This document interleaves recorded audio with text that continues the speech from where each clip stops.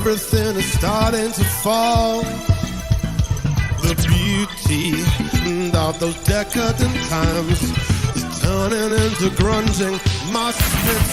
Oh, going down the street in my acid wash jeans, got a bandana on, I'm living the dreams. I pump my trainers cause I'm like airs, got a Game Boy, at home I got a SNES. Prince of Persia is taking my soul, my little sister's got a Peaches Sparkles doll. The TV blares some guy in a square, he ain't moving for the tank, Tiananmen scares. The 80s has come to an end, and everything is starting to fall. The beauty of those decadent times turning into grunging mosh pits. Oh, driving so fast, bands over outrun, drinking mad like I'm having some fun. There's solidarity and glasnost too. Times are a tricky for me and you. Apartheid feels like it's coming to an end. Mentality free, I hope so, my friend. A 10-button D in the electric chair. There's a hole in the ozone and nobody cares. The 80s has come to an end, and everything is starting to fall. Those decadent times turning into grinding mosh pits. Oh, 80s has come to an end, and everything is starting to fall. The people, they won't be hurt down no more. They're pushing at the boundaries of the burning wall. The 80s has come to an end, and everything is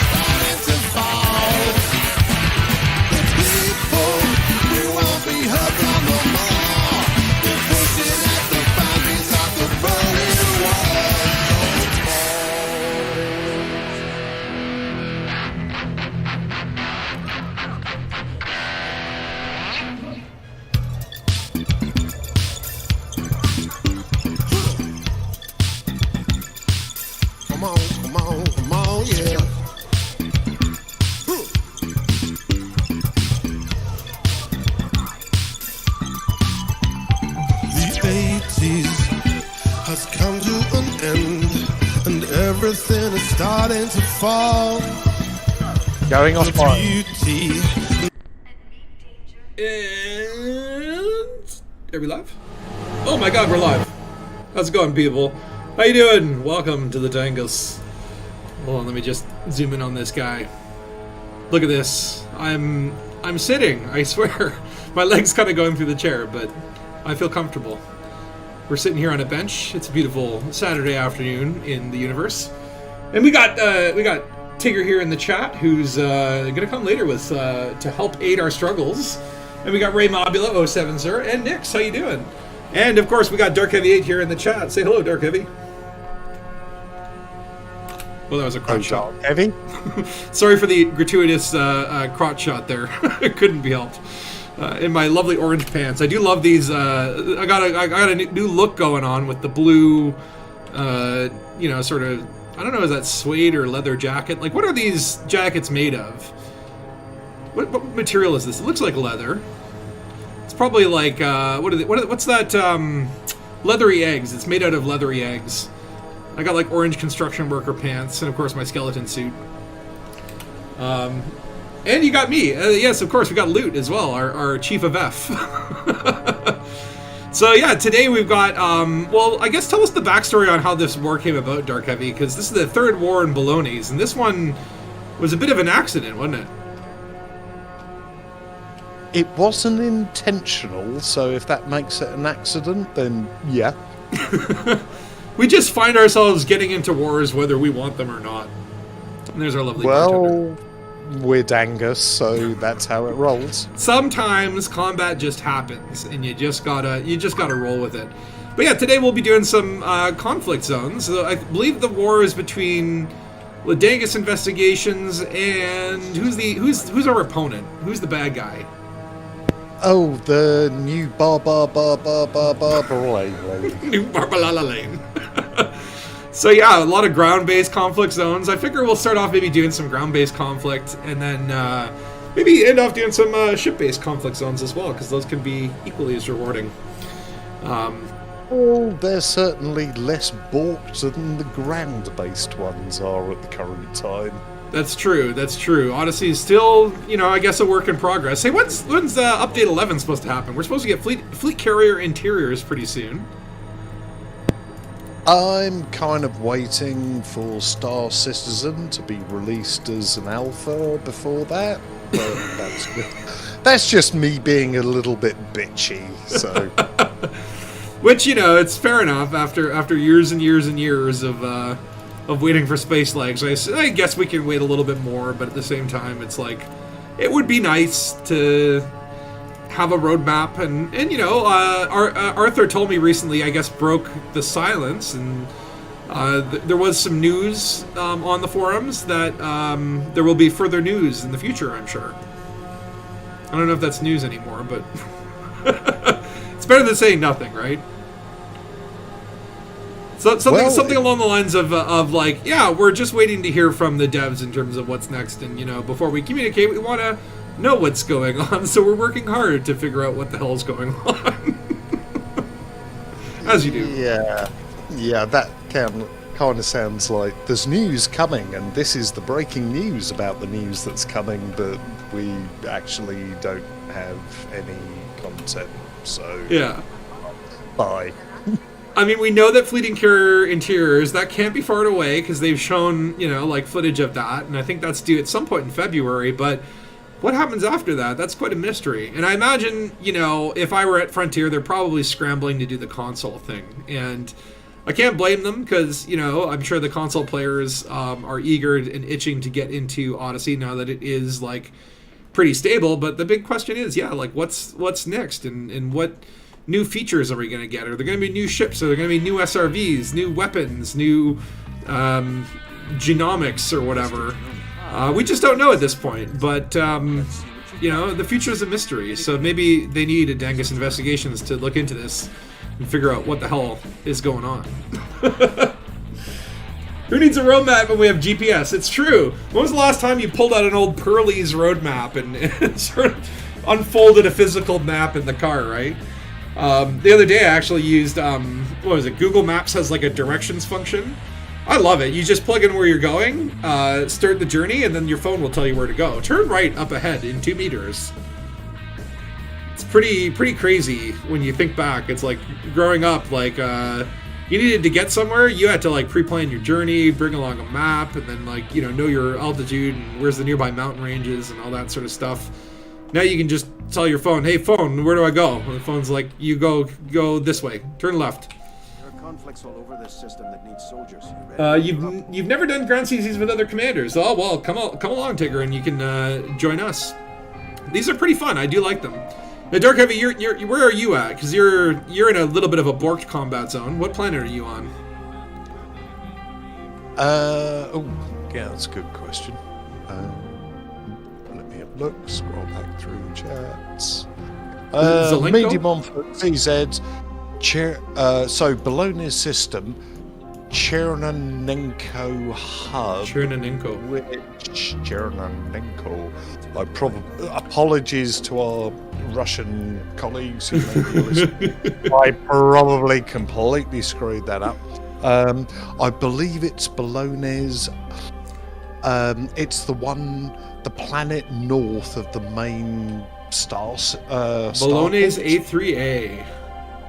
There you go. Yeah, and actually, I will say there is a new Dangus that's actually done, and I've done the early release. Patreons have already seen it, so if you become a Patreon, you get your early access.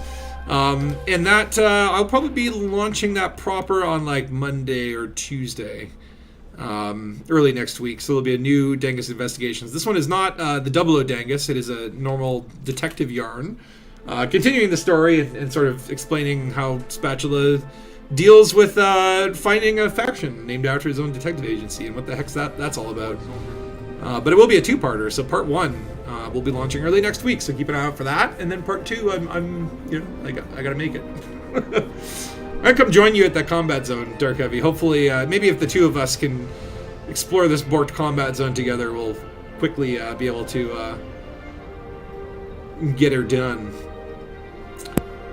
Yeah, I'm really not feeling the love for it. All the opposition are just standing round, all the allies are just standing round, and no one's engaging with anyone, so I'm just kind of winning the combat zone by myself. It's just like, yeah, if you're not going to shoot at me, then I'll just go and capture that point, if you don't mind. Yeah. Yeah. Sometimes you just gotta get your hands dirty, do everything yourself, right? Yeah. Those NPCs are unreliable. I mean, it's just kind of like, yeah, both armies basically decided, yeah, like, we're just gonna stand around and not shoot each other and see what happens. But that's where commanders come in. We can make the difference. We can tip those scales. And if you guys are watching and wondering what the hell is up with my HUD colors, found a really cool program. Takoso was the one who pointed me out to it. It's EDHM. And I put the link in the chat last time, and you can do some really cool stuff in terms of like customizing your cockpit lighting and your HUD. Makes it almost like a brand new game. I got the Dark Wave theme going on. Anything nice, cool, sort of retro wave purples and blues. So that's super cool. And it is pretty easy to install and use.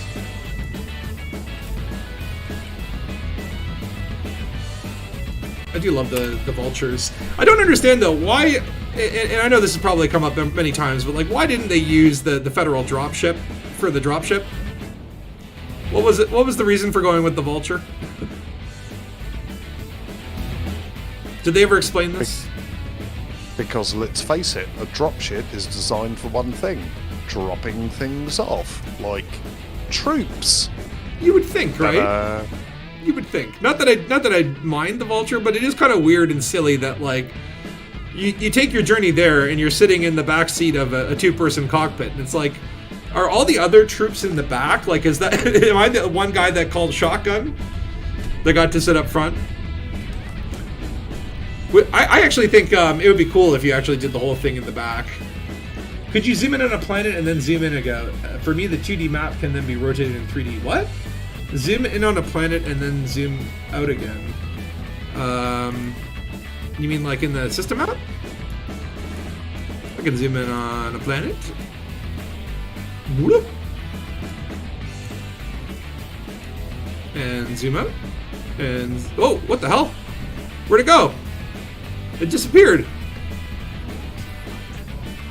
Loot, you made the planet disappear. Or Ray, that was you. It actually seems fairly random. That's really bizarre. That might be a little glitch. But yeah, we're heading down to, where is it? Trinenko, which is this one here. Trinenko Cultivation Hub. So I assume that's agriculture. But yeah, let's see here. What does this war mean for Dangus? So if we win, so we must defend Tidyman Dock, and if we win, I guess we get another, location. Yeah, we get not Fife Gateway. Landing. Fife Gateway. Yeah, that's the puppy. Which. It just means we get more control and more power and more assets. Which, more power. Oh, yes, turn to the dark side. Delicious power. Yes, kill all people. That isn't necessarily a good thing. It's an unfortunate side effect of the situation that we find ourselves in. But hey, we don't want to give up stuff like Tidyman Dock, so we've got to win this one, unfortunately. We want to keep what we have, and hey, a little expansion can't hurt, just a little bit of extra goodies. Now, I guess like the balance in the BGS is all like you gotta expand sustainably, right? If you expand too quickly, you can find yourself taking over the system, and then you have less mission types. I guess that's the logic. Yeah, that's it. It's a case of knowing your player base and what they can do and what they can hold without burning themselves out and just going, oh, guess what? Spatula just turned into another grind machine on behalf of FDev. And I don't think you or I or anyone else really want that. We want to have fun and just be able to go, oh, guess what? We lost some stuff. Let's go get it back. Or let's do some fun things. So we are in what looks like a borked combat zone, and these are actually quite interesting. So all the enemies and all of our troops just seem to be frozen and kind of just, checking out the local scene. Of course, if you get close enough to them, they will all shoot you. I can just duck under here. But I brought along a little tool called the rocket launcher, which can be very fun. Let's see how this rocket launcher works against a group. Launchers are actually very good fun for solving those kind of problems. Oh! Damn you! Okay. One well-placed grenade later. That's enough. Oh. Loot, you can rejoice. Hit the F key, hit it large. So yeah, actually I encountered some of these and I'm not sure what is the trigger or what causes these to happen, but yeah, sometimes everyone just gets frozen in place and all the groups will just kind of sit there. And the way to really just do it is just go capture all the zones, get everything down to 0, and then after you have taken over said conflict zone, then just kill everyone who's left. Which is pretty much what I'm doing right now. Yeah. I sent you a team invite as well. I want to team up with you. I actually don't know if we're in the same instance. I might have got my own little borked conflict zone.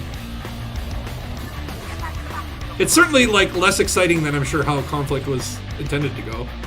But let's see here. I see flashlights. Oh yeah.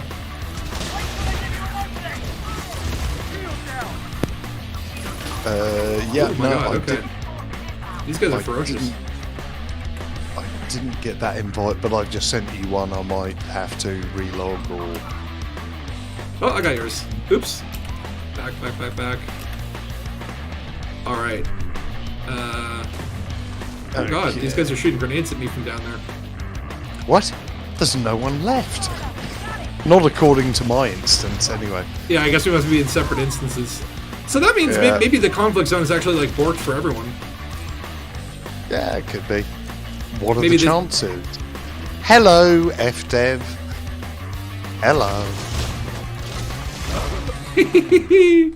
I do love this rocket launcher. Now, the key about the rocket launcher is you really need to keep track of where these damn ammo crates are, because this thing has, what, how many bullets? I guess 8. You can hold 2 at a time, and you can have 8 in the back. So it's like 10 shots, and then you need to refresh it. But yeah, we'll go through this conflict zone, and it's like I guess in this scenario we just have to capture the points, whittle away those numbers, and then boom, Spatula can dance all day. Well, yeah, I mean, if you want a tango, then I'm Lily to Foxtrot. Actually, I'm capturing Alpha right now. I do like these facilities, by the way, and I like the fact that they get repurposed for conflict zones. Though I do wish there was more like strategy in the conflict zones. Like, they did kind of add that you can sort of take over turrets, but I haven't really found a practical application for doing so. Like, I don't know, have you ever used a turret strategically? Strategically, no. I think the last time that we did the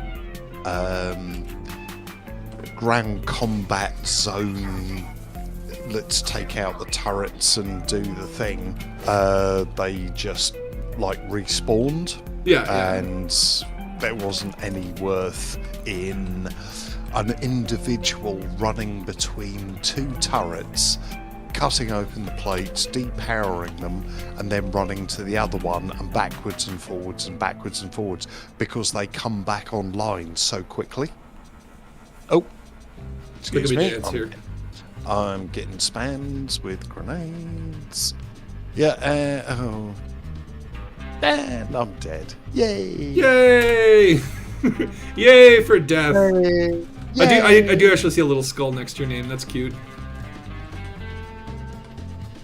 Oh, is that a new introduction? What was that? The little skull next to my name. Yeah, I think that Normally- it's like the death symbol, the universal symbol for death. Yeah. So yeah, as you can see, this conflict zone is hot. Now, I guess like each capture point, what does that reduce the enemy forces by like 50? It reduces their reinforcements. Does that number change depending on whether it's a low, high, or medium conflict zone? I think so, but it's probably one of those things that the BGS people are still working out. Yeah. Yeah, no, Odyssey is running a lot more stable these days, but there's still, you know, glitches like this, which are really, like, frequent. As much as I love Odyssey, it's like, you know, it still feels a little bit unfinished. Oh, who's that? He's shooting a rocket at me. Dia Chandler. Now, I do really like this AR-50 assault rifle. It's actually becoming quickly my favorite gun. Oh boy. It's the good stuff. Right, I'm just going to take a quick bio break and have another beer. And then I'll probably relog because I've just Suckers. died, reinstanced, and you're still not on my radar. Hello, in instancing, FDev. And I'll be back with you shortly. Alright, see you shortly. Yeah, so we'll just go around and capture these conflict zones. This is like the lamest the lamest battle ever. And stop calling me Shirley. Classic. Ba-boom. I do love though, as much as the NPCs are lazy and they're just like sitting in their pods and not moving, they're still shooting at the dropships, which is really funny. Like the poor dropship pilots, I mean, these guys aren't really contracted killers, you know, they're just like, it's like the bus driver, right? But they're taking a few hits as they come in.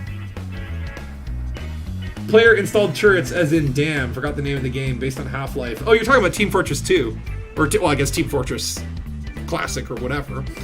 Yeah, I think like an engineer role would be really cool, and setting up like turret encampments at the different capture points, I think that would be quite a cool thing to add to the game. There's definitely like my thought on the combat is that it's kind of bare bones the way it is. Like, it's serviceable, but it could be so much more. And oh shit, my battery got depleted. Must charge before. Okay, I don't have a flashlight right now, but I see a large green light. There we go. Let's get those shields back online. It would be cool to see more, yeah, like tactical elements to the combat, right? Like right now it is very much just like, you know, kind of a you know, capture the point and shoot people. Those are the two things you can really do in conflict, right? There's no real like creating defenses or sort of horde modes or whatever. But I used to play the Team Fortress games a lot. I used to like that a lot. I liked it a lot more than Counter-Strike just because like it was more like strategic and you had different roles that played differently. I always loved to be the spy, you know, sort of disguise yourself as the enemy and try and backstab everyone. And I do like that sort of variety in conflict. What's that game? Is it Overwatch or Apex Legends? I think it's Overwatch that was kind of like, felt like a more modern version of Team Fortress. I played it for a bit, got a little tired of it, but it's decent. So yeah, this is the most intense combat I've ever experienced. But you know what? It's like a nice easy win to start things off. We've already got them down to 700, so this might take a while. When Dark Heavy gets back, hopefully he can instance here, and that'll make it go by a little bit quicker. It certainly takes a lot longer to do it this way, because pretty much I'm the only person actually moving things forward. But yeah, back in the day, man, like, Team Fortress was one of the greater games. I remember there were a lot of good sort of Half-Life spin-offs. What was the other one? There was a really good mod called They Hunger, I believe it was, for Half-Life. It was kind of like a zombie little short story. But other than Team Fortress, what are some other games that you guys played around that kind of era? One that I always really liked was Jedi Knight. Jedi Knight was the first, like, game that I really got into on a multiplayer basis. Let's get a little recharge here. Man, all these NPCs, like, I hope they're not getting paid much. You only get about 3,000 credits per zone capture, too, so this is not really, like... You make a lot more money when you're killing people in this mode. And in theory, you could do this one of two ways. I could go around and I could capture all these zones, or I could just go around and kill all those stationary troops. Oh, look. The ship there getting railed by turrets.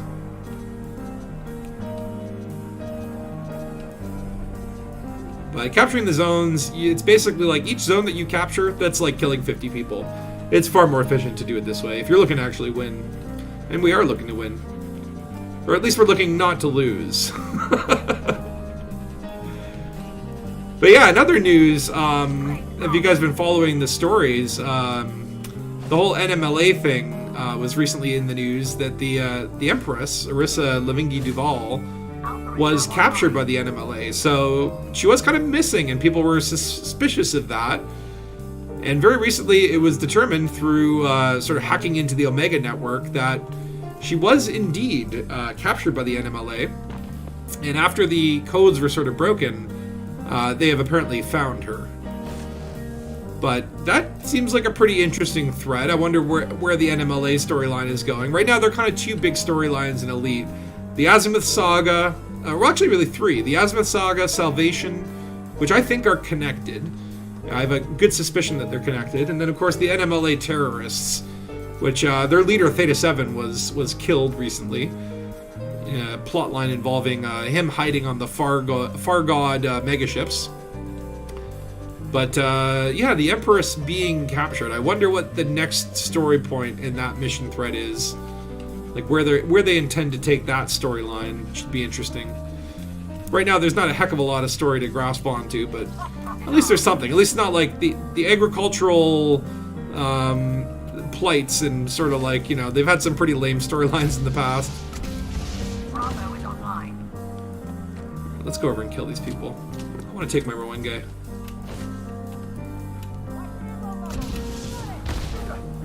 Oops. Fell down. Oh boy, okay, okay. I will hide. Actually, eat grenade.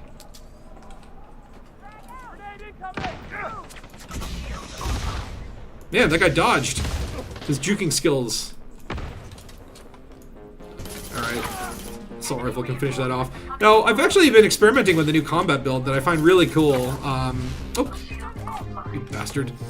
Basically, I use a rocket launcher. What's up, Deathstar Omega?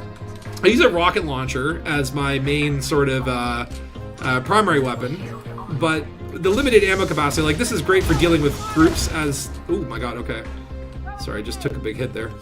But then having the assault rifle, once you get their shields down, like this thing just tears through people.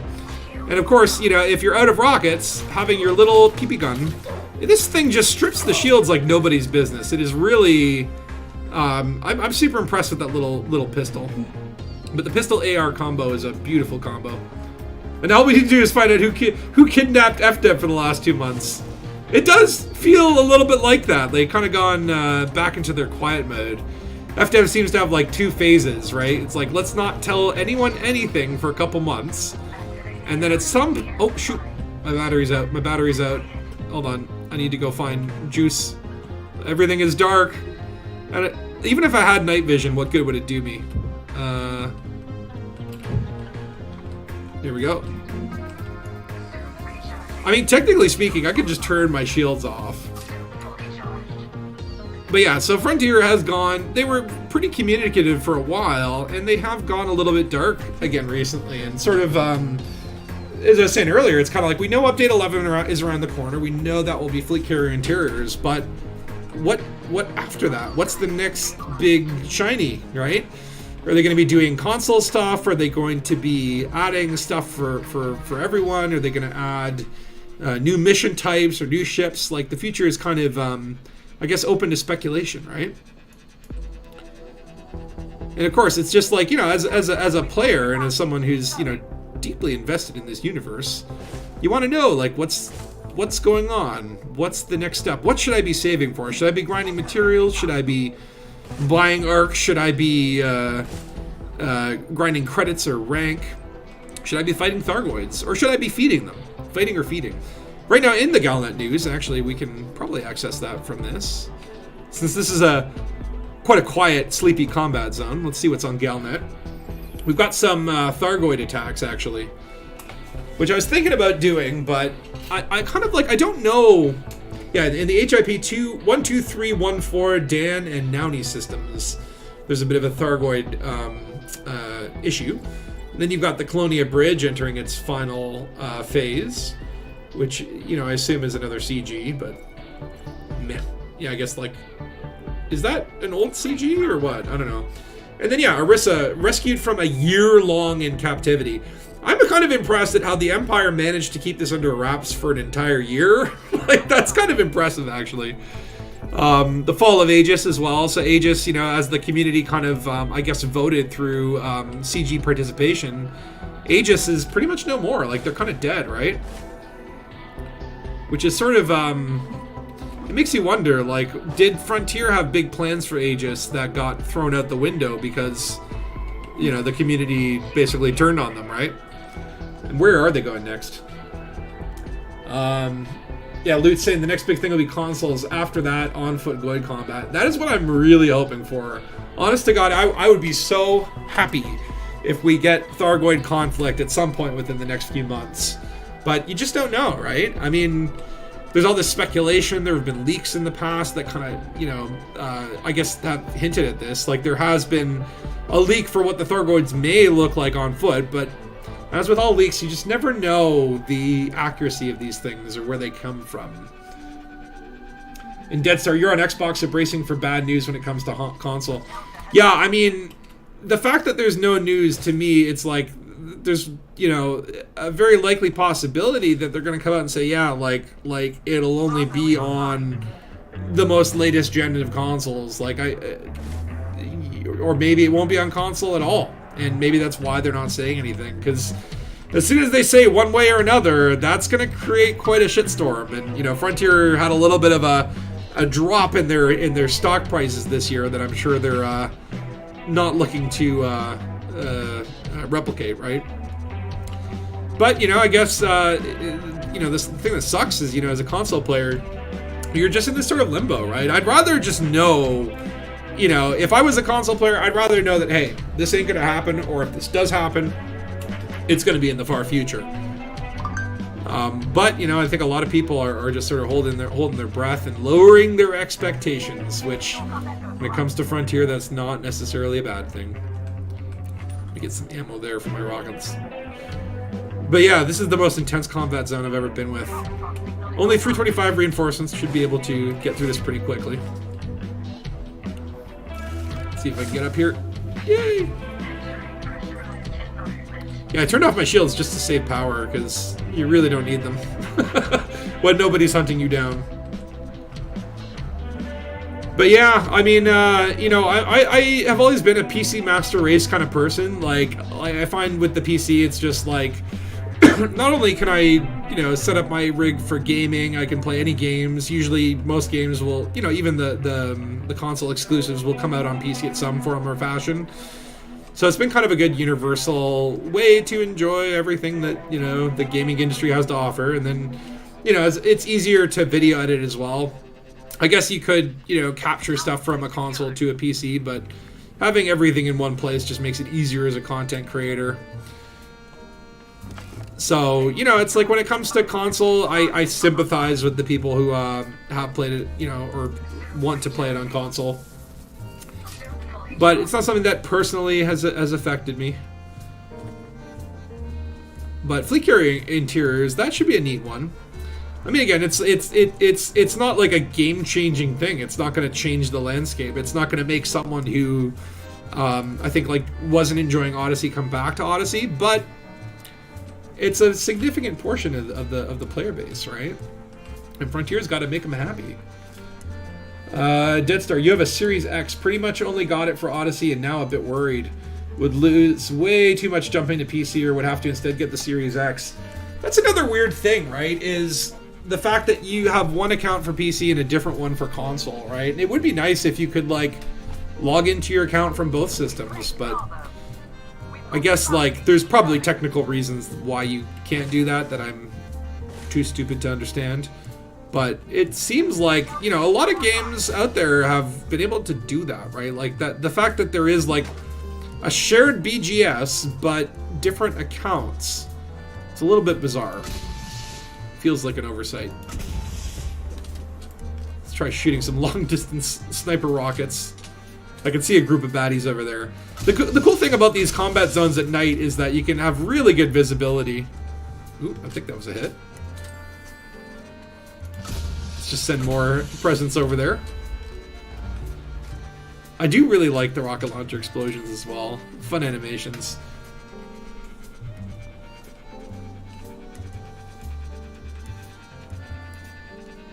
Oh, I still see some life over there. Direct hit. Boom, boom. Okay, I got credits for that one. But yeah, it's a weird glitch to have in a conflict zone. Everyone's just standing around. It reminds me, it's like that armistice thing between in World War I, where like the Germans and or I guess the Axis and the Allies. Well, what were they called in World War I? I know Axis and Allies. That was World War II. But they stopped fighting for one day to play like a soccer game on Christmas. So maybe that's what's going on here. There's some sort of like civic holiday on Balones A3A. They've decided we're going to stop the conflict just for a moment, have peace, and then a commander shows up and just starts rocketing everyone.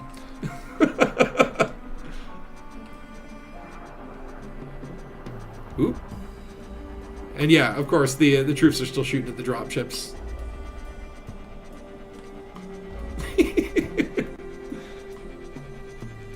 Phil Barnes in the Discord's like, oh right, it's Saturday.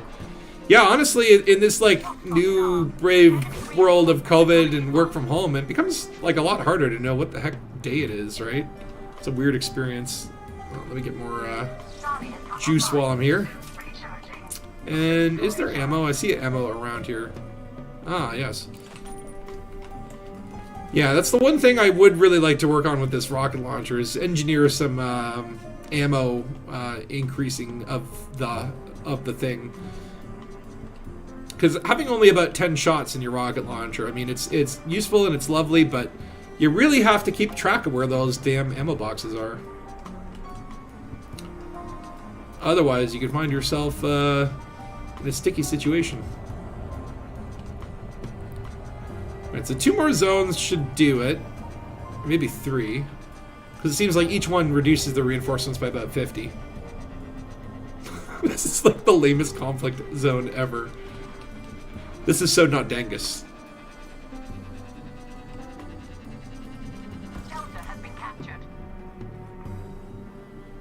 But you know what? That's okay.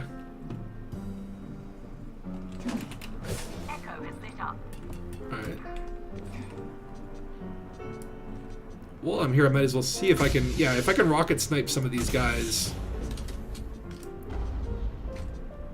Actually, your cursor turns red when you're right over them, so that's actually really good for aiming. Nope. Apparently not.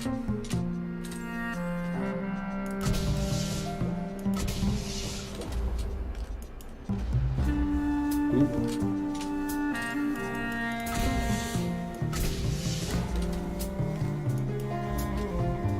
Yeah, I don't know if the rocket launcher is the best sniper weapon. Excuse me. Alright, we'll take one more zone, and then basically all you have to do at that point is just hunt down those little pods. Kill them all, and then we shall return victorious. The Dead Star, even if you can't play, you hope Elite keeps growing. A lot of great memories tied up in the game, and all the things that have come from it, like great content creators like you, sir. Well, thank you very much. And yeah, I mean, this is the longest I think I've ever really played a single, you know, universe or game or whatever, you know, existence, whatever you want to call this thing. But there's something about Elite that I think makes it stand out from every other game on the market in the sense that it feels real, right? And a combination of that is the fact that, you know, it is our real galaxy. It's cool that they've built a galaxy by preloading in the actual known universe and then procedurally generating, you know, the rest of it, right? All right. Now all we have to do is track down all those baddies and kill them. Should be easy peasy. I just need ammo. But yeah, there's just something about the progression and, you know, like there's something that really feels like it's not just, you're not just playing a game, you're building, I guess, an experience, or I don't know, but it's always been, you know, ever since the first time I started playing, I was just like overwhelmed at how real everything feels, right?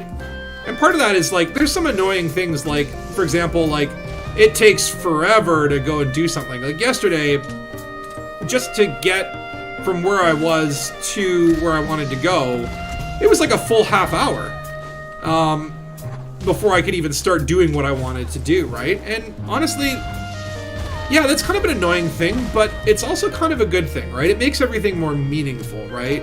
When you travel across the bubble just to get where you want to go. Okay, hold on, I just don't want to get shot by a rocket here. You there.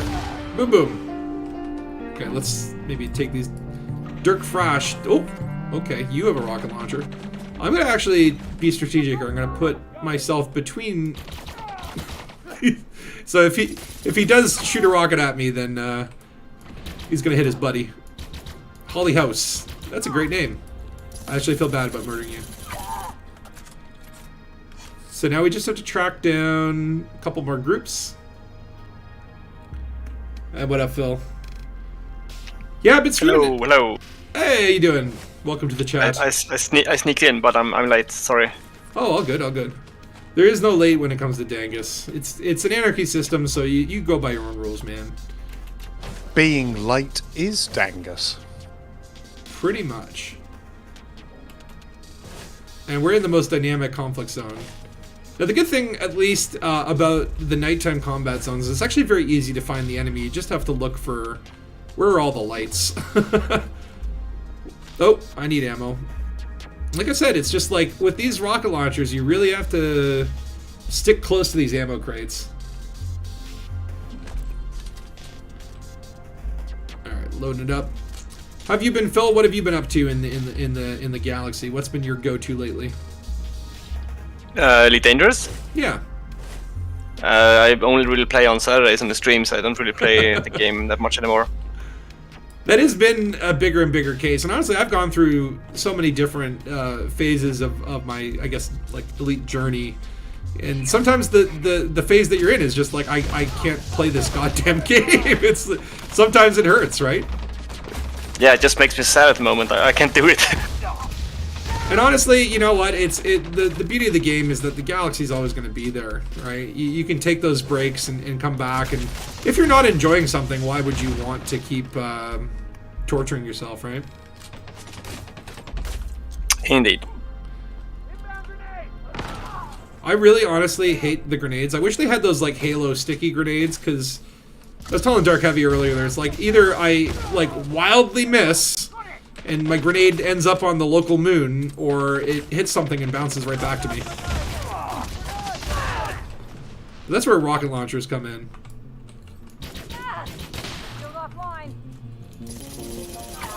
Yeah, I rarely use the grenades. They're kind of hard to use. If you had those like sticky plasma grenades, ones that would hit people. Oh yeah, we won! That was literally the easiest conflict zone I've ever done. If these people, and like, no thanks to you people. Marshall, we need to have a talk about your conflict zone skills. You just stood here the whole time. You as well, Sasha Dodson. Anyway. Victory for Dangus. And that was about $200,000 in combat bonds. These conflict zones, when you actually do get conflict, actually pay quite well. Make a little bit of money. And last night I was in here and I actually got my rank up to Gunslinger, which I think is a cool title. Not quite elite, but I'm getting there. Beam me up, Scotty! Alright, so I'm heading back to Tidyman, so if you guys want to, yeah, if you want to do a conflict zone together, let's meet at Tidyman and we can maybe pick a different location that isn't Borked. Yeah, I'll join you. Just get to pick up a better ship. The hauler is not a combat ship. We'll do some ground ones first, because that's like, you don't even need a ship for that. I just don't want to get shot down in the crappy hauler on the ground, you know. Oh, here we go. And you're just on your way out, and I'm just on my way in. So let's see how this instancing works. Got a little shift work. Are you going to the same place though? Yeah, literally. Phil's joined, you've just joined, and my taxi is just about to drop back into the place that you've just left. So Hopefully, I can hang around. Well, I can hang around on the rooftops and perv through the windows for a while. Yeah. Tell me if it's still borked, because I wonder if like the bug is like location specific, or if it's just like instance related. If it is borked, I would say like we'll do another location. Yeah, no worries. It's gone to the dark side now, so it's all nighttime here as far as the taxi view is concerned. But yeah, I'll hang around. But honestly, I like the ground combat because, you know, it is very, like, some of the locations are really pretty. And that can be very distracting when you're trying to shoot people, and then you're kind of like looking at the beautiful mountains and a gas giant in the sky. There should be like a combat tourism or combat photography role. Like they should, like just like they have all those guns, you should be able to buy a camera and go take pictures in a combat zone. Like a war photographer. I mean, technically speaking, the wonderful thing about Elite is, you know, you could invent a new career if you just, you know, role play hard enough, right? A combat medic would be a neat role as well. I think Ascarbius was talking about that. I saw him tweeting at Frontier trying to get them to... Like, I think he has a good point there, is you should be able to, like, revive your down teammates.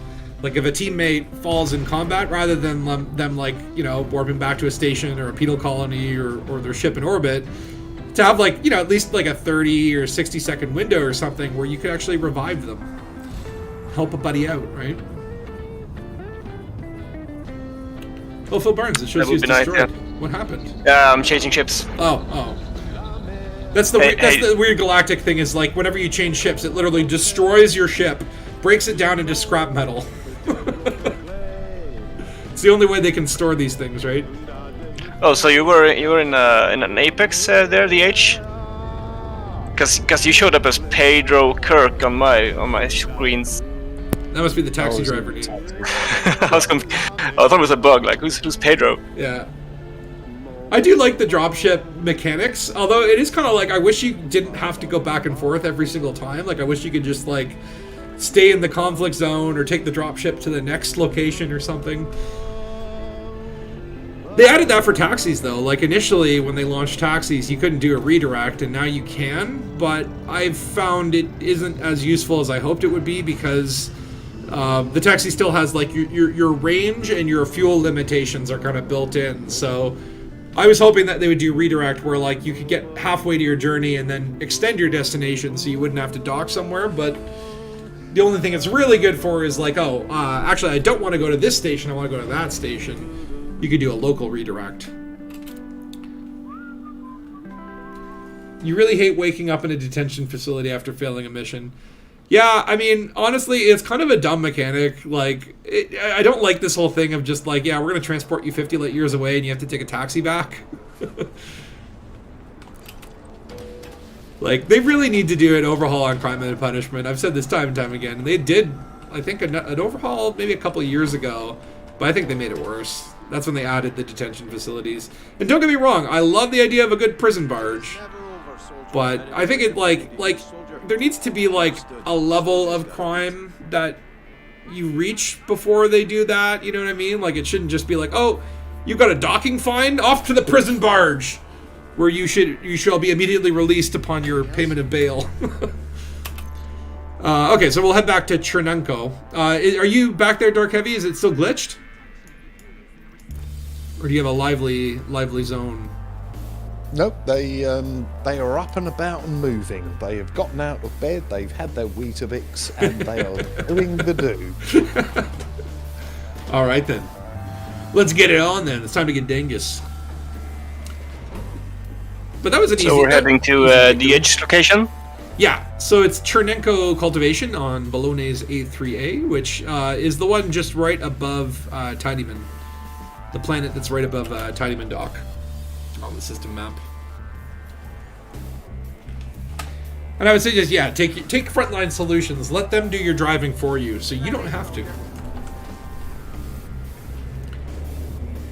But yeah, it's nice to see these ranks going up. Being a gunslinger now, that's a very cool title. In fact, like, I don't want my combat rank to get above dangerous, because I love that title. I don't want to be elite in combat. I just, like, I want the benefit of being triple elite, but I actually just want the title of dangerous, because that's awesome.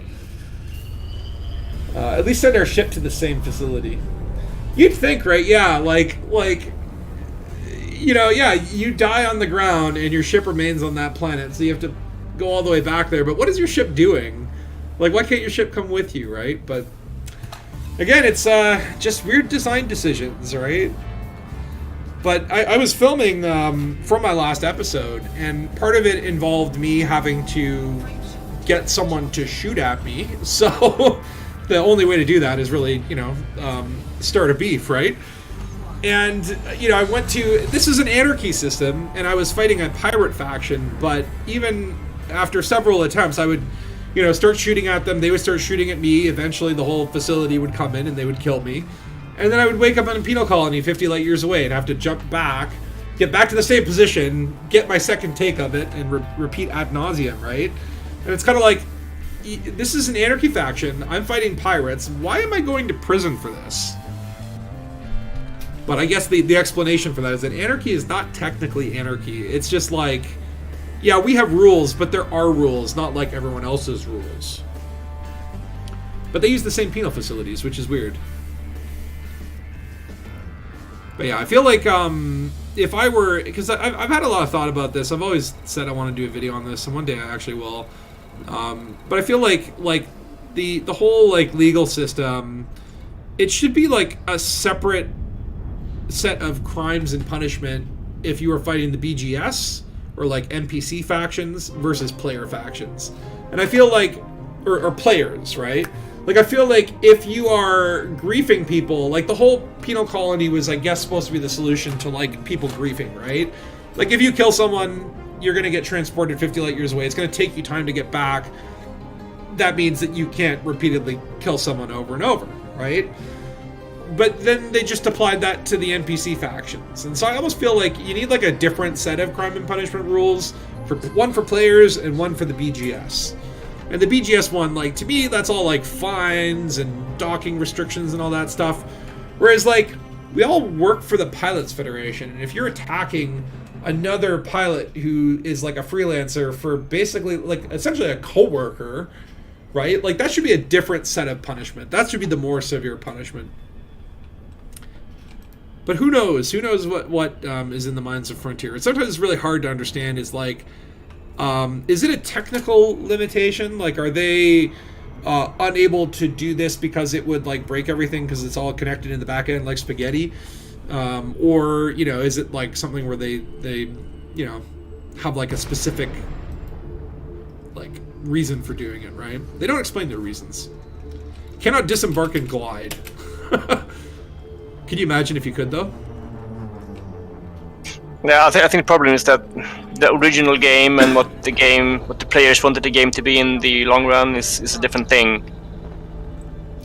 Well, I think that the wonderful thing about this game is like every player, I think, likes different aspects of it, right? Like, there's no one way to play Elite, and like, depending on who you are, you might get different things out of it, right? Like, some people don't like the combat at all; they just want to explore the galaxy.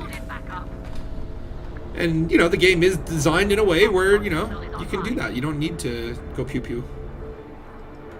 It was kind of started out as a sandbox game, and people wanted eventually, you know, storylines and narratives and concrete goals, so they added that, but the game wasn't really designed for that, so it doesn't really make sense.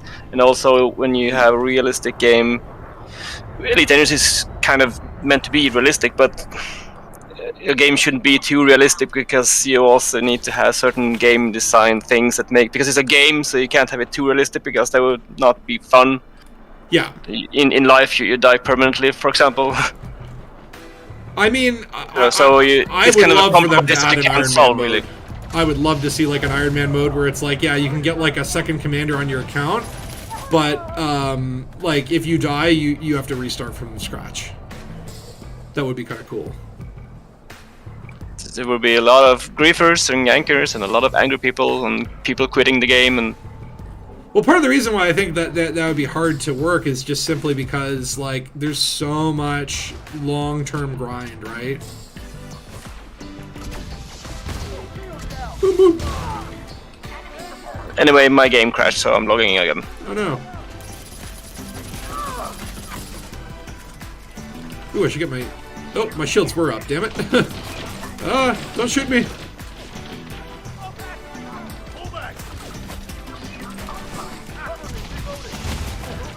Yeah, but I think the main problem of the game is that there's too much of a compromise. They're trying to do 2 different games in once, and it's not. When you try to please everyone, you end up pleasing no one, right? Yeah, I think that's the main problem. And for sure, I mean, But also, like, the technological differences, or the technological problems with the engine and stuff is also, I think, limiting what they can do in terms of events and such. well, that's the interesting thing, right? Is that like the Elite has its own engine that they designed, you know, in house, right? So, you know, if they do go through and get like new staff members, they have to train them on this whole like engine that probably has its own language and its own way of thinking, right? Whereas like, you know, if it was built in Unreal Engine or something like that, like someone could come over and adapt their skill set, right? So that's, you know, that's part of what makes it unique, but also what probably makes it difficult to, you know, continue to develop, right? Yeah, this whole idea of that they can't change physical locations in the game at will because it's generated by a seed, and then that's the world. You can't just change a planet. You have to regenerate the whole galaxy to do that. It's like, yeah, it's like you can't make a tree, you have to grow it from scratch, right? It takes time, patience, and, you know, I don't know, I don't have much experience growing trees. A whole lot of water and sunlight. Water, sunlight, fisticuffs. You guys wanna throw me a team invite? Oh, yes. Let me send you an invite to this boogaloo. Yeah, me too. I just got taken out by a sniper. Bless him. Just you and me now. Punch you to death.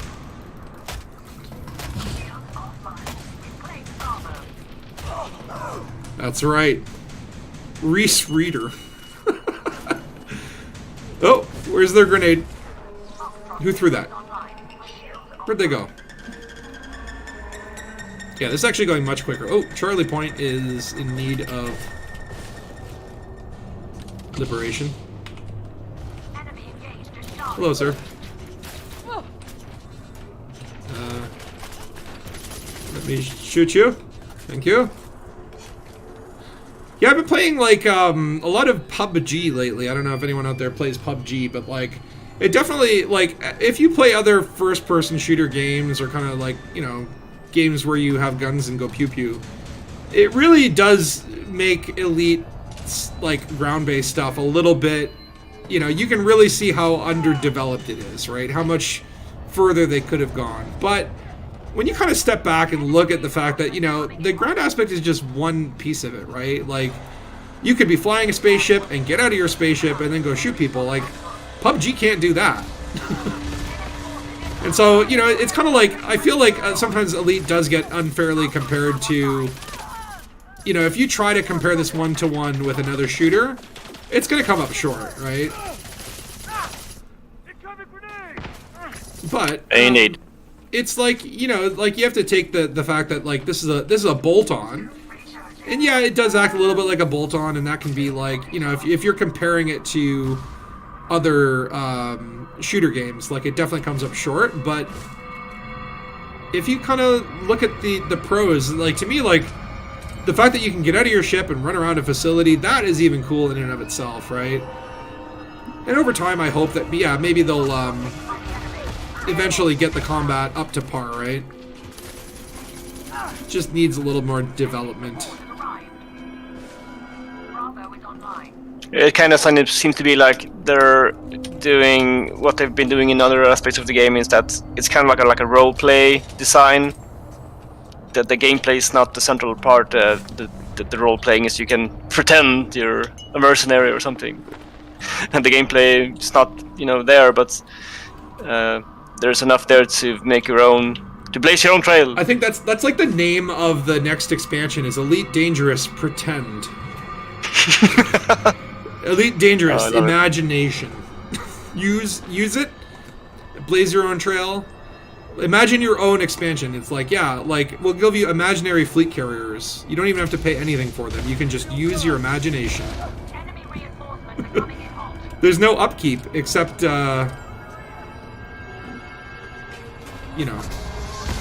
whatever upkeep your imagination can come up with. Sorry, it's like very hard to concentrate on shooting people and talking at the same time. Man, that honestly though, look at that laser pistol go, man. It strips shields like I was trying to come up with some sort of stripper analogy. Strip shields like it's got 2 kids to feed back home. Ooh, ow, what'd you do? That's it, I'm punching you to death. Humiliation.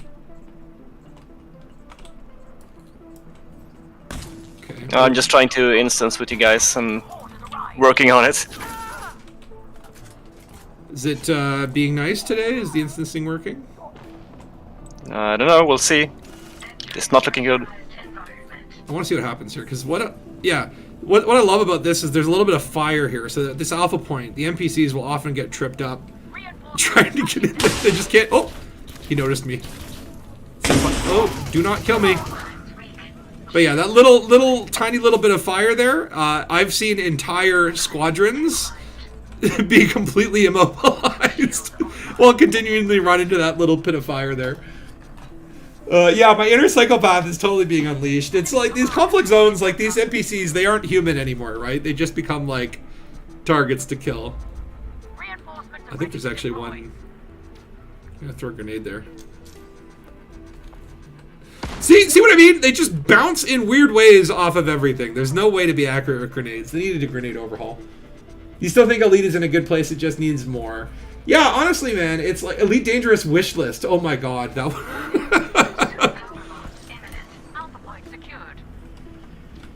Are you okay there? Do you want to come after me? Do you want to come? Yeah, you come after me. Oh, you can't deal with the fire? You poor little baby. But yeah, I think I found the H at least. You found DH? Okay, then yeah. Yeah. We should be in the same instance. I gotta get more juice in my suit. This is kind of an annoying mechanic. Yeah, there's Dark Heavy. Where are you, Phil? Nearby him. Here. I think I see you. Is that you? Yeah. Hello. I can't. Where are you? I can see you. I was like jumping around under you. Turn around. Oh, hi. I see no one. What? What do you mean? I'm right here. I'm right in front of you. I see the H right here. I will shoot you gently. Do you feel this? I'm losing shield for no reason. Yeah. That's me. So are you saying I'm like a all ghost? Get together and do a big group salute in the middle of a combat zone. Salut? Oh, what the hell was that? Someone just shot me. Oh. Where is he coming from? Where is he at? Where is he at? I do feel like these rocket launcher troopers are pretty damn dangerous.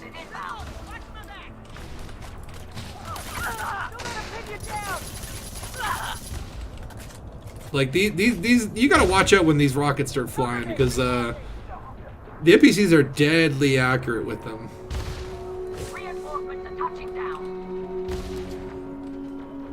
Let's see if that grenade actually. See, it bounced just like where the hell did it go? I will foil you by hiding behind this box. Another thing that I don't know if I really like is how the no matter what, like, you know, whether you're using a rocket launcher or you're using the sort of plasma sniper rifle, if the person has shields, even like one unit of shields, and you shoot them directly with a rocket, it will take down all of their shields, but it doesn't affect their health bar at all. And that kind of feels weird, right? Like if I have like 2% of my shields left and I get hit with a rocket, Those 2% of shields will protect you from 100% of the damage. I think they did that because you could like one-shot people with the double-barrel shotgun and or rocket launcher. So it's like a game design decision, I guess. This is true, but like, it just like it's one of those things where like, if the guy has like 2% of shields, he can basically you could hit him with a nuclear bomb and he would. It would be like that Indiana Jones movie where he's just like hiding in a fridge and survives a nuclear blast. Okay, let me disrupt your shields. Yeah. That's some tactical combat. Oh, hi. But the lovely thing about the AR-50 is actually it does do a pretty decent job at stripping shields. Just gets a lot of damage in there.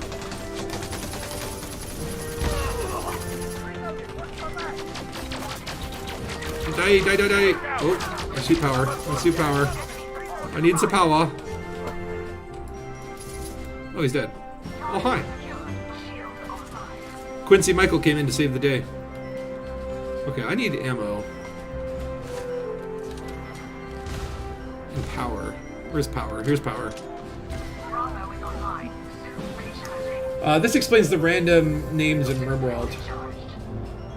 Spatula throw a grenade and ends up in the next game he plays. Probably. I could do that. It really does, like, they bounce so crazily and it's so unpredictable. Oh, I love RimWorld, by the way. If you haven't played RimWorld, man, that's a great game. It really is. And I like the developer for that. He's in Montreal. Wait, what's going on? Okay, Foxtrot seems to be glitched.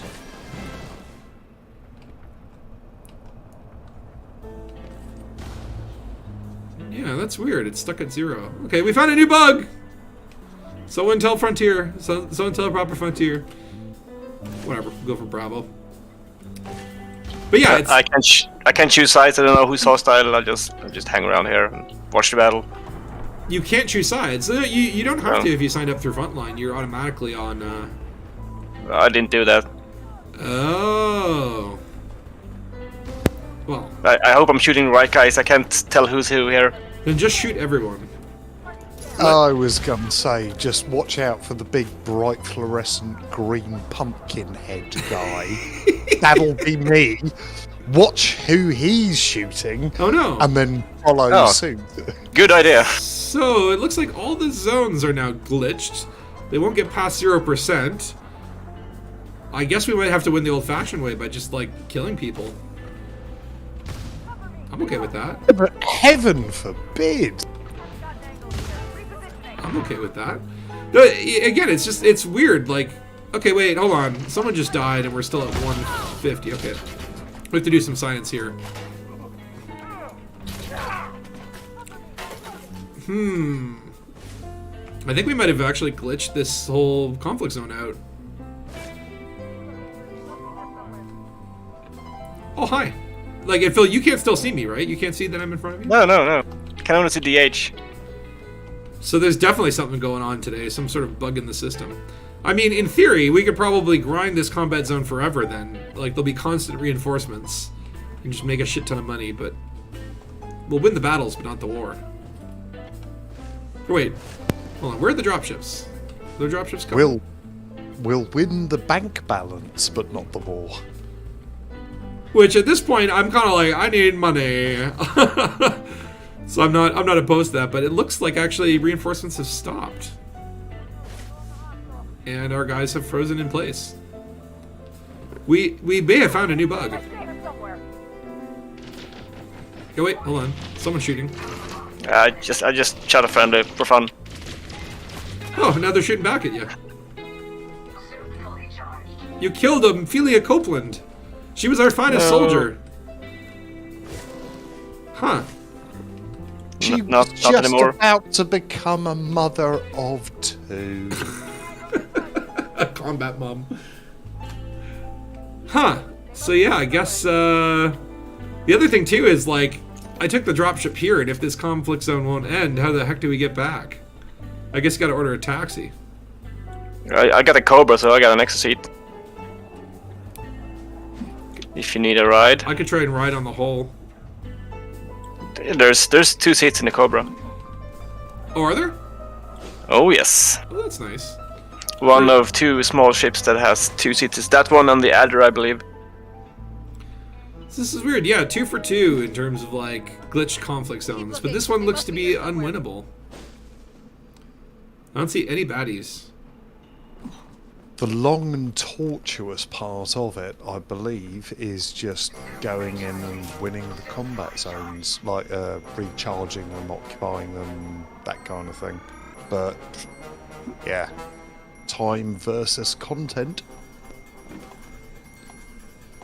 This is weird, man.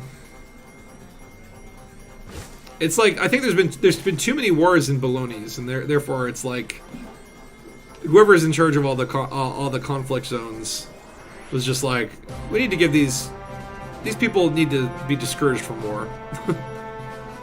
All right, well I guess Phil, where'd you park? Let's go and fill ship, and maybe we can reset the day. Yeah, I'm running out to the wilderness to fetch my ship. I think I see you in the distance. Since you can't see me, I'll come to you. Ghost Man will board your ship. What is the state of the Dangus BGS at the moment? Whoa, what the hell was that? The hills just lit up with orange. Yeah, I saw it too.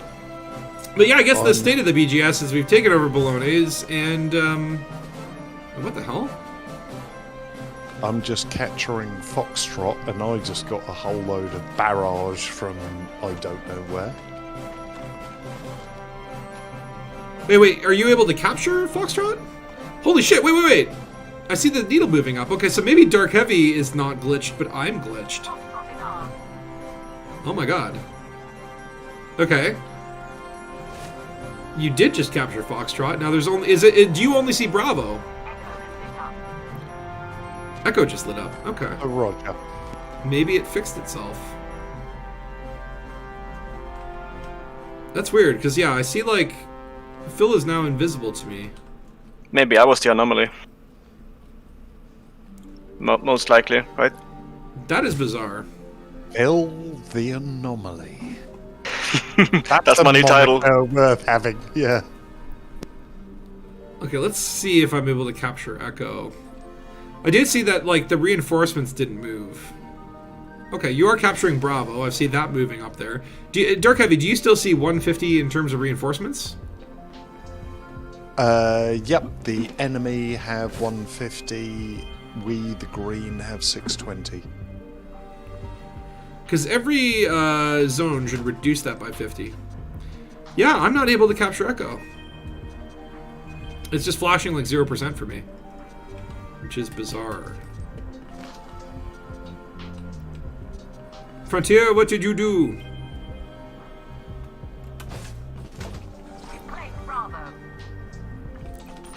Okay, you claimed Bravo. Is that going to reduce it to 100? Heading to Echo. It might be that it's a unique Yeah, even though we're capturing zones, it's not reducing reinforcements, and like no new bad people are showing up, so something's going on here.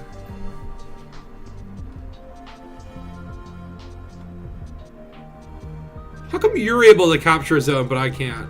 I'm gonna scan you and see what secrets.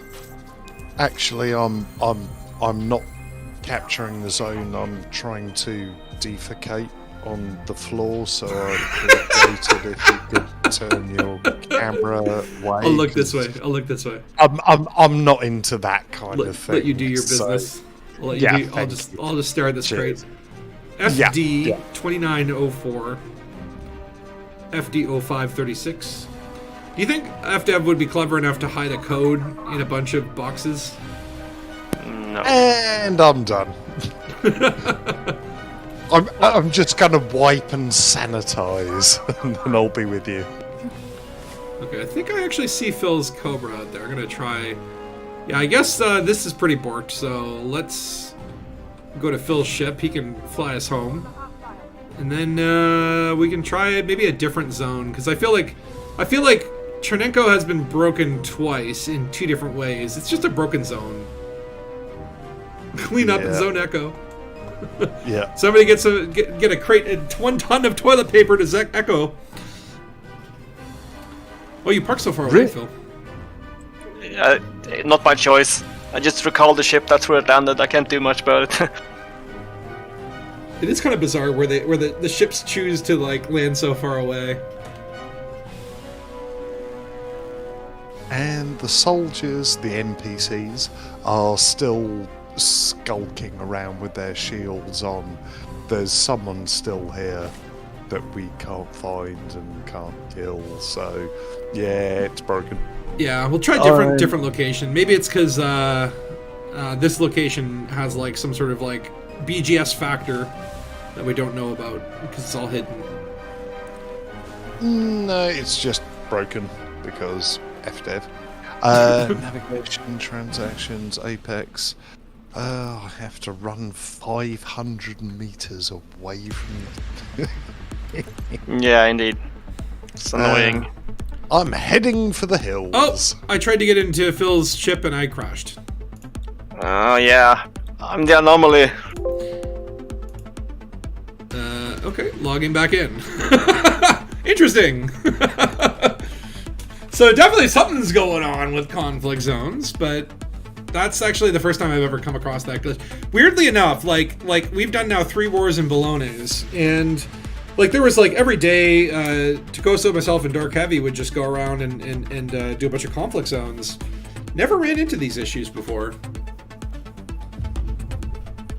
So Odyssey is just like, you know, like it's stable until it's not. That's fine. Honestly, you know, glitches are fun. I like bugs. We get to discover new forms of physics. But they did improve the stability of physical multi-crew at least. That's true. It does feel, even though that just crashed my game, it does feel like it's miles a bit above what it used to be. Yeah, that was probably not because of physical multi-crew. That was probably just like a matchmaking, instancing issue in general. Okay, and it looks like. Look, can you invite me to the group? Share me a little invite there. Well, thank you. Where the So hell you're am I? on the surface now? I'm on the surface. I am not in the same instance though. I think I'm gonna have to cap it back. I'm actually just in orbit, so I'm dropping down to see if I can instance with you. I could select this side in the conflict. Oh, that's cool. It actually tells you how many commanders are present. That's neat. Yeah, I just got a confirmation that a new commander had joined the team. Whether or not you're in the same instance, I don't know. But there's conflict going on behind me. Weird as. Uh, I do see something in the distance. I think I see you on the surface there, Spatula, in the suit. You can see me? I'm 30 kilometers coming down now. Oh, so that's where that marker is. I can even see your health on your suit, so I think we have instanced properly. 55%. Yay. Well, we can try, actually. I'll just try enlisting for Dangus, and then let's see if it works this time. Yeah, it looks like it's reset the instance. Okay. Maybe we can I give can it one more choose the try. side too. Okay. Yeah. Let's do it. Although I'm looking at Delta, and it's like flashing crazily. Let's see. Let's see what happens. There are baddies here. Sorry, man. Oh, hi. A fellow rocket trooper.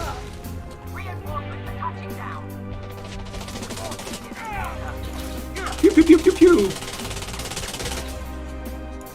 Oh, damn it. I have to reload. Are you hiding, sir? Oh, you son of a gun. Get over here. Look at this laser pistol, though. I mean, like, it really does just shred the shields. Yeah, I love the Zenith. It's honestly probably... Oh. 2 people coming in here. Don't you try and shotgun me.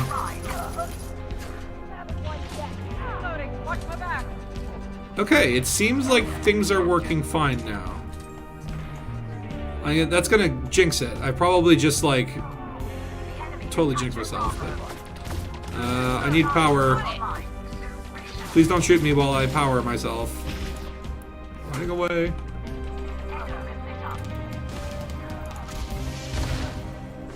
Dang it. I see you, Spatula. Yay!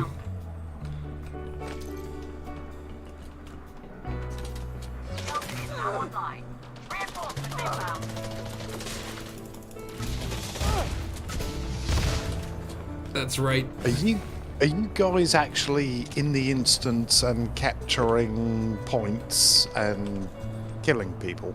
Yes. Yes. It seems to be actually Okay. working.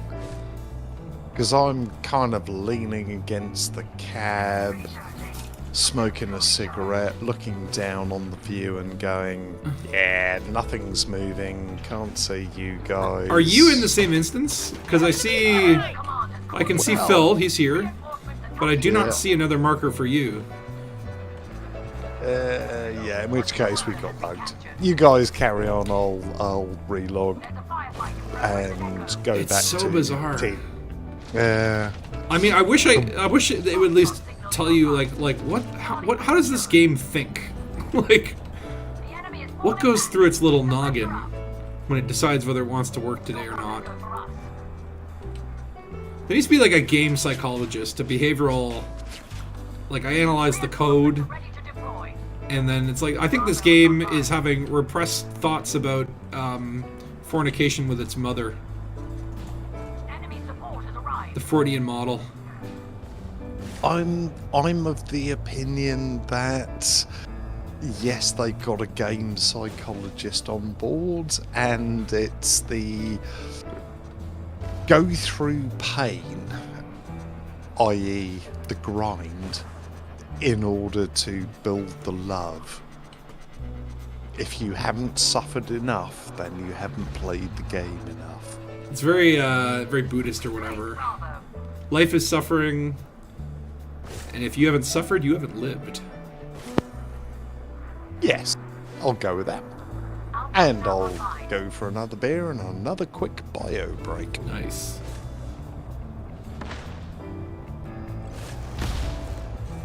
Try to stop them from taking Foxtrot with a couple missiles. Nope. They got it. Alright, screw that. It does become a weird balance of, yeah, like you gotta get to these points and capture them. Don't kill me. I'm stuck, I'm stuck, I'm stuck, I'm stuck. Okay, I'm stuck. I need health. Where are my medkits? Why don't I have any medkits? I came very unprepared.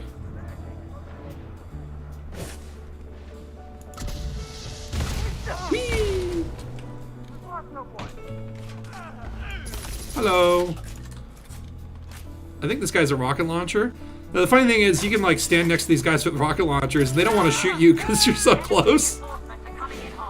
So the strategy is, you find a lone guy with a rocket launcher, just go stand right up in his face. They don't change weapons. Eventually they do, but initially they don't.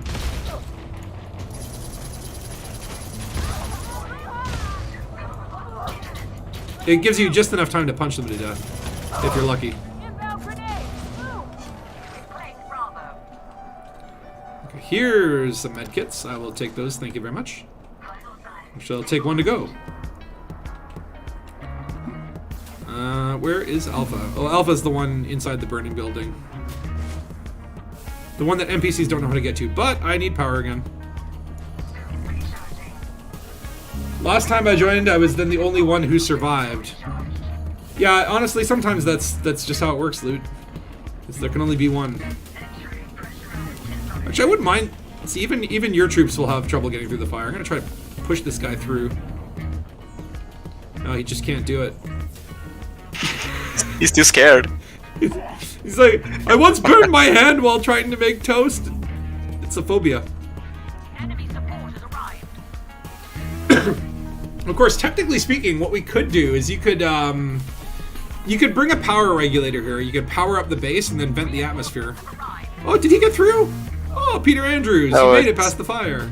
It's his friend, I think. Oh, his buddy. The guy is still there. Now, will Peter be able to get out, though? That's the question. Or is he stuck in here forever?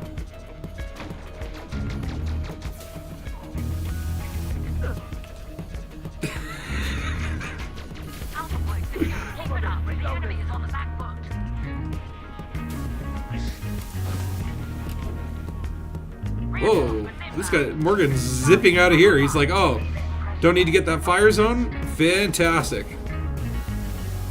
Let's see if I can get to Delta in time. No. Yeah, nope. Charlie, I guess.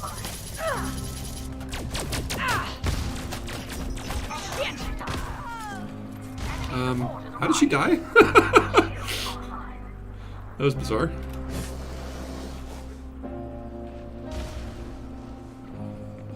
Alright, Charlie it is. Yeah, the last conflict zone, though, we got all the way to, like, what, 150 reinforcements remaining, and then it glitched out, so there's no guarantee this one won't. I'm just gonna patiently reload. And, aw, they're dead. Sorry. That's okay. I'll find someone else to pick on. What happened to my shields? Who got me? It was a grenade.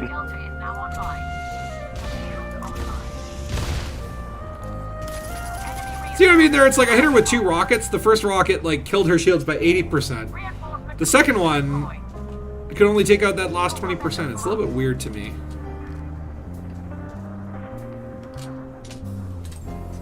I still think they have a lot of balancing to do in the combat. And I don't know, if they were to add... What weapons do you think are missing? Right? Like, if they could add new weapons to Elite Dangerous Odyssey, what weapons would you guys want to see? Good question. Like, that I would like to use, or that I think would be good for the game? I would say... that's Two correct. different questions. I mean, I would love to have a proper machine gun, you know, with a tripod you set up, you know, like a fire support machine gun. Right. But I don't think it would be good for the game, but it would be cool. I would love a flamethrower. I know it's kind of unrealistic, especially in like non-atmospheric planets. But I would love to have like just like a constant spray of fire that I could burn people with. They have fire physics in the game, so it's not like super unrealistic. And it could be balanced because, like, you know, it's close range. A briefcase-sized nuclear bomb. Okay, Loot. I'm down with that, but I don't know if that would hurt the balance or whatever. Oh, mines. Mines, yeah. Proximity mines and stuff, yeah, for sure.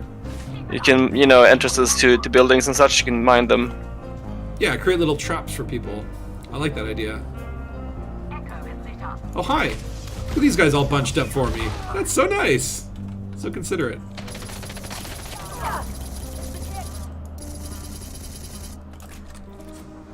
They don't seem to really care that I'm shooting.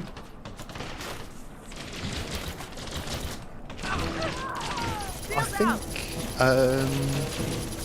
What hell? Why not shoot damage? What? weapons that I'd like to see would be...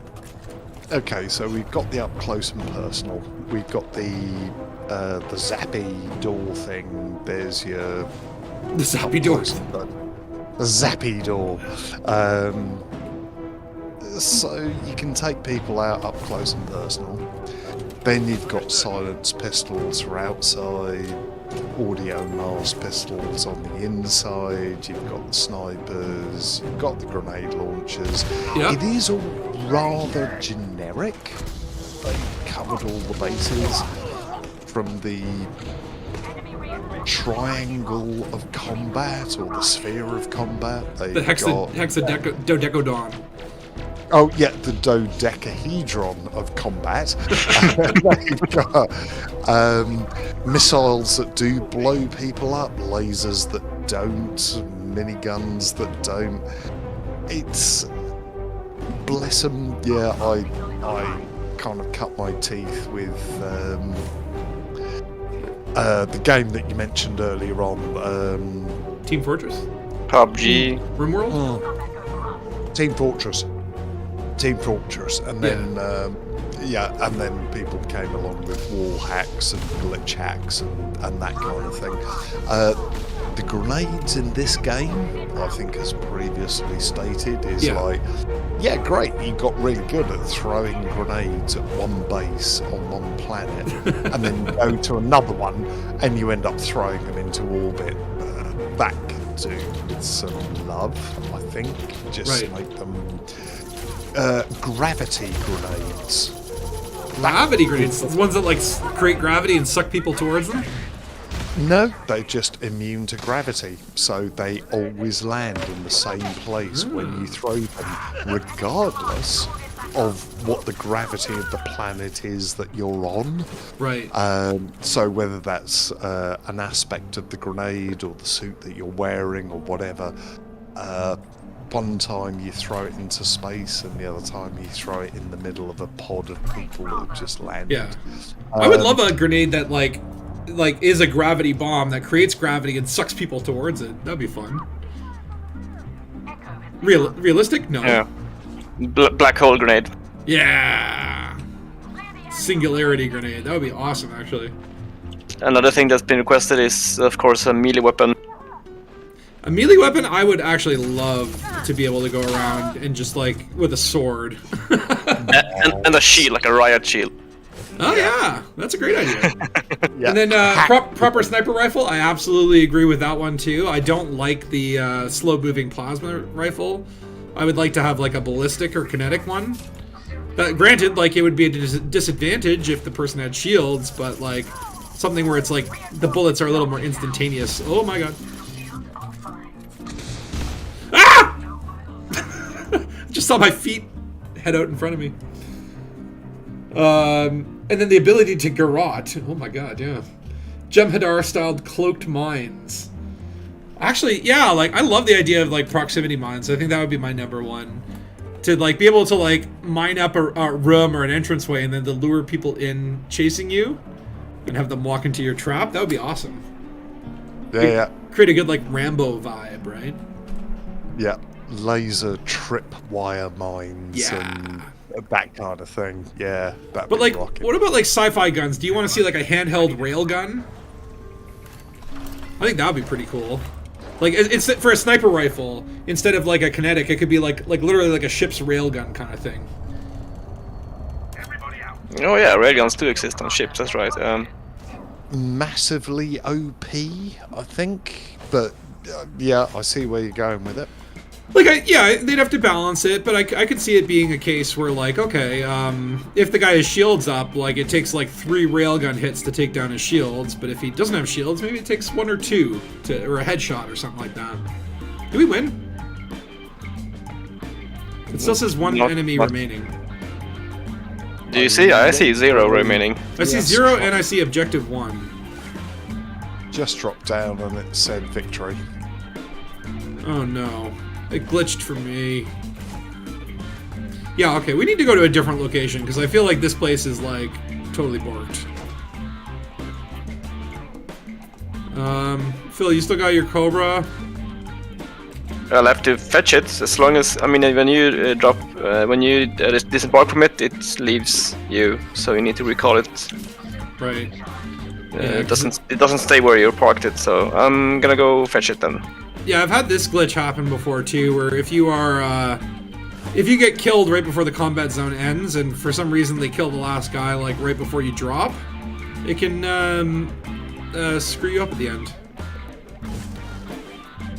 So right now, yeah, it says like there's 0 enemies on the battlefield, but it says I still gotta kill 1 person. It's like you get through all that conflict zone, and then at the very end, you're just kind of like left out here. Oh, Elite.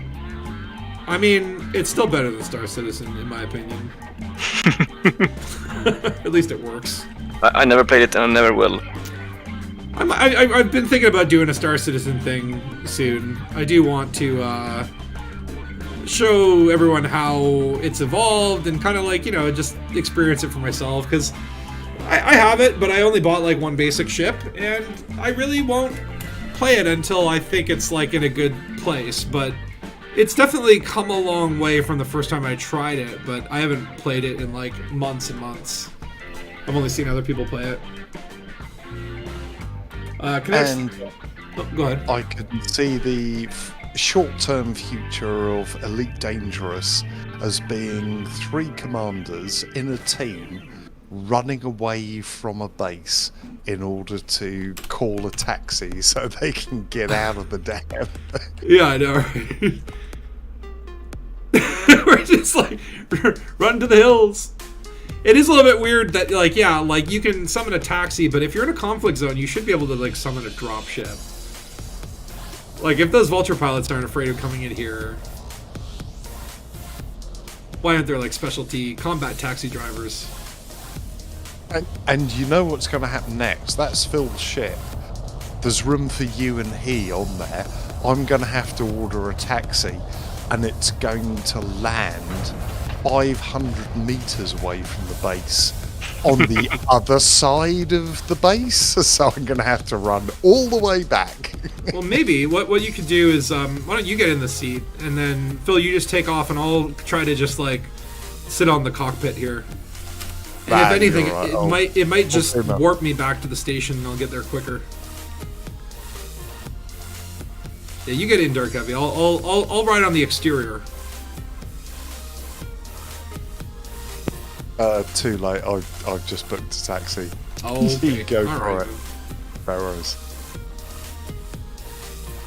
Love the Cobra, by the way. Awesome ship. Yeah, I love it Pretty too. ship. I kind of like. I don't fly my Cobras that much anymore because I just have like other ships and stuff. Oh look, it didn't crash. That's lovely. What are the chances? I know. It's so sad though that eventually it just becomes like, it didn't crash. Yay! Lowered expectations. So where to? Back to Tidyman. We'll just, I Roger. guess, we'll go to the dropship guy and then get him to, we'll pick a new location. Maybe we can get some conflict in the day. The conflict zone that isn't glitched out. I think if we all go at the same time, if we all meet up at Tidyman and then go and drop ships together, then I think the odds of, actually, I think I'm getting Braben tunnels. Son of a bitch. And you know why? Because we started talking about how multi-crew was better.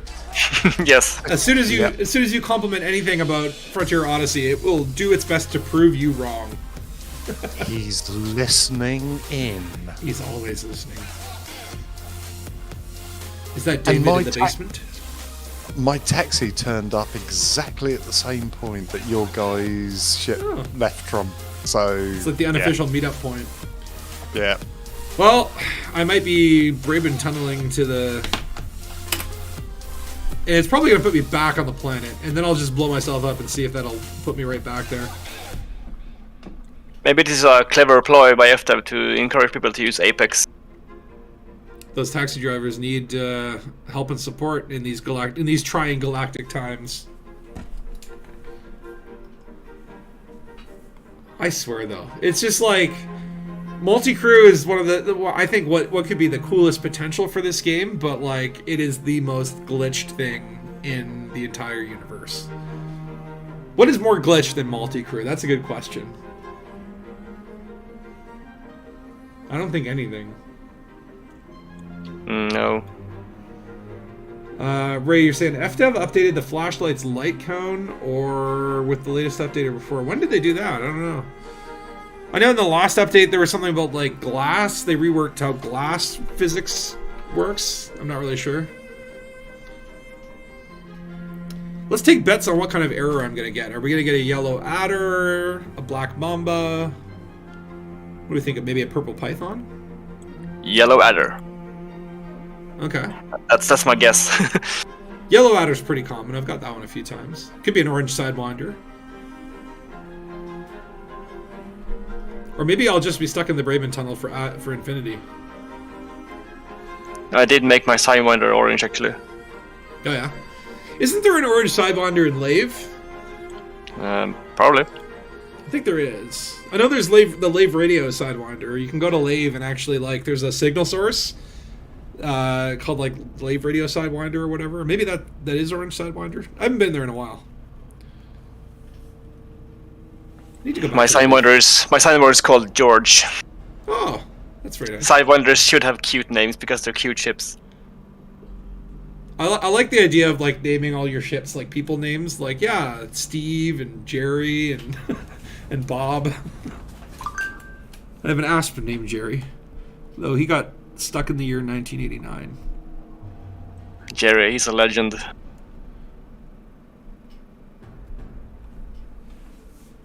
Lave, it was the Lave Radio broadcasting ship. Oh, yeah.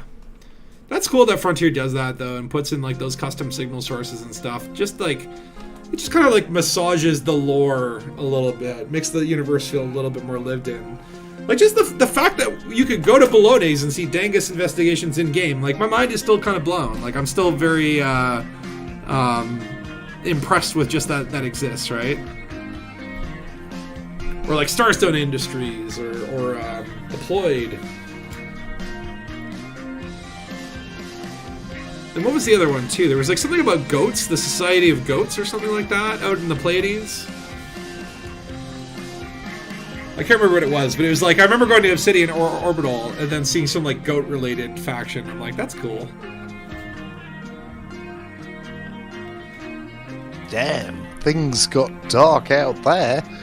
They must have been lonely. I don't think it was, like, that kind of goat appreciation. Okay, I'm gonna try going back to the menu. I'm not gonna wait to get a yellow adder. Yeah, I just saw Phil at Tiedemann, Spatula, you just dropped out because I guess you Braben tunnels. Yeah, that was going to go on forever. Orange added or whatever, but I'm just coming into dock, so my taxi will drop me off, and I guess I'll see you in the bar in a second. I actually just respawned at Tidyman, so haha! I got a shortcut. You got a shortcut, but you still don't got a drink from the bartender. No. Do you think that they will add that? I have a feeling that it might be a ratings thing, but, like, I don't know. It seems like a lame thing. I'm kind of getting a little bit, not angsty or tired or whatever, but it's like, okay, so you've got a game and you've got PEGI ratings and R ratings, but you're shooting people in the face with a gun. I know, right? Can I get a drink at the bar? Go figure. It is kind of just weird and amazing what rating systems will consider, like, inappropriate versus not. Like, yeah, like, you can shoot someone, they have no problem with that, but, like, oh god, if you show titty? Oh, get out of here with those titties. Unless those titties have guns on them. Cover the nip with an assault rifle, and you're back in PG-13 territory. I actually said getting a drink, not sucking on a titty. But, well, titties, okay, drinks, whatever. guns, those are like the big three, right? Have you ever played The Witcher? The Witcher 3? Yes. No. Like, And not pretty much, but a little bit, yeah. I was telling a friend, I was playing like Dragon Age, and Dragon Age you can, like, you know, have relationships with all your people, and, you know, you go into a tent and then the screen fades to black and then it comes in and it's the next morning kind of thing, and it's like, yeah, you had sex, quote unquote. And in The Witcher 3, you go to a brothel and it's like full frontal nudity, and the first time it was like, whoa! It's like, yeah, it is like, there are like full frontal nudity sex scenes in that game, and if you aren't expecting them, they definitely catch you off guard. I would imagine. But, and you can also order drinks in that game. There's no blood, so shooting isn't considered violent. So, I will dispute that, because I was shooting someone the other day, and there are little blood effects in Elite. There are, if you shoot someone, the little poofs of red or whatever go up. It's not like blood splatters onto the wall, and I think, like, there's a certain amount of blood that will be tolerable until censors do it. I know in like a lot of situations too, like if you change the color of blood from red to like green, that will reduce your rating as well, right? But is the rating the reason they didn't have drinks in the game? I don't know. I don't think anyone knows. It's a mystery. I think it's just they didn't prioritize that kind of content because it's not really content, you know. Yeah. It's not gameplay, it's just flavor or roleplay. Exactly, right. I mean, I would love to see like you know, like put like a blood filter or something like that. Let me set it to maximum gore. You know what I mean? Yes. Give me the choice to see how gory the universe is, and then like, you know, if parents buy this for their kids, just turn the gore settings to like, hey, I want to put this in child mode, right? But I would love to like be able to like shoot someone's arm off, you know what I mean? Like I love games like Doom and stuff like that where they take the gore to the next level and it just becomes ridiculous, but it's fun. Where are we going? Let's try. Is there a maybe we could try either Lane Syntheticals or Plum's Foundry on the same one? Maybe do Lane Syntheticals because that one's a high conflict zone, and there's 3 of us. Yeah, let's do Lane Syntheticals. Whoa, that guy jumped. Oh, we just got Dangus. Lane Syntheticals. Yeah.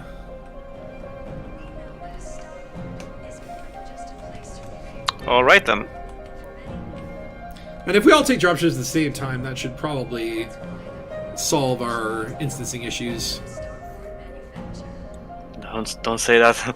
Don't jinx I it. know. Braben is listening. They're listening. You know what I would really love, Braben, is if we see more bugs. That's what I want. And you want to give me what I want, right? It'd be funny. Look at this guy. Look at him. Look at it. He's all fidgeting around. This guy's dancing behind the counter. You can't see it from this angle. He just looks like he's moving around a little jittery. But if you actually come here and look through the boxes, this guy. Do you see? Do you see? He's standing dead still. Oh, he's dead still for you? For me, he's actually dancing. He's like doing a little 2-foot shuffle. All right. Well, anyway, as much as I love dancing people. To the elevators!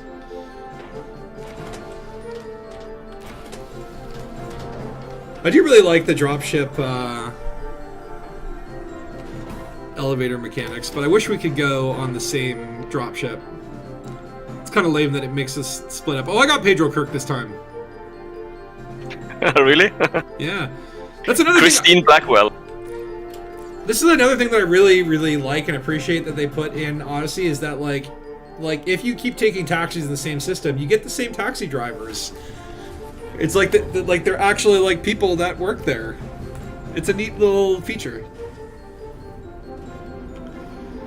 Well, that's an interesting idea. The workaround would be to make Gore a paid DLC, because DLC are rated separately from the main game, but only if they are paid, and free ones are considered part of the game.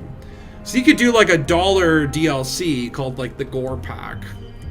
That would actually be dope. Nice. Yeah, I like that. These are the kind of microtransactions that I wouldn't mind, right? Like, okay, like $1 to get Gore in the game, $5 to get drinks served at the bar. Like, that could be a good workaround.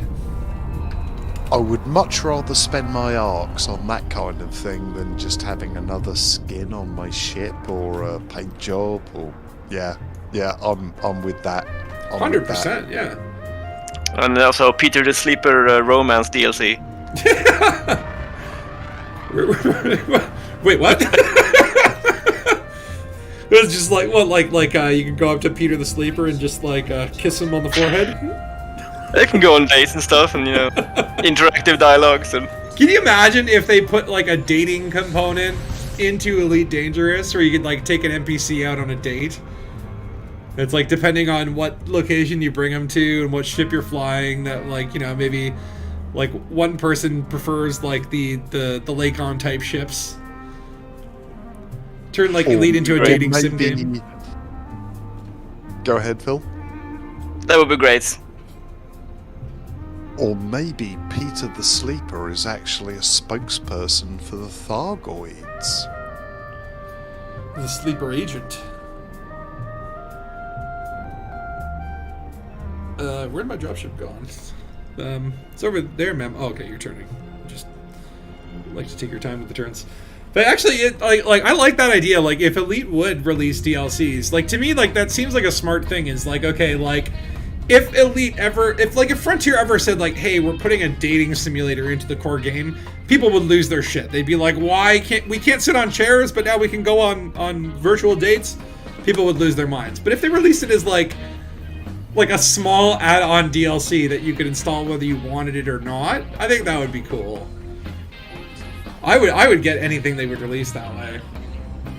The I don't know. internet would be on fire. Literally, yeah. People would, if they did that, people would freak out.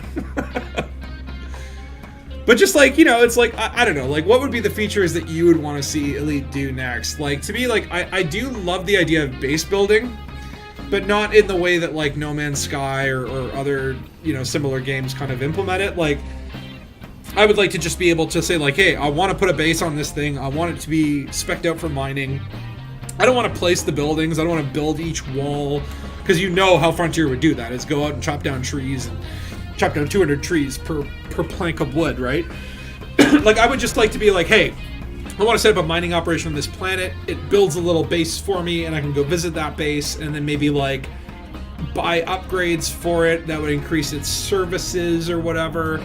Like, I would like to see base building in the game, but I know that that's, like, very controversial, right? Like, there's a lot of people that would not want to see this come to Elite. That, you know, a lot of people didn't want to see Space Legs come to Elite. But if they were to do these things as, like, optional DLCs that, like, you know, if you didn't have the base building add-on, then it really wouldn't affect your gameplay at all. Then I think that would be, like, the right compromise, right? Where people can customize the game as they like it, right? But, you know, it's kind of like, yeah, you want the Scorp... Like, right now, their design philosophy is like, hey, like, we released Odyssey. Do you want the Scorpion SRV? Oh, I don't care if you have Horizons. You need Odyssey to get the Scorpion. Right? Like, it's a little bit like all or nothing with the current model, right? I don't know, maybe there's a huge technical challenge in trying to do that. Like, maybe that just doesn't make sense. I think that's the problem with having, like, separate DLCs. That how would those players see other players going on dates with invisible people, and, you know, would hard to make it make sense. Yeah, I wouldn't mind seeing base building. It's something that I would like to see. I'd like to fly out to the middle of nowhere, set up my own base, and produce some kind of virus crop through crop virus through a manufacturing process or a crafting thing, where I can then return to the bubble and screw up all the agricultural communities.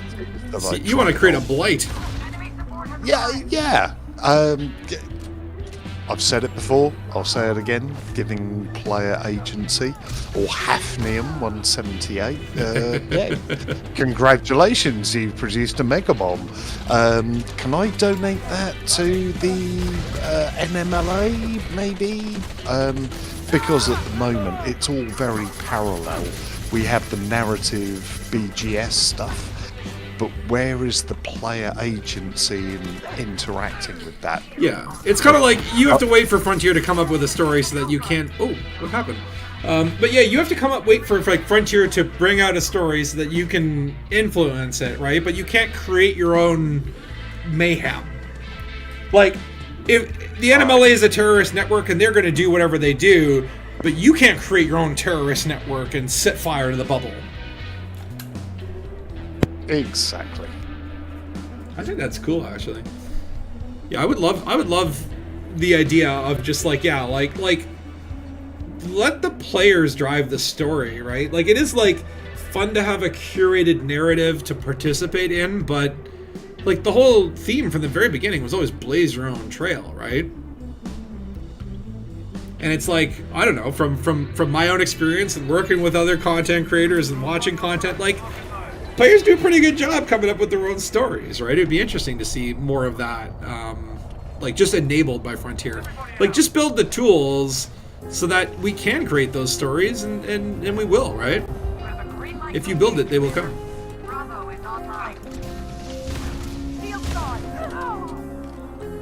Yeah, I think the challenge is to balance it good against other players. I mean, if players are allowed to change the galaxy too freely, then you're gonna have people like trolls and stuff to just ruin everything for everyone. So that's true, but then you'll have the counter trolls that might, you know, like, hey, we have to stop these guys from ruining the galaxy for everyone, and that creates like its own little storyline, right? No, it doesn't seem to be working with the gankers and anti-gankers, for example. There's just no incentive to be an anti-ganker. For sure, there has to be balance. Yeah, I don't disagree with that. Otherwise, it's going to be a cakewalk in the park. But meantime, I'm laying down fire on some bad people, so I'm going to butt out of the conversation for a moment. I know, it's so hard to like think and talk at the same time when you're shooting people. It's part of the charm of it, though. Were you shooting at me?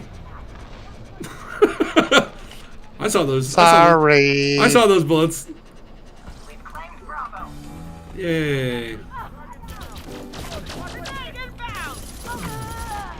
Oh my god. Those bullets must have been explosive tips. Oh.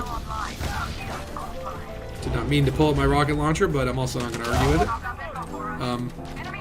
Okay.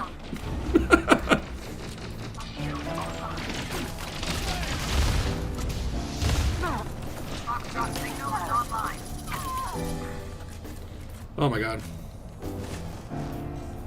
I need ammo. Yeah, I'll tell you, man. These conflict zones, when they're working properly, they can be quite a lot of fun. Now this one actually looks like it has a power core. Like there's actually lights inside, which is nice. That might actually mean too, like, could we go in and steal the power regulator from this facility? Would that make a difference? Let's do it. Might as well, just see what happens. Does anyone have a Maverick suit? Oh, not on me. May not be needed. Alpha is now online. Should go at the back to Charlie here.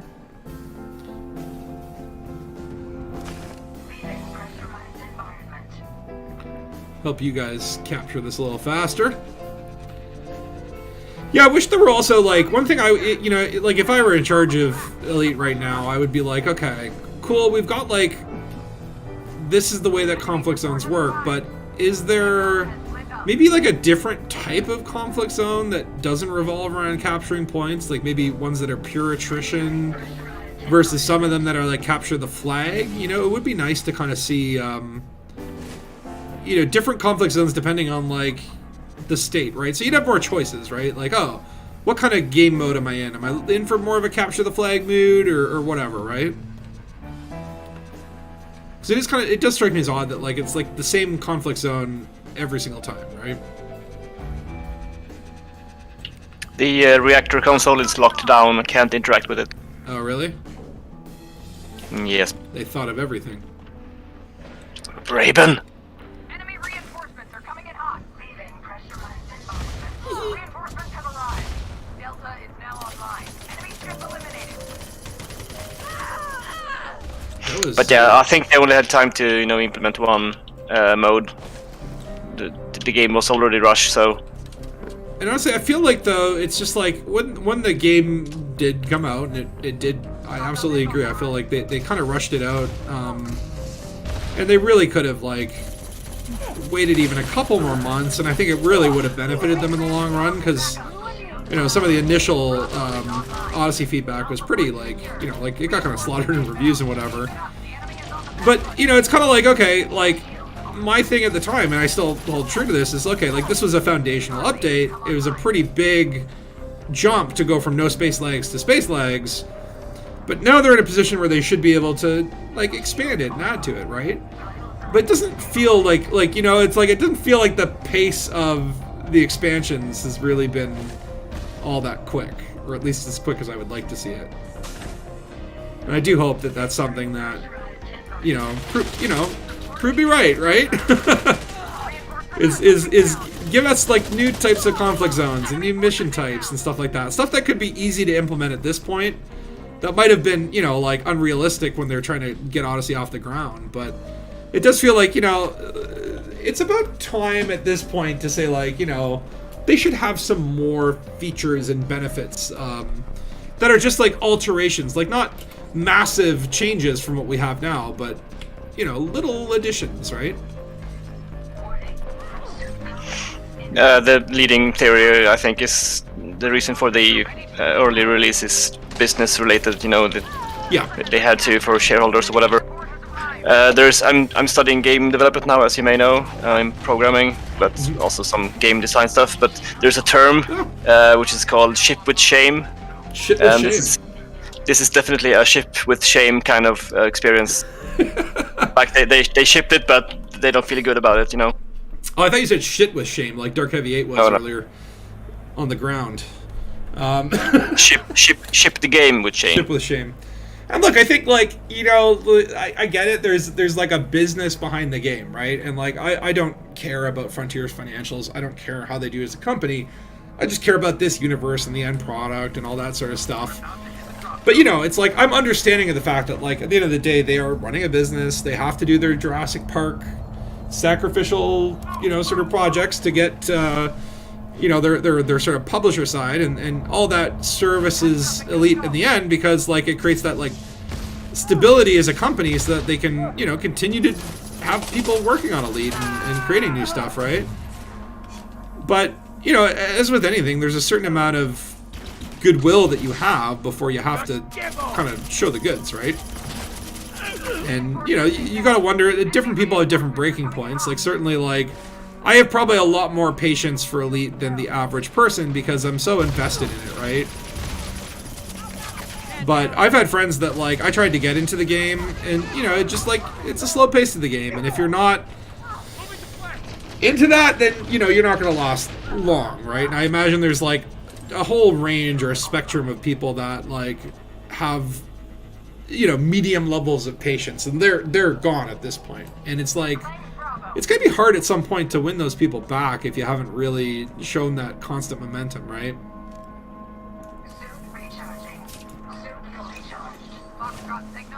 And my hope is that, Elite Dangerous goes on. Well, I hope that 50 years from now I can still be logging into this universe and playing Elite. Whoa, I just got the weird leg spike there. That's at least one good part of the peer-to-peer instance-based model, is that the game can live longer because you don't need to have as much servers running the game. It reduces like their cost or whatever, right? Yeah, and the longevity. You can just have, as long as you have two clients wanting to play, then you can just find the player. No need for a lot of servers running. Yeah, I mean that definitely, I think, probably helps the longevity of it. But like, they probably have to have some, like, they have to have the BGS server is not peer to peer, right? Because I remember at the very beginning they were talking about offline mode, and this was a big source of disappointment for a lot of the early backers because some people wanted that offline mode, which would mean that you could play without doing it. But I think the way that they kind of did it. Oh yay! I'm already in my dropship, by the way. It stuck me there. You hope that 50 years from now you're able to log into anything. Well, that's true, right? The carpal tunnel might... I hope my carpal tunnel makes me unable to play Elite before they shut the servers down, right? But I think like the BGS and sort of like the Stellar Forge and everything that kind of you connect with in the galaxy, I think that is server-based in some way or another, right? Like, if Frontier did flip a switch one day, it doesn't matter what your peer-to-peer connections are, you can't get into the galaxy. Yeah, I know. I'm just saying there's a lot fewer servers running than in a normal game. Right. But you know what? It's like a lot of, like, I'm sure if it ever came to that and Frontier was like, hey, we're going to shut it down, when you think of the amount of crazy smart people that work on third-party tools for Elite, I guarantee you, if Frontier ever shut the servers on Elite, someone out there would restore it for free. They would come out there and rebuild the Stellar Forge. You know what I mean? Like, people have done that in games before, where like a company shut it down and they brought it back. And I feel like Elite has like Elite, like, because it's a space game, and I think tends to attract people that are a little bit more tech savvy. That's why there's so many great third-party tools that are out there. I guarantee you, there's got to be a guy out there playing Elite that if it ever got shut down, they would bring it back for everyone for free. I played Battlefield 2142. At least I think that's what it was. Literally about a month before they cut it off, and about 10 years, whatever, 15 years later, I'm very happy to see that there is, Battlefields have given up the intellectual property rights to it. Right. You can run your own servers, you can do your own things, you can have the gore, you can have the stuff. That's cool. And it was really a real blast from the past, but it was nice that they were able to just go, okay, community, we're not going to capitalise on this. There are certain copyright infringement things, and I get that, or you have to put in the fact that this is by this software house. That's absolutely fine. But you know what? You've given up all rights to it, and now it's being run by the community. And I think that's really nice. If this the game we're playing now, I was just about to say Star Citizen. Heaven forbid. But when Frontier come to switch off the servers and people step in and they go, well, actually, this is where Raxler is, and you can have gore and you can buy a pint at the bar. Brilliant. Kudos to the community. Yeah. I mean, you know what? I hold on, my screen's black. What's going on? Oh, I'm in camera mode. I'm not used to that blackout now since they kind of fixed that problem. But yeah, games can get resurrected, right? Although, okay, if Frontier ever shut down the servers, right? And I remember I watched a video, and I can't remember what the heck game it was, but it was like an MMO. And they were shutting down the servers. It might have been, I don't know, like a Final Fantasy game or something like that. I don't know if they ever made a Final Fantasy MMO. But they ended the servers by, like, destroying the planet. And there's, like, video footage of this online where, like, people were, the last moments in game, and, like, literally there's, like, a giant moon coming to hit the planet. And then they played out a cutscene. And the cutscene had, like, a cinematic for, like, everyone dying, right? Kind of a terrifying thing if you think about it. If you were invested in that cool idea, though. Yeah, but I'm like, imagine if they ever decided to shut down the Elite Dangerous servers and they're like, fine, we're gonna burn the bubble, and like the Thargoids have invented some sort of black hole technology that will destroy the entire galaxy. Like, what a moment that would be, right? Hold on, what's going on here? Oh, there's just a weird delay there. Let's see, how many combat bonds do I get for that? 7 million. Right on. And from that point forward in that game, whether it's Elite Dangerous or whatever it was, things are only going to get better. Yeah. Once the bubble burns, we can make a new bubble. It's all good. Yeah, Tigger, 50 years from now, I'll be 89 and still playing. Hey, man. In that amount of time, like, even if you have carpal tunnel, even if your hands fall off, there's probably going to be new technology. You can just hook up Elite to your brain. I'll still be playing video games. In fact, like, I can't wait till I'm an old retired person, and that's literally all I have to do. That'll be great. Anyone here play Ultima Online? Even when it was live, they still allowed privately run servers on shards. So I never played Ultima Online because, like, at the time I didn't want to pay for that kind of subscription. But I remember reading a lot about it and always wanting to play it. I just never really got into it. The one I played was a Sierra game called The Realm. And this was, like, actually even before Ultima Online. And they had a free 30-day trial. And so every 30 days... what I would do is register a new like Hotmail email, set up a new account, go into my existing account, move all the items into my house, then send my new character there to pick up all that stuff and sort of try to maintain some semblance of progress or whatever. Get to the dropship, soldier. So I kept exploiting that 30-day trial because at the time I was too young to be able to afford a subscription. We're going to go back to the same place? Yeah, it was good time. Yeah, let's do it again. Yeah, do it. Let's do it. I got a new dropship booked. I didn't even ask for it. I don't know if I'm signed up or not. Yeah, if you could just like look, if you go talk to the guy and redeem your bonds, as soon as you stop talking to him, it'll send another dropship back to the same location. Like you only have to go in and select it again if you want to change the combat zone. But yeah, Ultima Online, the big thing there I remember was the first time I heard about it was in a PC Gamer article about the assassination of Lord British.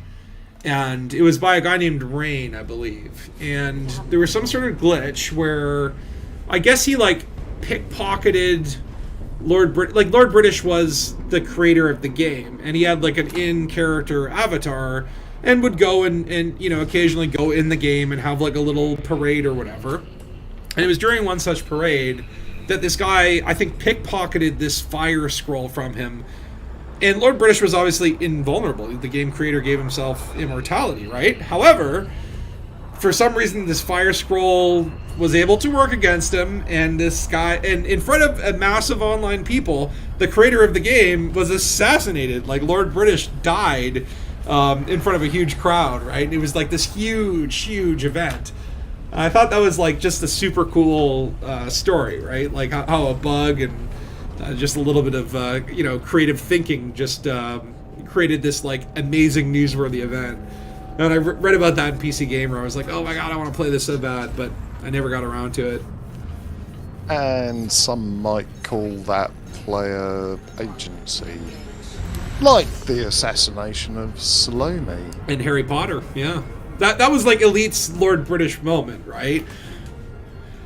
Which, you know, again, I think I miss that Drew Wagar is, you know, not been involved with more plot points. I think, you know, he had a good mind for how to set up an interesting event. But, you know, as someone who participated in the Salome event himself, like it was, the game is not designed for that kind of level of interaction, unfortunately. I wasn't tracking Salome, I was escorting Ran Corson, who is one of the other characters from the novel. But I remember, like, yeah, I was able to drop in and be in the same instance with this other player several times, but it was really this sort of fight against the mechanics of the game to sort of keep up with it. But super cool idea, and like there hasn't really been an event that on that scale since. Should be nice.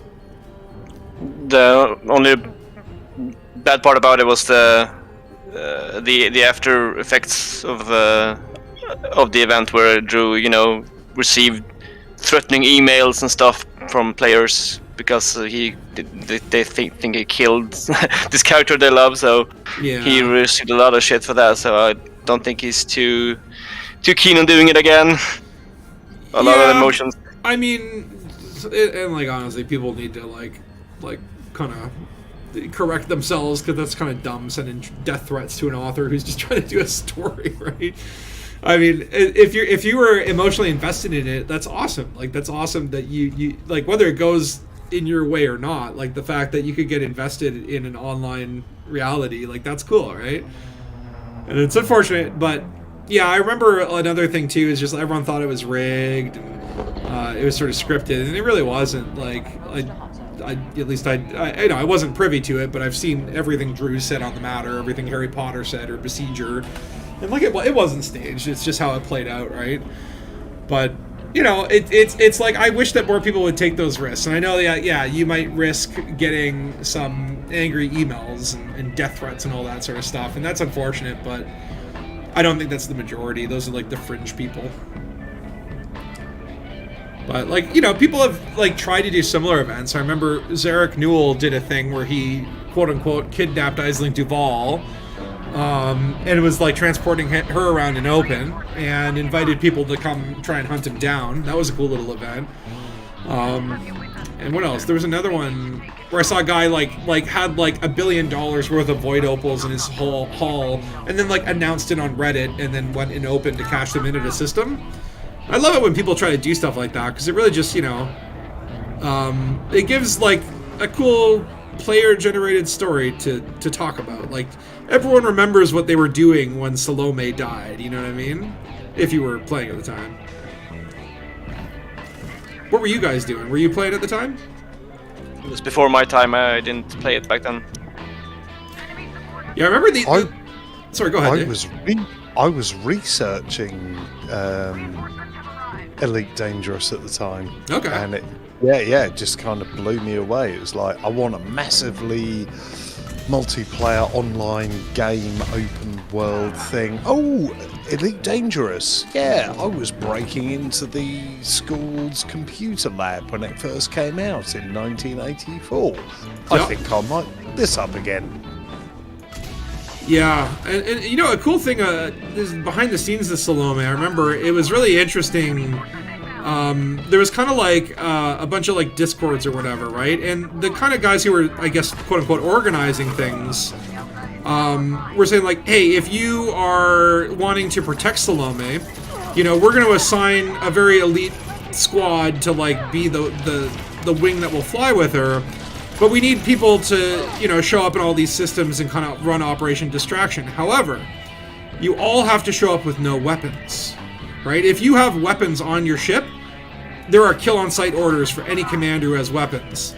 And it turned out that this was all a fifth column thing, right? The people who were plotting to kill Salome essentially like infiltrated the group and got them to create that rule so that no one would have any weapons. Like, brilliant behind-the-scenes tactics and subterfuge and sort of all that kind of drama, right? And it's just like, I love the social dynamics that come out of, like, creating that situation. Like, I showed up with weapons, I didn't care, and I got shot down a few times. But it was fun.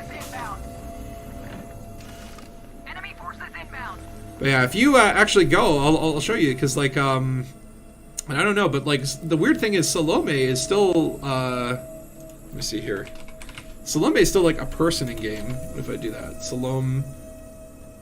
No, not Salome. Salome.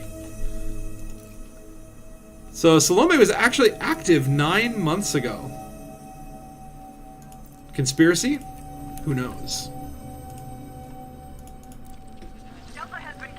I thought that was kind of cool though. It's like, I guess like whoever owned the account. Oh shit! Hold on. Whoever owned the account. You just blow up yourself, you idiot. But yeah, I guess whoever like was responsible. Like I assume Drew. I assume that was Drew's account at the time. I don't know if maybe he logged into uninstall or something like that. But the Salome account was logged into 9 months ago. Take it for what you will. Let the conspiracy theories begin.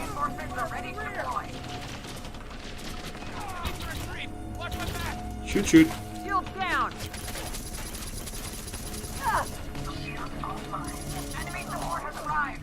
What the hell? How did I die? Let me see here. Tigger saying, I was at work. Salome was dead by the time I got home, but I followed the event with interest. We need more.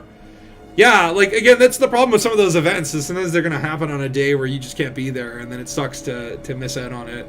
I think I actually took the day off work so that I could be there for that event, because I was so excited for it. I see you, Ray. I think after this conflict zone, we can do a bio break and then maybe do a ship one. Sounds good. I wouldn't mind getting my ship on. Whoa, whoa, whoa, whoa! What the hell? Ah! What the hell just happened there? Oh my god. You can watch that play back on the stream, but my dropship nearly, like, smashed into the ground.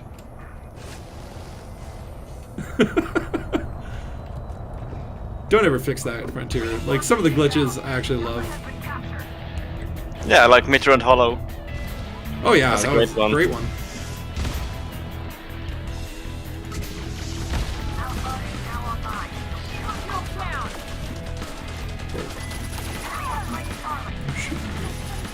You there? Oh, he's a commando.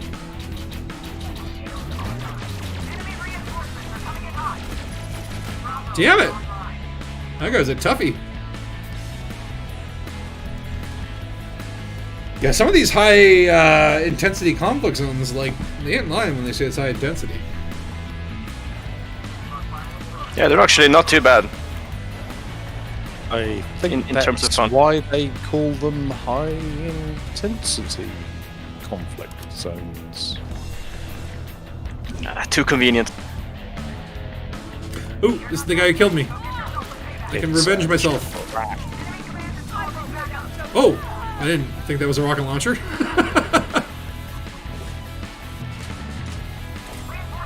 Not that I'm displeased with how that turned out.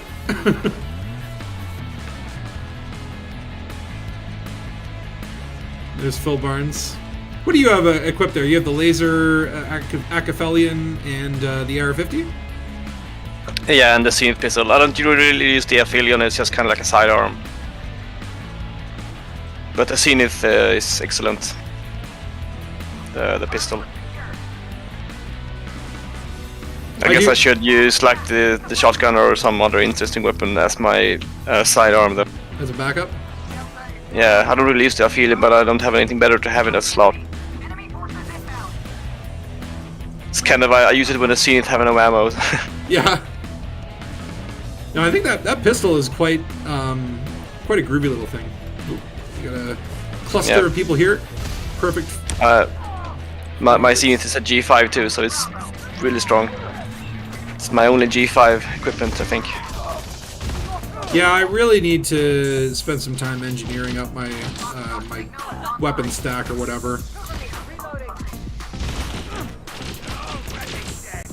Whoa. Too bad that engineering grind is so bad. Yeah, honestly, it's just not fun. And it's like, there's no real way to do it while playing naturally. Like, you have to go out of your way to grind.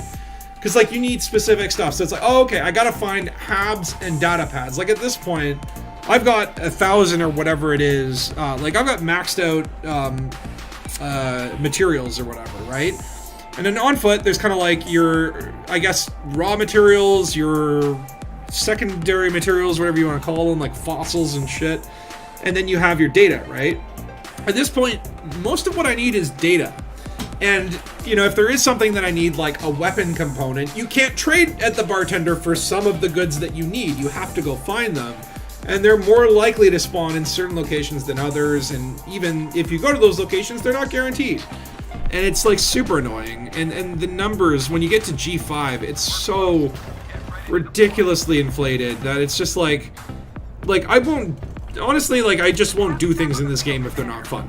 And that's why I still don't have many of the, you know, I don't have all the ships in the game. I don't have, you know, mega engineered stuff to the very maximum. Because it's just like, if it's a question between my enjoyment and my progress, I will take my enjoyment. But, you know, I still have hope that maybe one day in the future they'll change it, and then everyone that's been playing for 5 years will be incredibly pissed off because new people will come in and be able to do what they did in like 5 hours.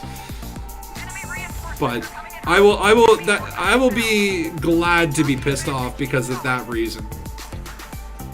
Because it'll make I think it'll make this game a lot more accessible for just like new people. Like I still think it's like, you know, when I think about like clearing my save and starting from the beginning, oh my god, like the amount of grind that you just have to do, even to just get halfway to where you want to be, it's insane.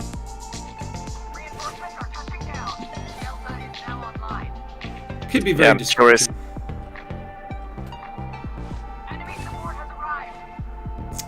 That's one of the like really basic game design things, like to properly reward the player for their actions. It's very important. Not punish them for trying to get ahead. Yeah, what kind of, like, you're going into game design, what kind of games do you think you would want to do or work on? Like my own projects? Yeah. Because I suppose I'll start out working as a programming slave, so I won't have anything to say about the actual game. Right. Just do the code. But if you had total control, would you go like, I want to make like an RPG, or would you want to make something like Elite, Sure thing. or like a space game? Well, I mean, Elite has sure taught me how not to do a space game and how I would not do a space game if I do a space game. I'm a fan of the old Freelancer game, and I'm still quite inspired by it. I really liked it. I still think about this game, even though it's like 20 years or later. Yeah. But yeah, do Elite but right is, of course, one that I would like to do on my bucket list. Kind of take the best ideas of ED and Freelancer and do it properly. But yeah, I have a lot of ideas. I mainly enjoy these open world games and RPG elements and such, so that's kind of something I would like to do, of course. I would love to do an RPG. I've always been really curious about how do you write branching dialogue in a game. Like, that to me fascinates me. Is like the Fallout games are some of my favorite games in the world, right? And like, if you play which ones? Fallout, the Fallout series Right, games, yeah. like every Fallout game except the only one I haven't played is like Fallout 76. Like, I played Brotherhood of Steel, for crying out loud. I still haven't played 76, but hey, what's up, Cal for all season ZO, man? Good old Zarek Newell salute. But yeah, like I've always like if you play let's say Fallout New Vegas, this is probably my favorite in the series, and you put your intelligence to 1, like to be like super stupid, right? Which is always great. You will actually get different dialogue. Like, characters will treat you differently, and I love that kind of stuff. But I'm like, how do you write that? How do you write for every scenario? Like, whether or not they completed this storyline, or whether they have the prerequisite stats, or like the speech skill is at a certain number. Like, to me, that's always fascinated me. But I love the idea of like branching storylines in games. I think you would have to do a lot of charts and flow charts to get all that together. But yeah, Enemy forces inbound. it's probably harder to imagine. But once you write it down and start making charts, then it's probably easier to write that. But I'm not a writer, so I wouldn't know. Yeah, I was thinking I like, would yeah, you more don't. focus on the mechanics and the skill choices. Would probably what I would focus on. Yeah. Specializing skills. I That's do also love- something that kind of like about games when you have these exclusive choices that you don't have in Elite Dangerous. For example, like the superpowers. Right. I would love it if you could be forced to choose. Well, you could only represent one superpower at a time in Elite Dangerous, for example. Then you would get special benefits like the ships. Well, you don't think that the I like idea that. that like you can be like a baron in the Imperial Navy and like a lieutenant in the Federal Navy, you don't find that's completely acceptable? Take them out. And not really, no. But no, I'm just talking about like personal preference. Right. I find that myself, I react differently when I am giving exclusive choices, because I also develop a sense of pride for representing a faction that I don't really get in this game. Right. It allows me to, craft my identity easier, because, I have to make a choice, and I can have represent the Empire. I can have like special ships or logos and decals. I was just thinking even too and like also class-wise, I really like. That's why I like the Maverick, that you can have like one guy with the tools and you Yeah. need also one guy with the guns. I really like this idea of differentiating and specializing. Yeah, I remember like playing Skyrim, and it's like, okay, I'm now the head of the Fighters Guild, let me become the head of the Mages Guild, then the head of the Thieves Guild, then the head of the Assassins Guild, and it's like, okay, I am now the head of every single guild.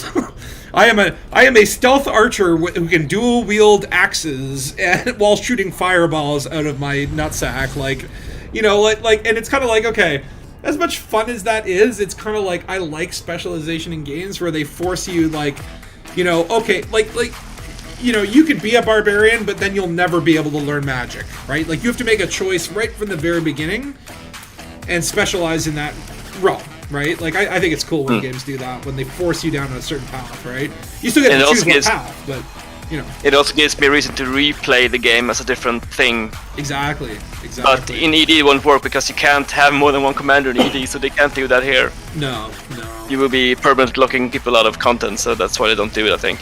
Honestly, I think that would be like the greatest thing they could do to this game is like, let me have, like, I will even buy additional, like, I will spend another $50 to get a second account on my existing account without having to, like, change my email and shit like that. But let me log in, like, let me buy skins on one account and be able to use them across, all the different characters. But let me have, like, one character who's like an Imperial, one character is a Federal guy, then like my normal Spatula, detective role, right? That would be cool. Yeah, I did get some alt accounts just to do that. I got the free Epic game account, and I also had I bought a third one when it was on sale. Yeah. So my first alt is Imperial female commander, and she's very Imperial, representing and only using clippers and couriers. Yeah. And my third one is drug dealer. Nice. Arkham delaying guy, only pirate ships. It was great fun to like live a different life and not just the same ED life. Yeah, no, it's like, and I've done it all on one account, right? It's just like Spatula. If you look back at his career, it's like, yeah, he's done exploration, piracy, he's done overlording, just a little bit of everything that you could possibly do, right? And it's like, yeah, does it make sense? Not really. Well, I've made it make sense by warping and twisting my own continuity, but it's like if I ever wanted to do a pure roleplay account, like it, you can't just, you'd have to go buy a new account and then you have to like spend all those arcs to get skins, because like I'm not gonna fly stock ships anymore. I'm not a peasant. I do have a second account, but like I barely play it because, well, I don't want to go through all that engineering grind again. So it would be nice. I mean, who knows, man? Like I said earlier, it's just like we don't know what's next for Elite. We don't know what's going on in the roadmap, where they're going to go next. It would be nice to hear from them, but it's like the community guy came out and said, yeah, like it sounds to me like they can't wring solid answers out of the dev team, right? So maybe they are kind of like reprioritizing, and like they've got one team working on console maybe, and that's maybe the priority, and maybe another team that's working on features. Maybe there's like 3 different big features they're developing and they just don't know which one's gonna work. I don't know.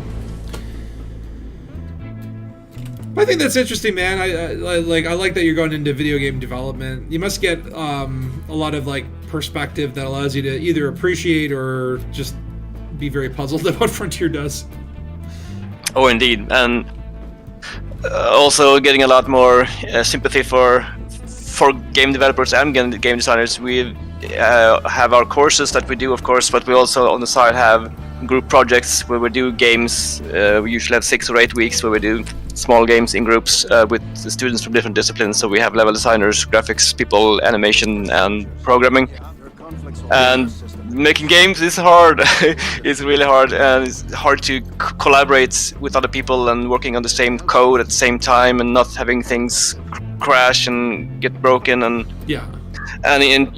importing the graphics, and the graphics are wrong, so you have to send it back to the graphics people to make new art. And yeah, it's hard, and it's just a small game, making ED. I can't imagine the nightmares they're having. Oh yeah, well it's just like game dev is such a collaborative, like it's really like it's very rare that one person possesses all the skills to make a game. It's usually like a team, and it's like you may be good at the coding, but can you do graphic design, right? Like how many game developers out there can actually be a master in all those disciplines?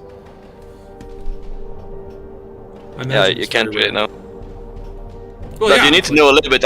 Even if I'm a programmer, I need to know a little bit about how sprites and meshes work, and because I have to implement them in the code. So I kind of need to know a little bit about that as well. Right.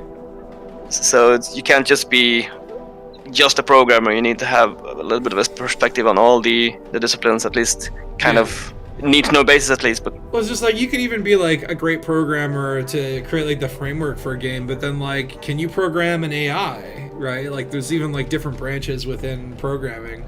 That's what I love about it's very similar to like filmmaking, right? Where it's like, the actor is not necessarily the cinematographer, right? Like you all have the different specializations and like how they come together and how those like synergies work between the different people is going to determine how well the game turns out to be, right?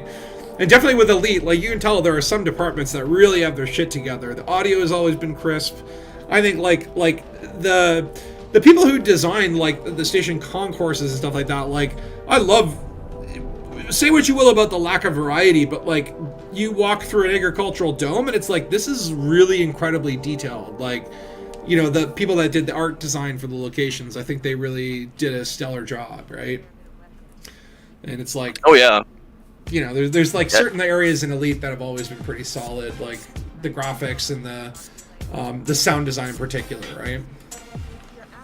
Yeah, indeed. The sound and the graphics are top notch, but the game is kind of flawed at the core.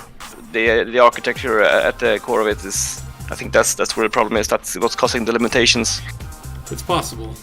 I don't know. It's like, I just know that when the bartender can serve me drinks and I can get drunk and fly around with woozy vision, all of my problems will be solved. Anyway, I think we'll do a quick bio break here, and then switch into ships and maybe do some like pew pew in the space. Do a couple conflict zones out there. So let me just put up my bio break. Bio That break. sounds like fine. I can't wait to shoot some pew pews. All right, so I'll be back in like 4 or 5 minutes. Feel free to talk amongst yourselves, and I will see you shortly. Alrighty. And cue the riot from Lutz. Or is it Rainbobula? I don't know. Guys, fight amongst yourselves.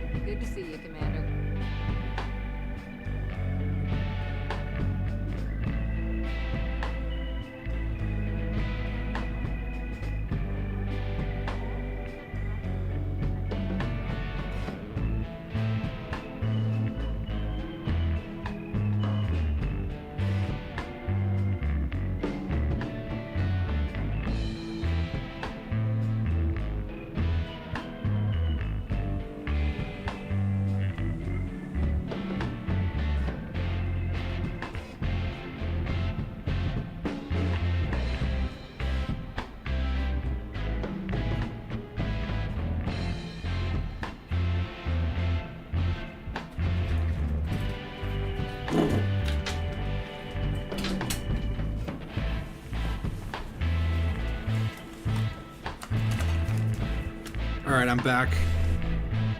I'm back! Bio-braked. I'm bio-broken.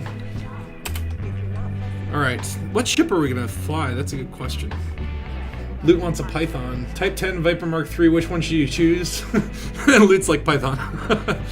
I'll go with Type 10. Don't get to flight enough. I think it's kind of glitched because my crate is actually stuck on a planet somewhere, but oh wait, no, it's here. My Batwing. I don't know if I want to fly that though. Oh, hi. Salut. You can't go in there. That's my elevator. That's kind of cool though, yeah. I respect my Phantom just for like long distance. It's probably too paper thin for combat, but I call it the Batwing because this is the closest ship to Batman's Batwing in my opinion. And with the beautiful midnight paint job, it just looks so stealthy and bat-like. Might switch it out though. I might go Courier. Being fast and nimble is pretty important in combat. Let's see what I got here though. I recently did try the Cyto Scramblers, the Archon Lane Size 1 burst lasers. Oh yeah. What do they do? They just like disable random stuff? No, they're just really strong against shields and do no damage against hulls. Okay, okay. And they're a burst fire laser with a little bit of jitter on them. So kind of short range. Okay, but they do eat shields. It's nice. It's really nice. Yeah, I guess that's a power play weapon for Archon Delane, I believe. Yes. Yeah. My boss.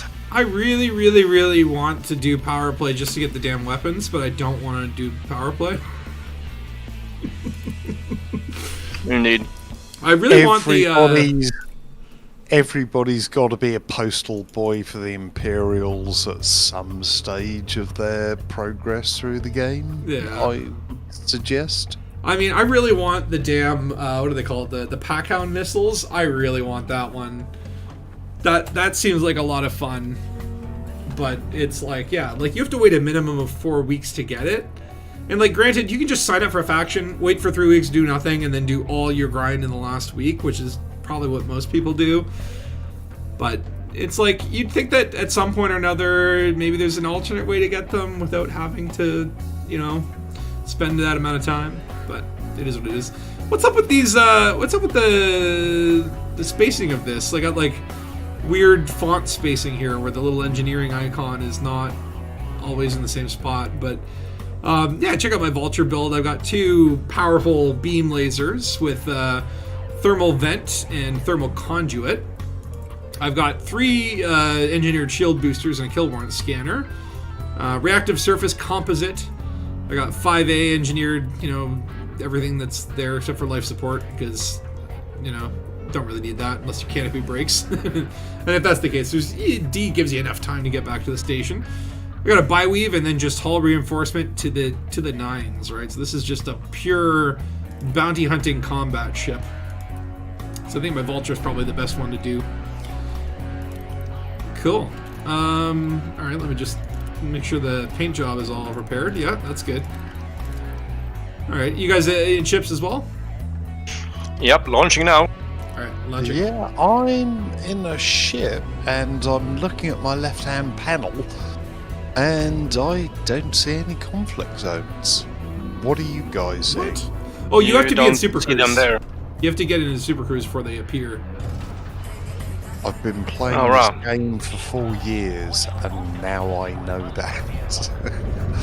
There's also a Paint little bit me of a logjam. yeah. You know what? But honestly, I've been playing Elite for 5 years, and I still learn new shit about the game all the time. Like, if you look at the fuel gauge, that little bar above the I guess, okay, you see where there's like the little squares that show my fuel tank? That little bar above is like what you have in your current tank or whatever. And then above that, that like green line that sort of looks like it almost looks like an audio signal. I think that's like representative of your heat signature. Heat signature, yeah. Like oh my god, Phil Barnes. There was You're just stuck in the mail slot with your green engines. Because there was an NPC orca just sitting there in the maze. I had to push him out, that's why. Yeah. Save it for the judge. There is a medium conflict zone that's really close to the station. We can go there. Medium intensity sounds like a nice balance. I can't wait to see your Type 10 in action, though, because I've not seen too many people flying around in Type 10s. Do you recommend the Type 10? A lot of turrets. It's great fun, yeah. Yeah?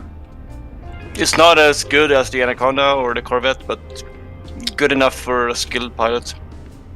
I kind of feel like it would be fun. I've never flown a Type 10. I assume it flies very similar to the Type 9, though. Yes. For good or ill. But you need to have turrets on it because you can't turn around with it. Right. So plan your turrets. Choose hard point positions wisely. I just hit the invisible rings. Yeah, those rings got pretty dark. I could not see them.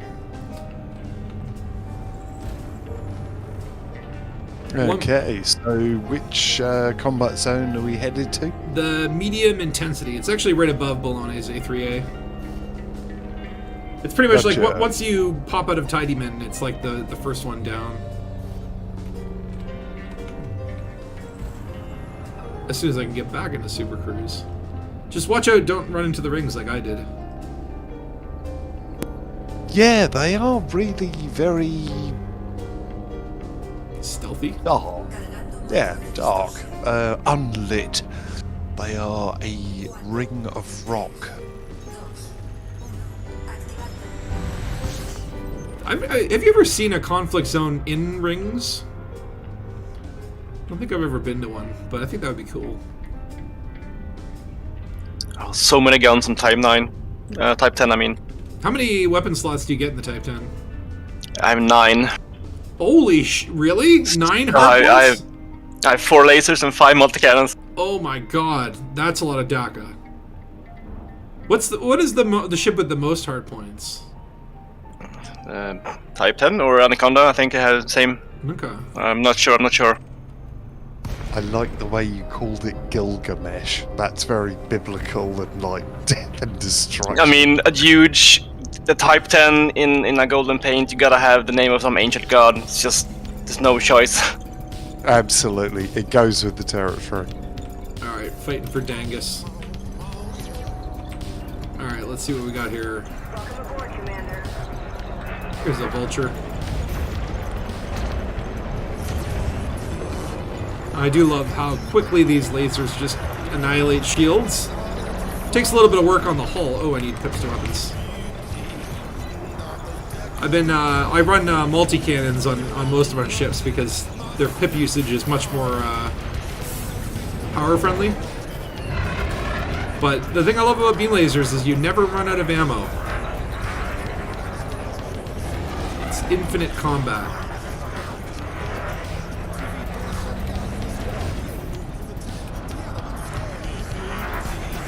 Whoa, there's that Type 10.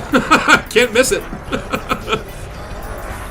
Took up like half my window.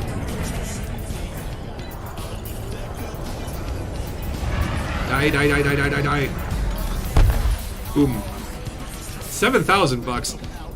I feel like they could really buff the payouts in these conflict zones, though. Sometimes it is like a little bit like, that's it? $7,000? I suppose you get paid in honor and respect, right?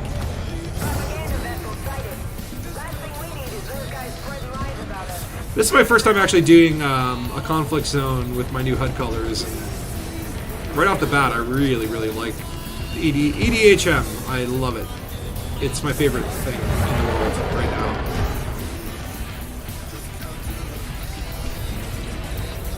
This Python's actually not too chunky.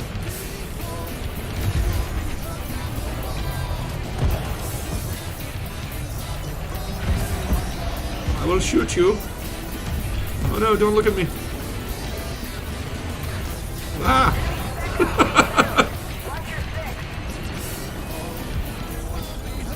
Bye-bye. Bye now. Oh, I do really like how they reworked the explosions pretty recently. They really made them look quite awesome. We got spec ops. Scary. Ooh, Spec Ops! I love. Yeah, you know what? Funny enough, I have not seen combat zones with objectives in a long time. Let's hunt down some Spec Ops people. Where are they? Warzone correspondents. Yeah, me and DH are fighting spec ops here. Hold on, I gotta kill this journalist. We can't let them know how the conflict zone is doing. They're gonna spread propaganda. I was going to say, spec ops are always one of those things that you want to take out first. Well, true. Those guys are usually what, like elite ranked or whatever. Yeah, always elite. Always elite. I just went inside of that war correspondent. I saw his ship interiors.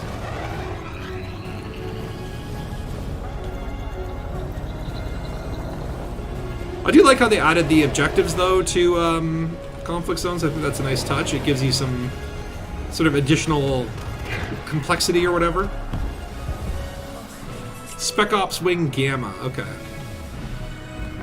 This guy's a vulture. Oh, what happened to my shields? Oh, I didn't have any pips in them, that's why.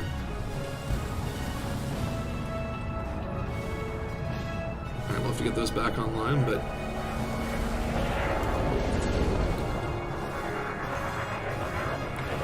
Yeah, one thing I also haven't seen in a really long time is capital ships in a war zone.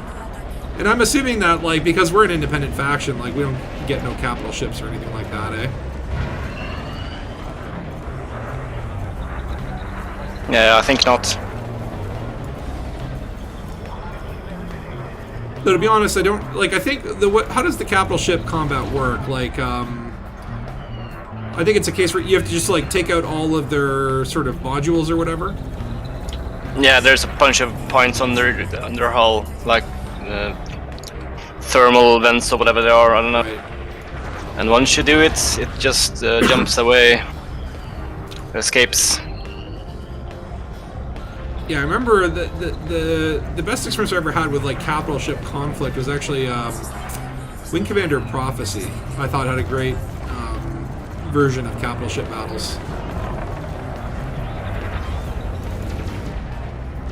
It worked very similar, where it's like, yeah, you take out the little points along the way, and then eventually, but you actually got to blow up the capital ships. They didn't just all run away. Uh-oh, who's shooting missiles at me?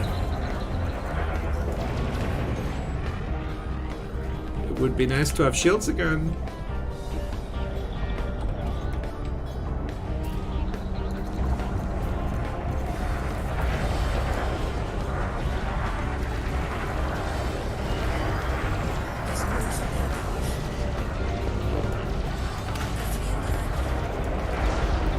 I hate chafies. I'm a gimbal fanatic. As much as I love, like, railguns, I actually really like, because they're sort of instantaneous or whatever. But, you know, you ever try running, like non-gimbal beam lasers? No. Yeah. It can be interesting. Yeah, those would be two things that I would consider doing just to reinvigorate my interest in the game. That would be fixed weapons and flight assist off. Just to add something new to the game, because there's nothing to do anymore. Flight assist off really is an acquired skill, right? Like, it definitely does change the way that you think about flying. I'll do some flight assist off for a bit. It's good to get some practice in. But yeah, once you master flight assist off, it does really change combat.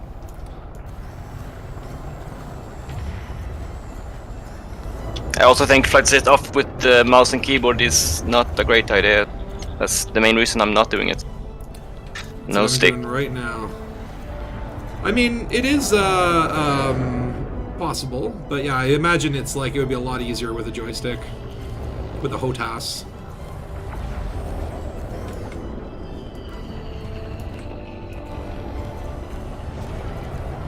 But I've seen some amazing PvP fights, and like, you know, I wish I was a better combat fighter, and I guess like maybe one day I will be. One day. But I love like doing PvP battles in an asteroid field or something would be super cool. You're on a roll, Commander. We got a Spec Ops and an ASP. An ASP Explorer, Special Ops. Not the best choice, but the Asp is surprisingly tanky actually on the hull. It's tanky, and then like you have 6 hard points, right? Like Indeed. I've seen NPC ASPs with like 6 railguns, and it can get real serious real quick. So I don't think they have the same heat management as us Pilots Federation commanders.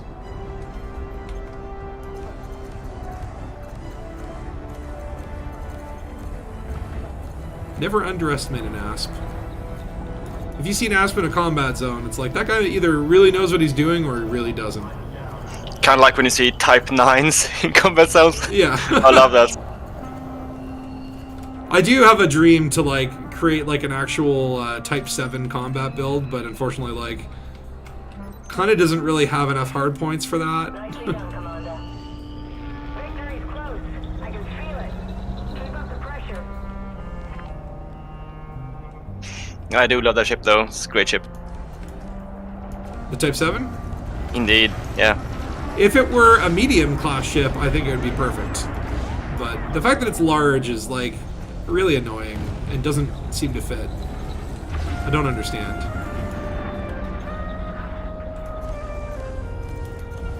I mean, like, It's kind of like a stepping stone kind of ship. It's very cheap for what kind of cargo you get from it. yeah. And I think it handles nice. I really like the really strong yaw rate that it has. It's like driving a bus, an actual bus.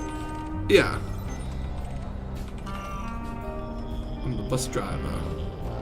I've used it quite a bit for like station evacuations. Very nice.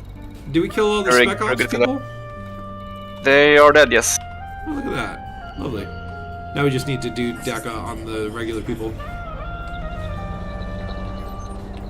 The normal ops. I thought it stood for speculative ops.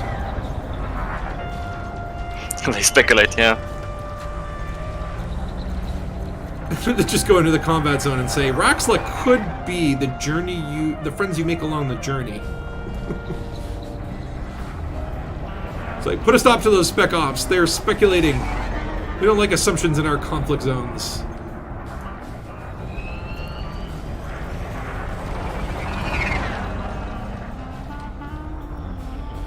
And the opposite would be like strict empiricist ops.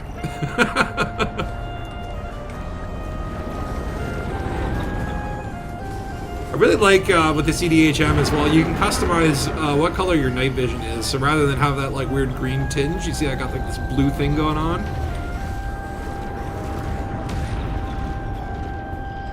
Definitely digging that. Like if anyone out there is sick of that orange, man, it feels like a brand new game. It's invigorating. Ah! I don't know what it is, but the AI has changed and they really like ramming you. Great job, Commander. Do we do it already? Yay! Battle won.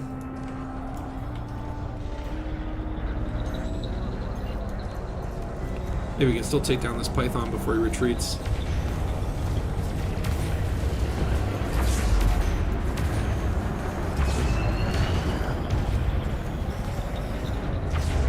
I would help, but I think he's gonna outrun me. Every ship outruns the Type 10. That's true. The Type 10 is a little bit known for being a swift fighter. Fat. He is one fat boy. Actually, yeah, some of these ships are still fighting. They're not even running away. I like it. I like their determination. Good gusto. Fight to the bitter end.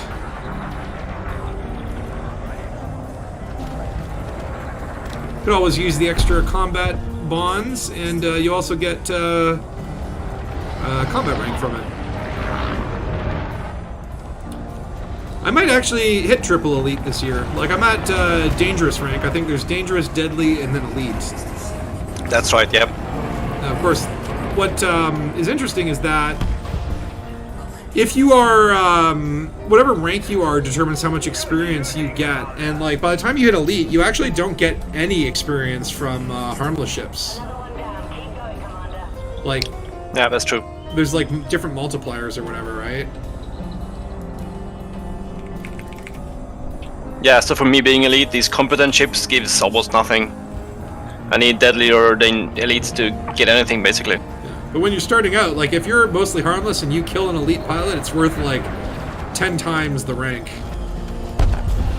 Boom boom. Sweet. Okay, I think everyone's dead.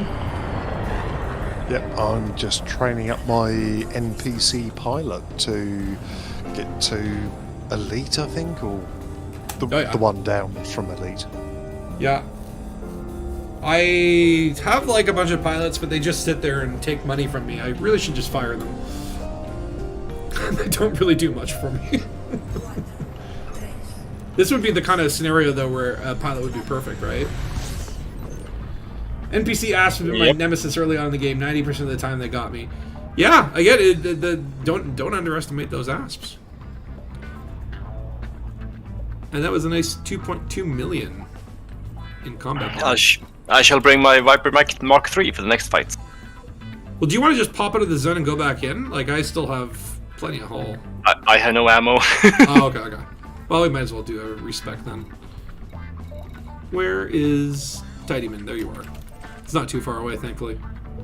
Yeah, I had a more laser heavy build on this one earlier, but the damage was too low. I had to mix it up with some multi-cannons. I'm actually surprised. The Vulture is just, like, even with just 2 lasers, like, you do quite good damage output. Yeah, those size 3 beams are actually pretty good. If you have to fight something like a Corvette or a Python or something like that, and if they're tanky build, you can just target the power plant. Though, I feel like Frontier might have changed how the power plants work. At one point or another, if you brought that power plant down to 0, I remember it was, like, instantaneous death. And now I think it's, like a chance to kill or something like that. Yes. It still works out much better than not targeting anything, though. Uh-oh, you're getting interdicted. Well, I do have bounty here, so... What did you do? Helped you in big, yes. Oh, right, yeah. I still have six notoriety from that still. 6 notoriety, oh my god, yeah. I don't play much. Oh, it did. Yeah, that was so tanky for us taking over the system. You going in and killing all those poor innocent bus tourists, civilians, and you're just like, yeah, I'll go in and murder them and I'll take the rap and spend my time. Thank you. Yeah, I'll take the heat. No I one's do innocent. represent Archon Delane, so I guess it's my character now. No NPC is innocent. They've all done something in their sordid past to get NPC status.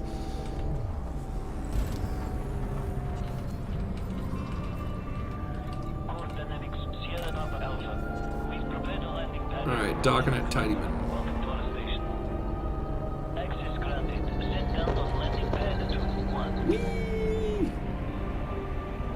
I kind of feel like the Viper ships were kind of the ships that the Cyto Scramblers were made for, because they have the size 1 hardpoints on the top and in front, so nice and nice and convergent. Compare that to these size 1 hardpoints on the Cobra, which are on the bottom of the ship and very far apart, so you can't really hit the fixed weapons. The Viper is perfect for it, though. And the Viper does look more mean than Archon Delaney. Yeah, well, certainly I outfitted my Viper to be faster than missiles. So you can't use missiles on a Viper. That's clever. What about an SLF tournament in-game? You mean like CQC? I mean, essentially that's what CQC is an SLF tournament. I would love to see that in-game. Like, I would love it if you could, like, go to a location and have, like, organized CQC matches. Where do I get these combat bonds? We can hand in the combat bonds now, Dark Heavy, right? Like now that we own Tidyman.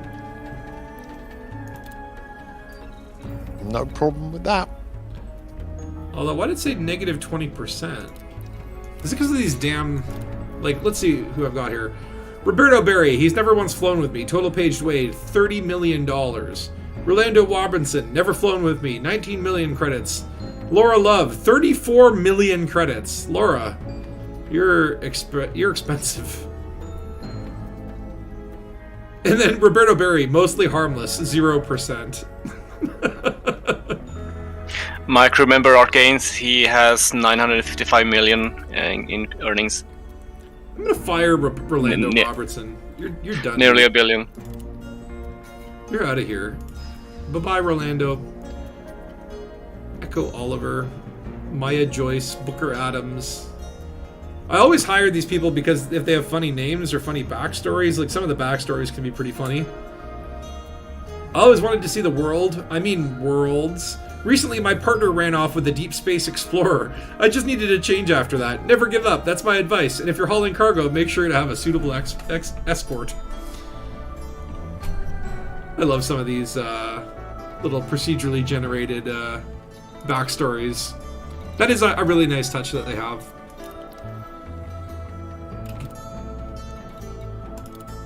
Universal cartographics for Balones. I am launching. Okay, launching as well. Do you want to go back to that medium? I think that was nice. Hey! Don't comment on my parking.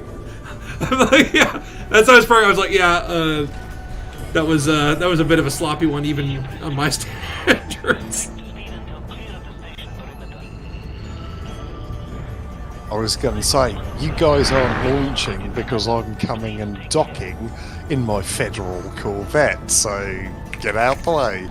But damn it, you got out the mail slot before I did. Viper is small. Yeah. Honestly, Nimble. I love this vulture. I really, really do. Yeah, I'm known for It's my a lot of fun. vultures. It's a lot of fun to fly too. It's very nimble and fast and vicious and furious. Yeah, I prefer the smaller ships in the conflict zones because, like, you can just, like, I don't know, you can be anywhere that you need very quickly. And, you know, it's like, it seems like, you know, if you stop shooting at the NPCs and kind of run away, if you're being kind of overwhelmed, they will kind of lay off. They seem to target whoever is the greatest threat to them at the time. But, you know, it's like once you start getting into the bigger ships, you know, definitely like you can take on the whole conflict zone by yourself in a Corvette. Dominate. But I like being Yeah, like, my Corvette is named the Subjugator, of course. Subjugator. Yeah, I'm like, It is a mean ship. It is a mean name. who's that here? We got another commander in the system. Is that Tigger? There he is. Let's get you in the squadron, dude. Invite to team. He's flying the Acadian. Another good ship name.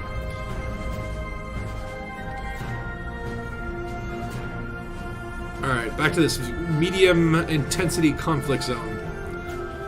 I want to do a high intensity one if there are any too. Funnily enough, the medium one is more difficult. It feels like that sometimes. It feels like the conflict zone designation sometimes really doesn't make a difference. There's a little RNG in the background, right? Like sometimes you go into a low one, and it's all anacondas. I think the main thing is the spec ops. They're like always show up on the mediums almost. Ah. They're the deadly ones. All right. Back in. Welcome aboard, Commander. I go after this asp here. He looked at me weird.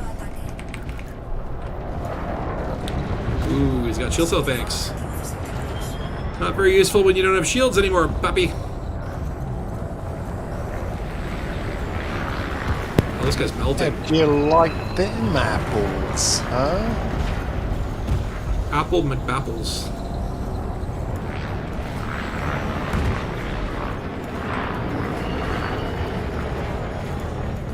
Oh, this guy's had just a terrible, unfortunate day. I actually feel bad for him now. He just got melted. Sorry, bud, you didn't stand a chance. Yeah, I do find too, like, yeah, the medium ones seem to have like a consistent mix of you know, high level and medium class ships or whatever. But sometimes you go into a high one and it's all just like Vipers. I hate Vipers. They're so annoying because they only want to joust. And sometimes jousting can get, like, just take forever. A Viper with chafe is like the worst ship to fight against. Is it chafe or chaff? I think it's chaff. Chaff, yeah. But chaff chafes. It certainly feels like it. I got 2 people shooting at me. My shields are running out. Power to shields.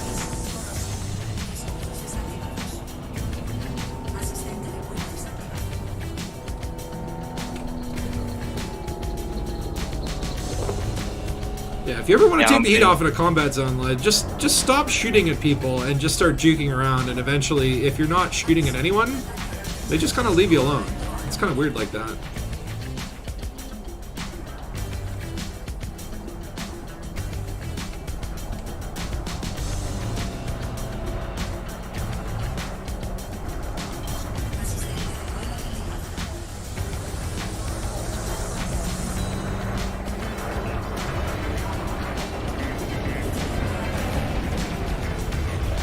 Yeah, I got the spec ups on me, they're just destroying me.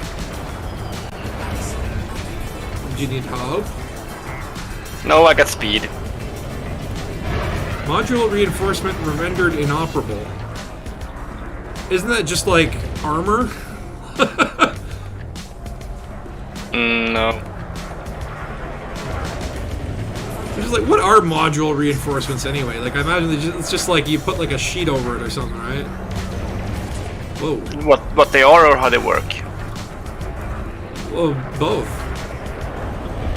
Well, they redirect some of the damage that would otherwise go to modules, so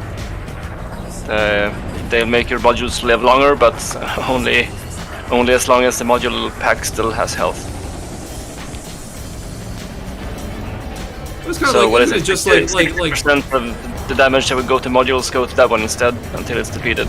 oh shit, my power plant is malfunctioning. That's not good. Okay, pips 2 shields. Let's get those shields back. Man, this one little vulture is a pain in my ass.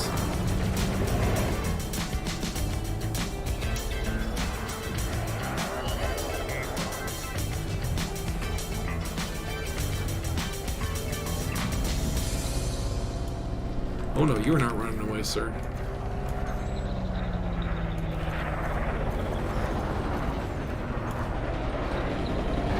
Honestly, just stop with the chafies. There you go. Now he's dead. Okay, I got a Spec Ops Asp. And a Spec Ops Python. Ooh. And they're both attacking a friendly Asp. Okay, I guess the Python would probably be the priority. Yeah, I see him. I'm gonna target his power plant. I should get my shields back online first, though, before I start poking at Spec Ops. Sometimes you can just, like, chip away at these guys, and as long as you don't... Oh no, wait, I got his attention. Uh-oh, I hear canopy noises. Okay, canopy did not break. We're good. But yeah, it kind of seems like the enemy kind of won't target you unless they view you as a threat, sort of thing. So if you can just sort of lightly poke at them, just chip away their shields, sometimes they won't view you as a threat.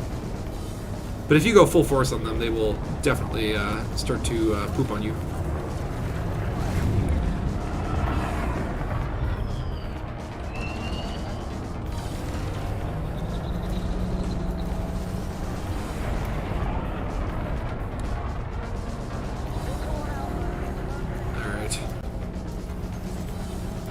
Feel free to use me as a shield.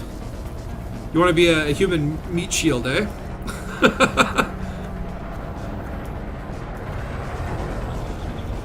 I do wish there was like more flying in formation kind of tactics and stuff like that. It's kind of hard to when you're in like the heat of combat. It's really hard to friggin'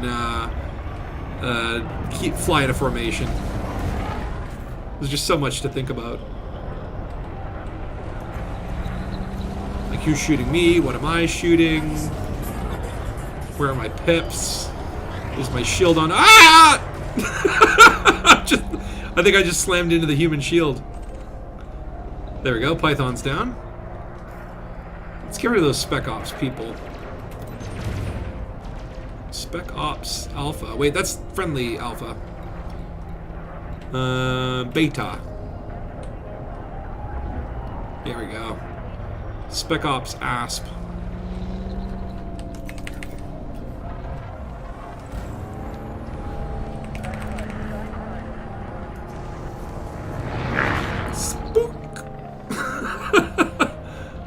The old boop tactic.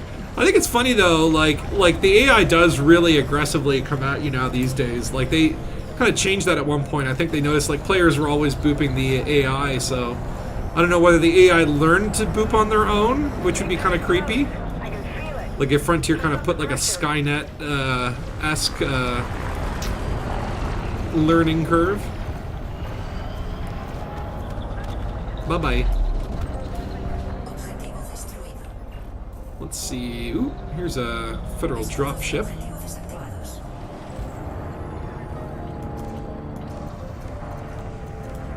Take him down. Oh, we got a Corvette. Where? Oh yeah, let's kill him. Sorry, I'm trying to read the comments, but every time I look away, I feel like I'm about to die. Yeah, the pit management is definitely a huge part of the smaller ships, right? Like you're constantly having to cycle your pips, and I'm probably not doing it very well here. Once you get to a Python, especially like if you have, for example, multi-cannons and stuff like that, you don't have to worry as much about pit management, but if you're rocking lasers and shields, then... Great job, Commander. Oh, we won. Yay. But like, yeah, like if you're rocking lasers and shields, then, you know, you kind of have to really keep an eye on those pips.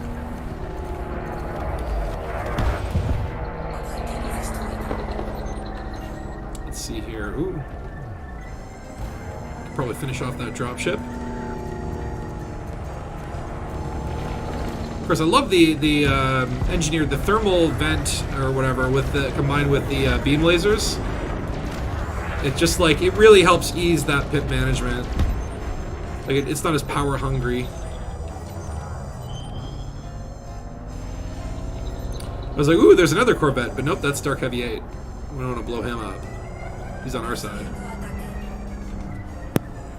You may want to reconsider your strategy from here forwards, Commander.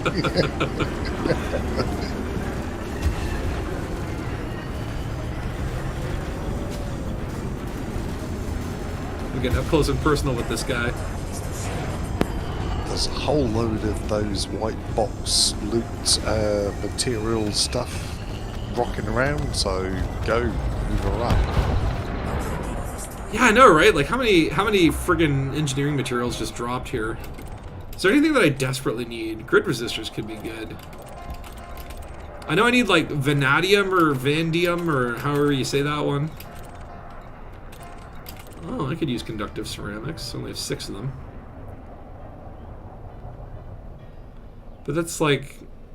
I don't want to go all the way over there. Alright, fine. I'll do it once. When you don't have limpets, do you remember before limpets and you had to pick up everything the old-fashioned way, like manually, one by one? It was before my time. Oh, I'm spoiled, I guess. I mean, like, I'm glad that I got into the game early enough that, like, I remember the painful days, right? It was a really long time ago, before limpets, man. Like, I got Elite before Horizons, but I started making videos around the same time that Horizons dropped, right? My first ever video, The Mystery of the Baffling Barnacle, was just slightly after Horizons dropped and you could finally get in an SRV and go down to planet surfaces and all that sort of stuff. But I had played for quite a while before then. Before engineering, before neutron stars, before limpets. And certainly, like, in those days, like, you know, there were a lot of pain points. Do you have a controller? No, I don't have a... No, this is my combat ship, so it's just, like, all hard points, right? It's all just, armor and stuff. But I don't mind picking up a couple the old-fashioned way. Now, I remember back in the day, like, if you were flying something like a Python, the cargo scoop was in a really weird location, and you would try to pick stuff up, and you would just end up knocking it further and further away.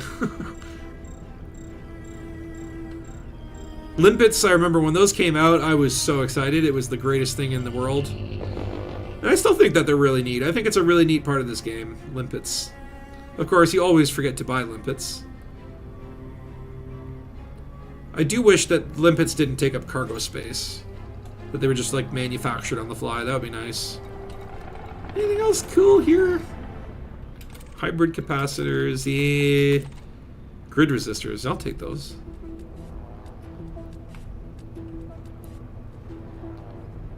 Again, this helps with future engineering needs.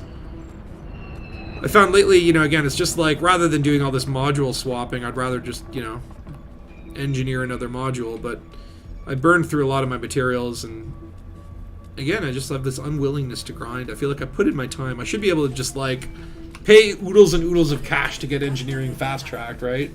Like, after you've done enough grinding for an engineer, should you not, like, have that credibility that you don't have to do their grocery shopping for them? You always tend to fly beams and multi-cannons, beams for shield stripping. Yeah, I mean, like a good balanced build would be like, you know, you have a couple beam lasers, those will allow you to strip those shields down, and then you take the multi-cannons out to finish the job. But on a Vulture, you only get 2 hard points, right? So, oh wait, is there another, what's going on? Bad guy showed up again.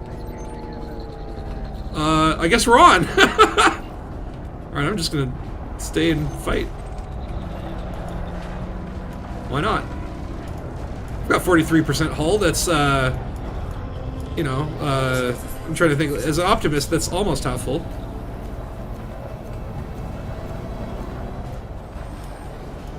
I didn't know that if you just hang around in a conflict zone, I didn't know they'd just come back again. Yeah, me neither. It could be glitched. We've encountered a lot of glitches today. Oh yeah, I'm like all those cracks in my. I've been looking out in the darkness of space, and I haven't seen all the cracks in my canopy. That actually could be an issue. Well, I'll just have to make sure my shields don't go down. I'm not getting a conflict zone bar or invitation or. Yeah, same here. And this guy's trying to escape. Surge detected. Oh, I guess not anymore. Alright, we'll even. I need to repair anyway. Okay, I just want to kill this guy. And they're all gone! That's weird. So they came in and they just immediately ran away. Come on, you're not getting away. I will kill you! Not for conflict, not for Dangus, but this time it's personal. Yeah. Alright, back to Tidyman. What is that? 1.8 million. I did better the last time. How is my rank looking? What am I at now? Ooh, I'm actually almost deadly. I'm like 75% to deadly.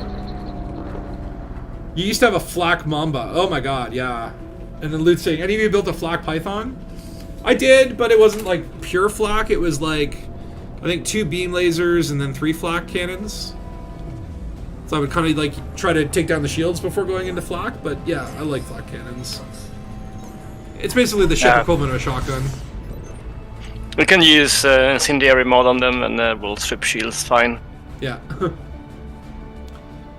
It would be nice. I would, you know, like just like they have, you know, Chieftain, Challenger, and whatever the heck the other one was called. I would love to see more ships just having variations, like a variant of the Vulture. Oh my god, yeah, there's a lot of cracks in my canopy, I just realized now. But I would love to see, like, a version of the Vulture that maybe has 4 hard points, but, you know, is you know, half as slow or something, right? Like, and that's something that I feel like they could do fairly easy. Like, they don't need to create all new assets, just, like, modify some of the, you know, the existing assets a little bit. I would like to see that, like, more ship variations on the same existing models. Or like a Type 7 that's rigged for combat, and it has, like, 14 hard points. Why can't we have that, Frontier? Okay, maybe that's a little unrealistic, but I would fly it. And you feel like, you know, like, because it's like, you know, like, there's a variant of the Vulture, or the Viper Mark III and the Viper Mark IV, and they actually look different, right? But it's like, you could do, like, a Viper Mark 3.5 and just have that extra ship in the game without having to make new assets, and I think people would be okay with that. It just give people more strategic choices, right? Because honestly, like, half the fun of this game is buying a new ship and speccing it out and trying new things with it, right? A Vulture Mark II. That would be cool. I mean, you already have the Mark system built into the game, right? It seems like a logical next step. And I mean, like when they released the Chieftain, like, you have the Chieftain variants, you have the drop ship, the assault ship, and the gun ship. And then I guess the Imperial lineup, like the Courier, Cutter, and Clipper, I guess kind of represent that, but, like, you know, you could have, like, 3 different variations of the Clipper. And it just feels like something that would be pretty low effort in terms of what you'd have to do, because you don't need to, like, reinvent the wheel, come up with new ship designs, but just respect what they can do. I think that would be neat. Ooh, I shall bring the Clipper next time. Thanks for the idea. I do have a combat Clipper. Ooh. I love the Clipper. Short for dementia sucks, but you won't remember. Fun, but not the best idea. Being a little too unagile for the job, but it was fun at least. Which one? The Mamba? The Flak Mamba, yeah. Yeah, there's a size for a hard point on it, but you can't place a flak there because, yeah, you have to put a size 3 flak there because there's no size 4 flak. Oh yeah, that's another weird thing where like, yeah, like, there's some weapons that, like, don't have the right size equipment. It's like, why can't you have a size 5 railgun? I guess that would probably be OP. And why are there no size 4 turrets? True. Ah! There's a Corvette looking at me. What a cool looking ship, though. I do like the Corvette. Oh. It was either pad loitering or bump into that Corvette. Anyway, I dropped by my carrier to pick a different ship, so I'll just wait in space for you guys. Alrighty. Oops. Oh, lovely. I didn't get reckless flying. That's what I love about Anarchy. No one cares. The Clipper as well, it's your runabout. So, like, you know, I am, let's see here. In right panel, you can see here, I am 99% Lord. So I'm 1% away from becoming a Baron and finally getting a Clipper. After 5 years. And then, ironically, as I was grinding my Empire rank, my Federation rank went up a few times as I was doing courier missions from the Empire to the Feds. I guess it was like, you know, hey, please, here's your cease and desist, you've been served. But the Feds are like, hey, thanks for delivering this. Here's some rank. So I went from, like, 72 to 78. So I'm actually pretty close to whatever's after Lieutenant Commander. Although I don't think, for Federal, I've unlocked everything except for the Corvette. And that's like a few ranks away, which, you know, it's like a fever dream for me.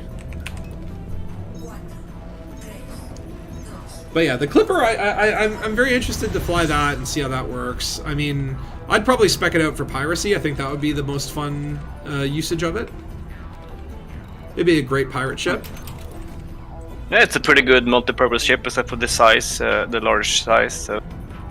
But it's got pretty good internals for that. Decent internals. It's got a size 7 slot, for Christ's sake. I'm just all about that Gudemeyer cockpit. You know, it's just a good-looking cockpit. Indeed. And you can also do, like, you have 2 size 3 slots, so you can stick the beam lasers there and get a vulture experience. And you even have 2 more size 2 slots for some multi-cannons or whatever other beams you want. True. Yeah, I want to create a ship that has a missile build as well. So I really like missiles. Speaking of, like, back in the day, missiles were absolutely useless. This was, again, like, pre-Horizons or whatever, but there was actually, like, this running joke that, like, missiles were absolutely useless. They did nothing, and now they're pretty decent. The only problem is, obviously, the amount of ammunition that you have for them. But you can engineer that. You can indeed, and if you choose the dumbfire missiles, then you can choose the advanced versions, which have more ammo. I think there's advanced for Seekers as well. Oh, there is? Cool. I think so.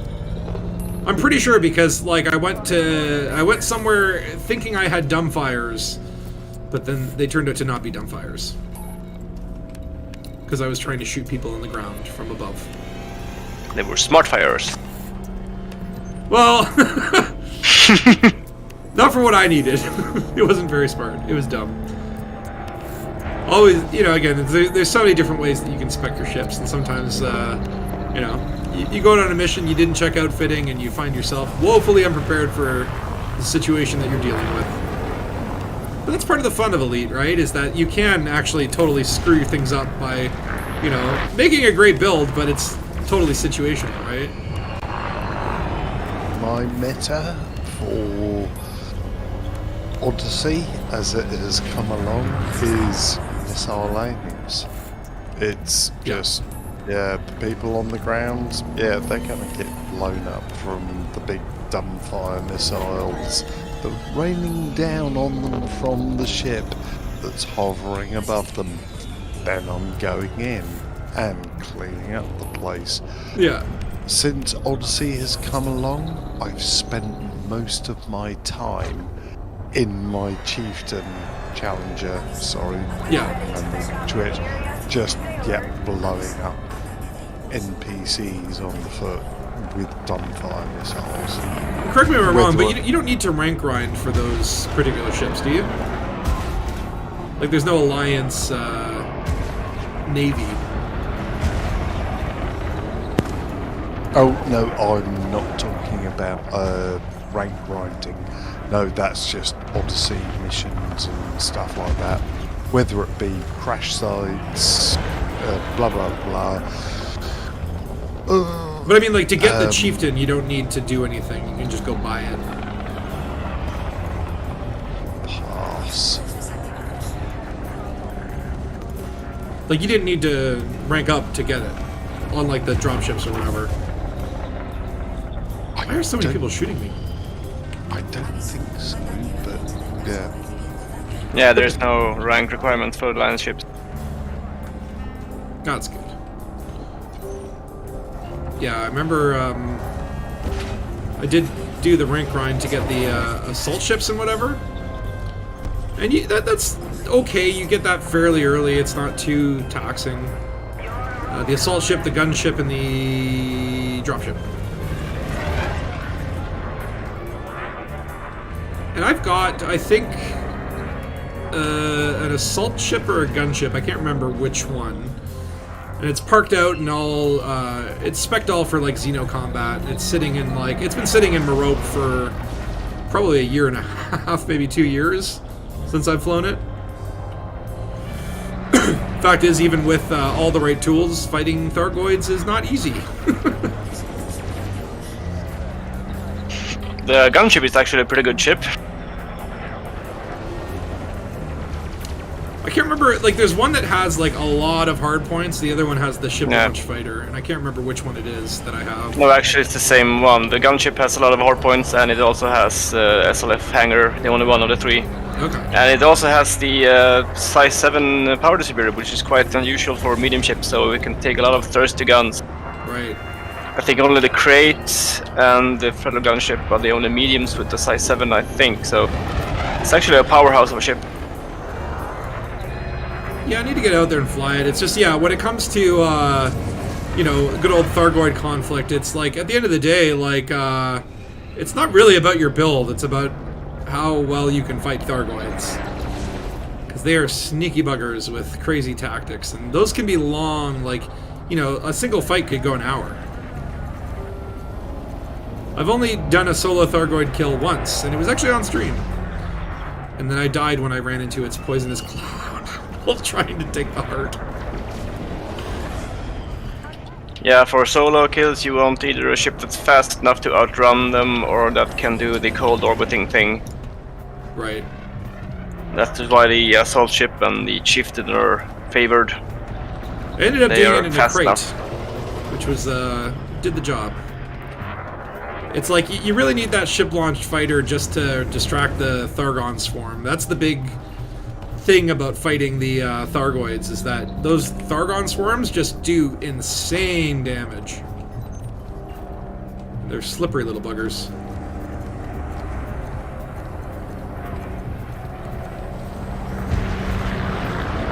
Yeah, I killed my first Thargoid with Tato Chip. He was quite good at that combat. And it's just like, since then you've seen, like, some people have, like, taken on Thargoids and, like, Sidewinders, right? Like, there's some really impressive pilots out there. Oh, you're shooting at me, damn Spec Ops. Alright, I'm gonna target your damn PP. Show me your PP. There it is.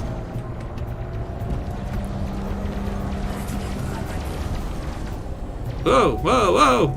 What a hit, what a hit! Me, I think. Oh, sorry. Excuse me. Coming No through. worries. Hey, have a great weekend, Ray. Bye, Ray. Enjoy yourself. It's been decent weather here too, so that's nice. It's not like cold as balls right now. A nice relief from the shadowy embrace, the cold grip of winter.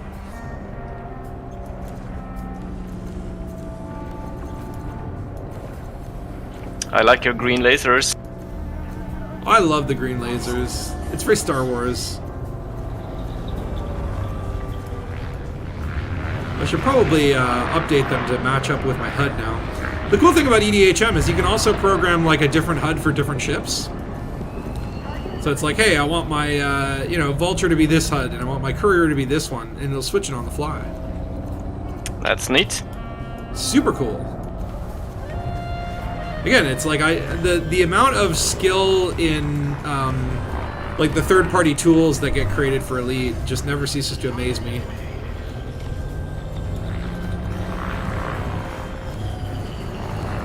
Oh my god, this guy's getting shot from every angle. I actually feel bad. Poor little asp.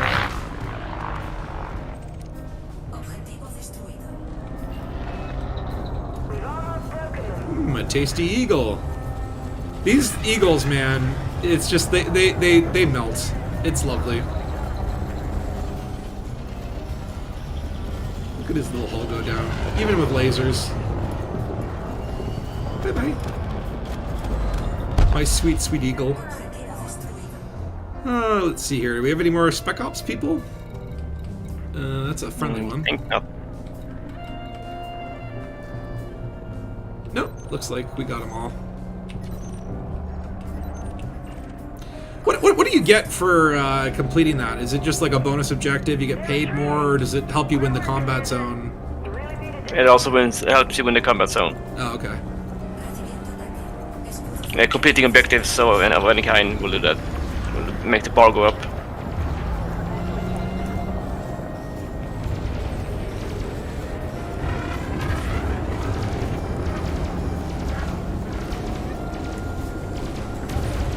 Yeah, what I love about the Vulture, though, is just that, you know, when you're fighting something like a dropship, you can really just, like, stay behind these guys. You can really just outmaneuver them. If they can't see you, they can't shoot you. Oh my god. The amount of people shooting at that dropship is insane. So it's nice to see a combat cutter as well. From Tigger or Regget. Yeah, I'm really, like, gonna get into that cutter. Or, But sorry, Clipper. You need to be in the right mindset to fly a combat cutter, because you need to fly it like it's a battle station and not a ship. you can't chase things down. You just need like Right.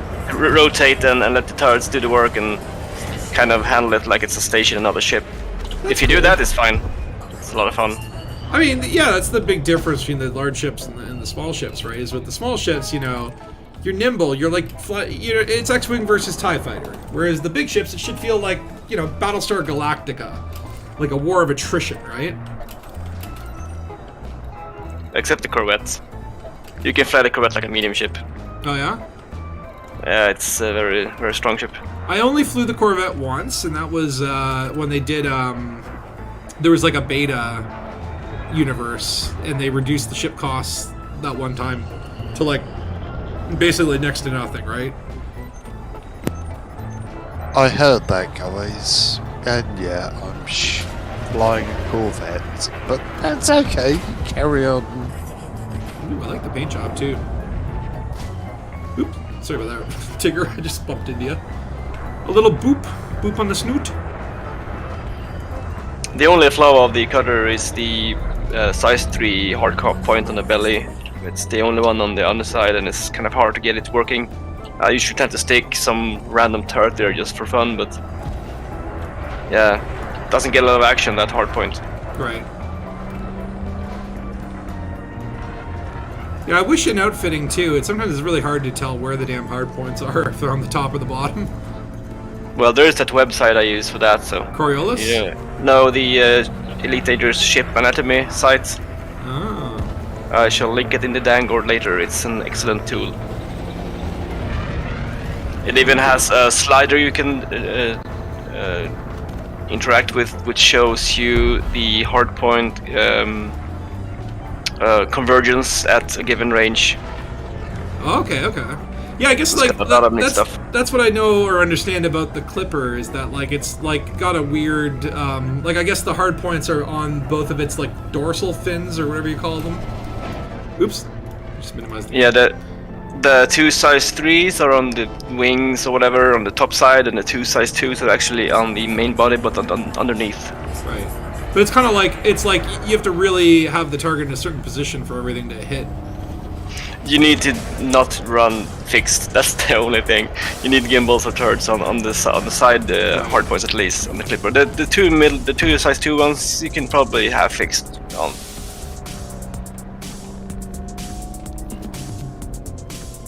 Yeah, I'm like really torn right now because like I want to create like a cool combat ship in a larger class. Like I was thinking about like getting the Python out and speccing that out for combat, because I used to really run it as like a multi-purpose ship, but you know, and I that's why I love the Python. That's why it's one of my favorite ships, is because you can have it specced out to do almost anything, right? But I wanted a dedicated medium combat ship, but that's what I'm thinking. Maybe the cutter could be a fun one to play around with. Cutter or Clipper? Or sorry, Clipper. Yeah, I don't think I can get the cutter yet. That's like the top Imperial. I always get confused, like which one's the top dog ship. Yeah, the Clipper is a lot of fun. It's actually, I would say it's a multi-purpose ship. It's actually a decent jumper, so you can get around somewhat easy. Okay. Hardpoint setup is okay. Maybe not for a large ship, but it doesn't really handle like a large ship anyway. Pretty good internals, so you can spec for various roles. So that's more like the comparable with the Python. Kind of. It's a bit more specialized, but yeah, kind of. The only flaw with the internals is that you get a size 7 and a size 6, and then you got some 4s. So, and it's got a size 5 FSD, so you want your 7 or 6 to be a fuel scoop, unless you want an undersized fuel scoop. Right. So you're just a little bit limited on that. I will not run a size 4 fuel scoop on a size 5 FSD. I'm too picky with my fuel scoop size. I hate waiting for fueling. It's believe me. When I went to Sagittarius the first time, it was in an ASP, and I had a 3A fuel scoop. Oh my god. And this was again pre-engineering, right? And I remember just like, yeah, you'd get about 10 jumps, and then you'd have to sit for 2 or 3 minutes scooping. And so like most of my journey was spent just like sitting next to a star waiting for it to waiting for my scoop to fill up, right? There was that stream, one of the last streams that Benedetti did, if you remember him, the Who? CM, Stephen Benedetti, Okay, yeah. the Scottish guy, yeah. Yeah. If you Yeah, remember he was- him, I know that like Frontier's been absent for a while. Eh? Remember Yeah, it the was CM last- team? It was last year. He quit, he changed. Well, anyway, Oh, is he yeah, not there he anymore? was. I liked him. He was a good one. Yeah, now he's gone for quite some time. But one of the last things he did was starting a Colonia trip in a DBX with a size 3A fuel scoop. And no one told him? I don't think he knew what he was getting into. No. He never finished it. Far from it. Oh yeah. The DBX has fuel scoop problems, even if you put a size 4. So Well, the DBX is kind of like it doesn't have great heat management compared to other ships either, does it? yeah, that's my experience too. Yeah, some people say they run really cool, but that's not my experience. Now the Dolphin is a ship we can talk about. The Beluga. I remember I had a Beluga spec'd out to the point where like if I even came within like a light year of a star, it would start to overheat. The Beluga can handle heat with heavy engineering, but stock, it's awful. I literally had it where it's like I would jump as I was jumping from system to system. I would overheat every single time, but it was kind of funny, so I kept it that way. All right, I'm heading back to Tiedemann for a little repair. With the G5 low emissions plant, it works fine, but you gotta go all the way with engineering to make it manageable. Yeah, I like the fact that heat management is in the game, and it's like I like one thing that I haven't had I have not run out of fuel or had fuel issues in a really long time. Like early on when I was playing the game, like I'd actually like start running low on fuel in an Eagle or something, right? But you know, as you get into bigger and bigger ships, like fuel becomes a mechanic that really you don't think about until you have to call the fuel rats because you don't think about it. I would like to see. There is an engineer, or what is it, a mod? But there's like some engineering thing where you can, like plasma slugs or something, where you can use fuel as ammo. Yeah, for plasmas and rails, you can do the plasma slug mod. Yeah. So I want to get that and try to do like a whole like put extra fuel tanks in it or whatever, and just have like unlimited railgun ammo. Try and lure pirates to come into fuel scoop range of a star so I can scoop up more ammo. But like that, I like builds that are a little dangerous like that. There's another build which I really want to try where it has like, there's one mod that like the hotter your ship is, the more damage you do, I think. Yeah, is that not the thermal conduit or something like that? I believe so. I don't know. I think I have thermal conduit or something here. Hold on. Where may lasers be? Yeah, I want to try that one too, but I think they nerfed it, but it may still be okay. So this one is like, yeah, it increases heat dissipation. So this one lowers your heat when you're hitting the target at the cost of increased heat generation when missing. And then the other one is called thermal conduit, experimental upgrade that increases damage output based on the heat level of the firing ship. So I do have it on here. But I like that idea of like, you know, if I were to overheat myself, I can, you know, essentially melt other people. I think that's a cool trade-off.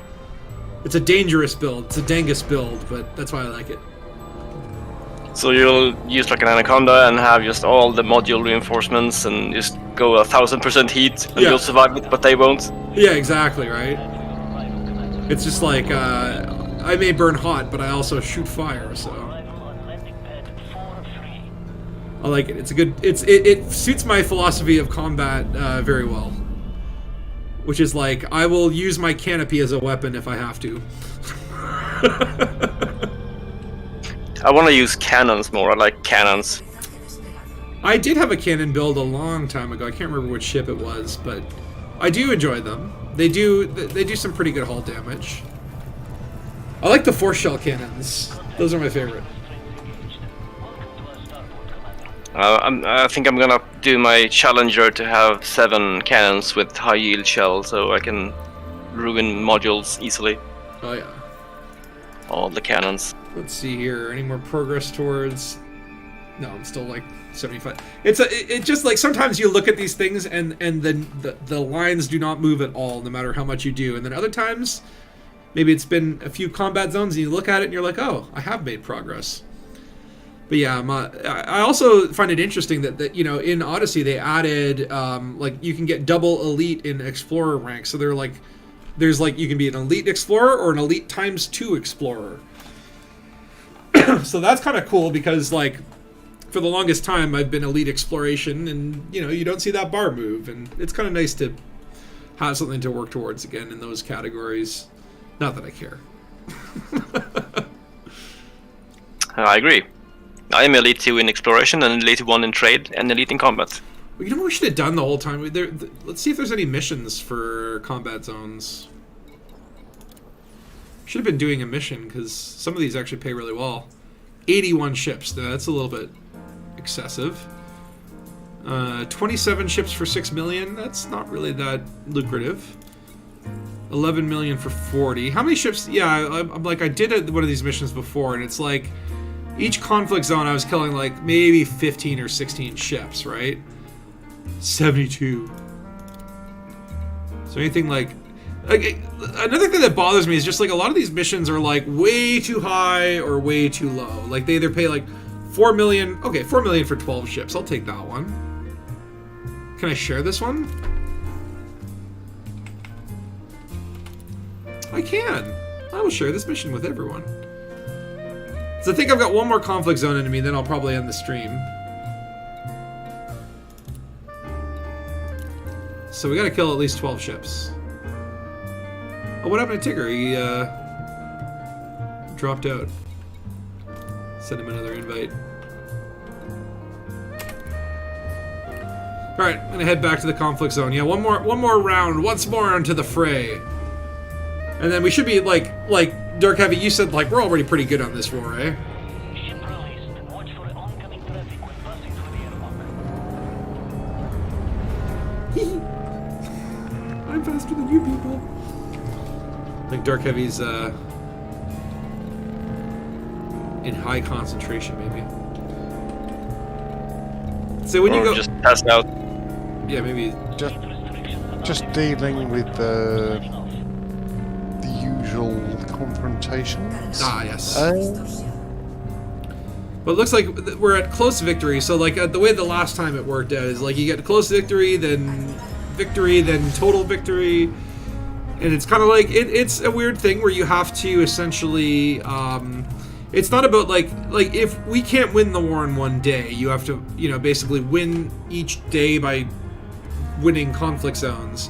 And then you'll win for that day, and you have to win 4 out of 7 days for the conflict to resolve. So it's not necessarily about, ooh, what's this, time bonus.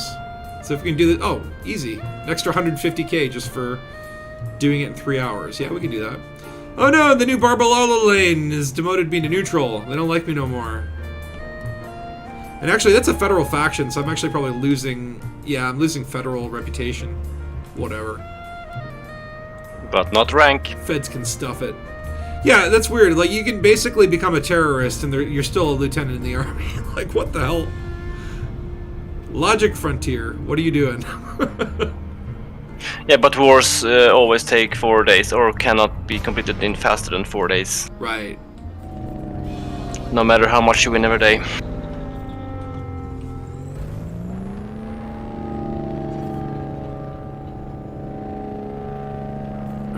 For the thing to pop up. Let me fight for Dangus. Where the hell? I also have no pop-up.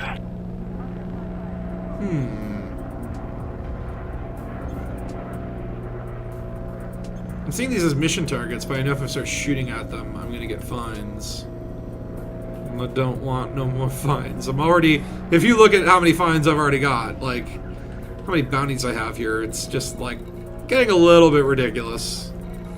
You wear them like a badge. Oh, I'll never pay them off. I collect bounties. Okay, I'm gonna try actually popping back in again.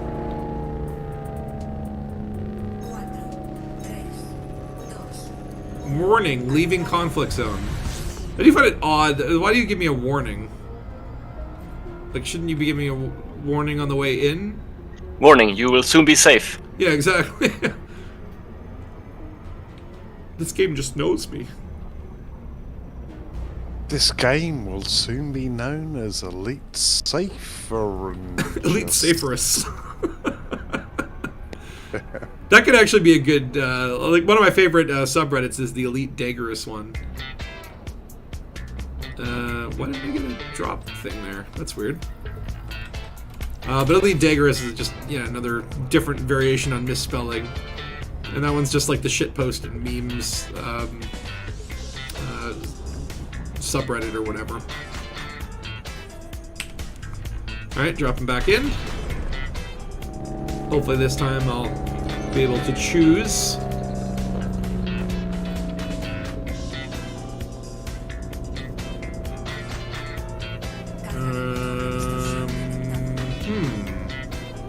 Still not getting it. Okay, maybe it was just screwed up. Okay, jumping out again. I'm just jumping out of that. Oh yeah, I was gonna say I think all the baddies are gone. Yeah, I'm jumping out. We might need to leave. Just reset the Jump old back instance. out. The old instance swapperoo. Loot, you are a hero. You are an F hero.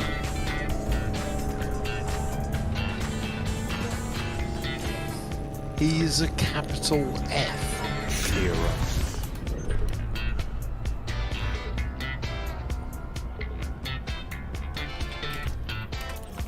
Okay. Turning around and heading back. I'll tell you though, this game really does shine when you're just doing pure conflict. Like, you've done your grind, you've engineered your ship, everything's good, and at this point it's just like, just shoot people. It's very cathartic.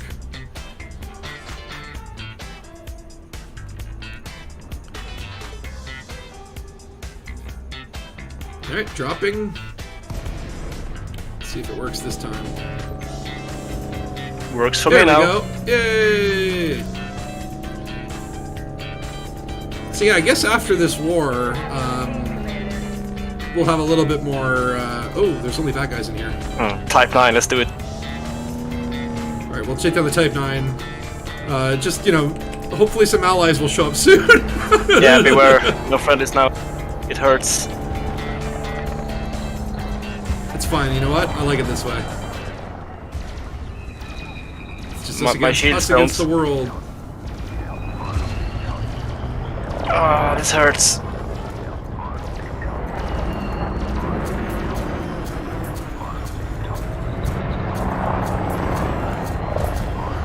Try to use the Type 9 as a shield against the other guys. And there is friendly fire in this, like if you can get the other NPCs to shoot their teammates, that will do damage.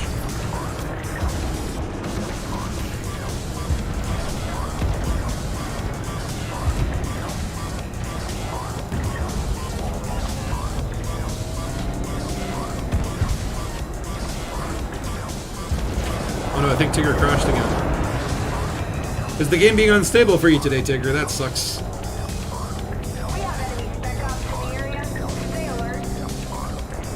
I'll send you an invite. And then I'll be sure to share the mission when you're in the team. That way you can take the sweet, sweet cash. Oh, look at that. Backup finally showed up. That's nice.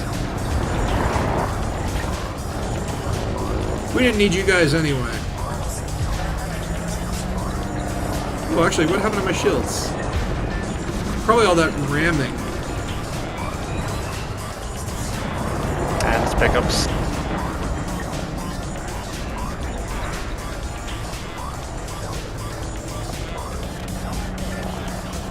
Bye-bye.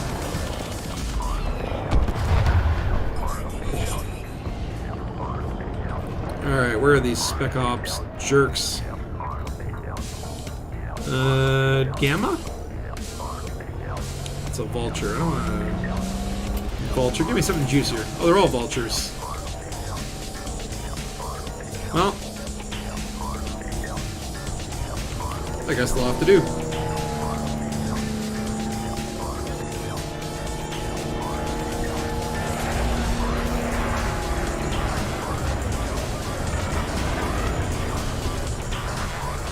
Get over here. You know what'd be cool too is like a scorpion style chain that would extend from your ship and you could drag another ship around with you. I'd go for that. Yeah, we talked earlier about like what ground weapons would you like to see added to the game. What kind of ship weapons do they not have? Like harpoons and shit, right? Yeah, there's a lot of variety to choose from at the moment. Can't think of anything. There is, especially with like all the tech broker weapons and like guardian weapons and enzyme missiles and stuff. There is actually quite a lot of variety. Almost like a confusing amount, right? Indeed.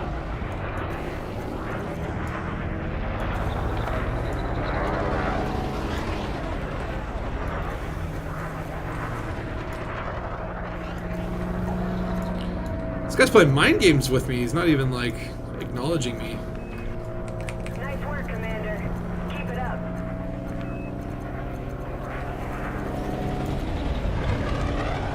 Like I just want you to tell me that I'm hurting you. There we go. Oh, okay. I see how it is.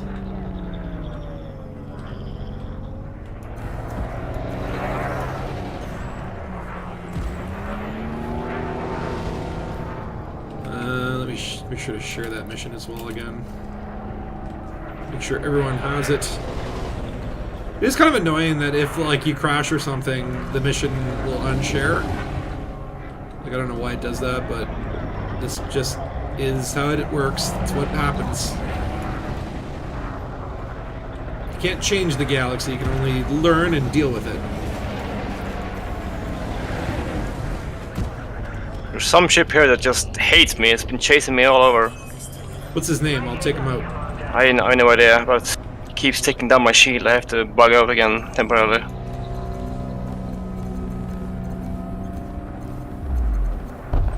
Woo!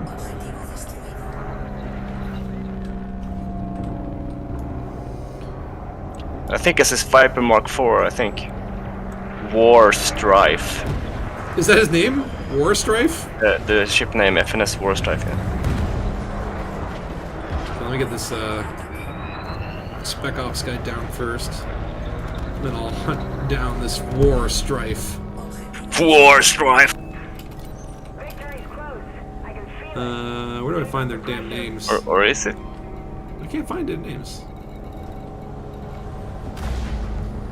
Or is it this guy? I don't know. Oh, I found I him. don't War know. Strife. War Strife.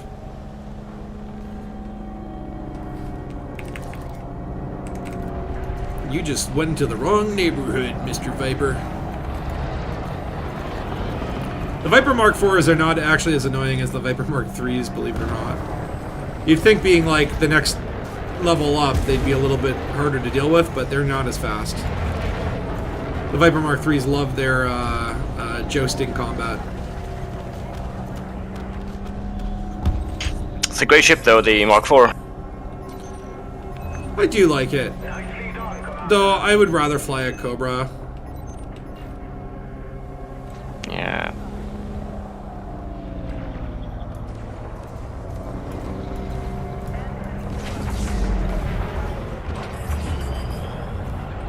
What do you like for the Viper Mark IV? What's your meta with that? Do you use it for combat or courier runs? It's a really good multi-purpose small ship. I've used it for a bunch of things, but mostly for Odyssey-related background activities like Odyssey missions, basically.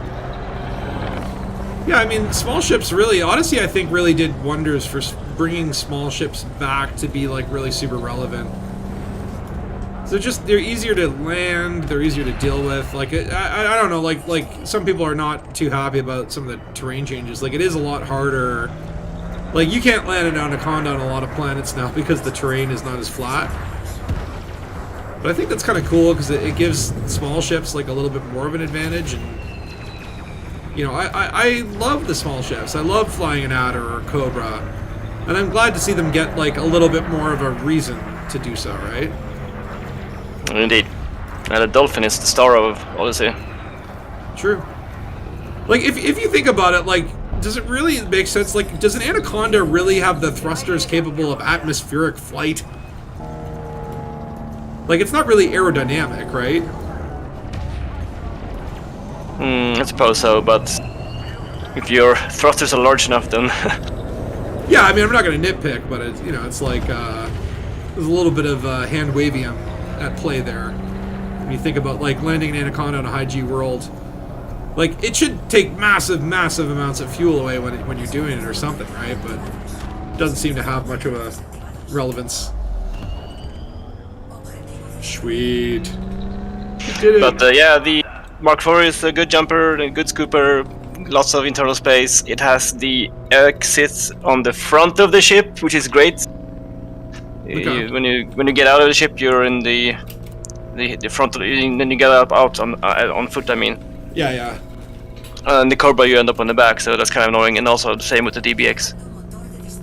And it's fast and tanky, and it's just good for Odyssey stuff, really. Alright, so we'll head back to Tidyman and then I'll wrap this stream up. But yeah, we did some good damn combat today. Like, how many combat zones did we do? I think we did like 3 or 4 ground ones and then like maybe 4 space ones.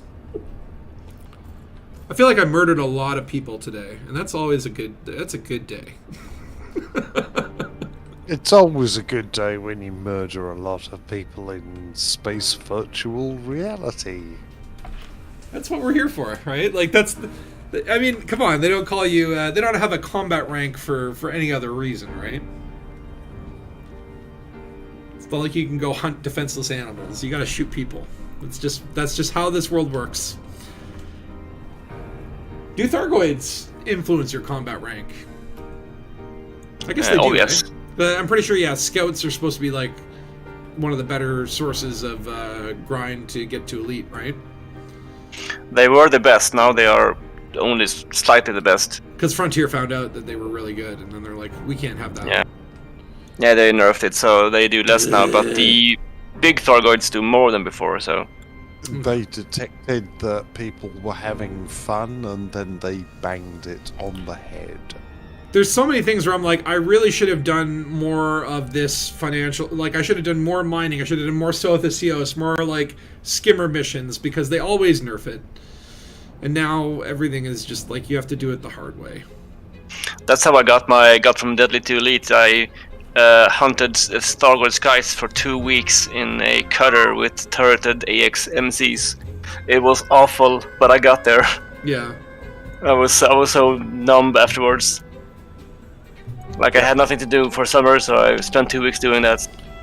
I still have a ship called the Last AX Scout, because all I was doing was combat with, I don't know what weapons, just taking out scouts.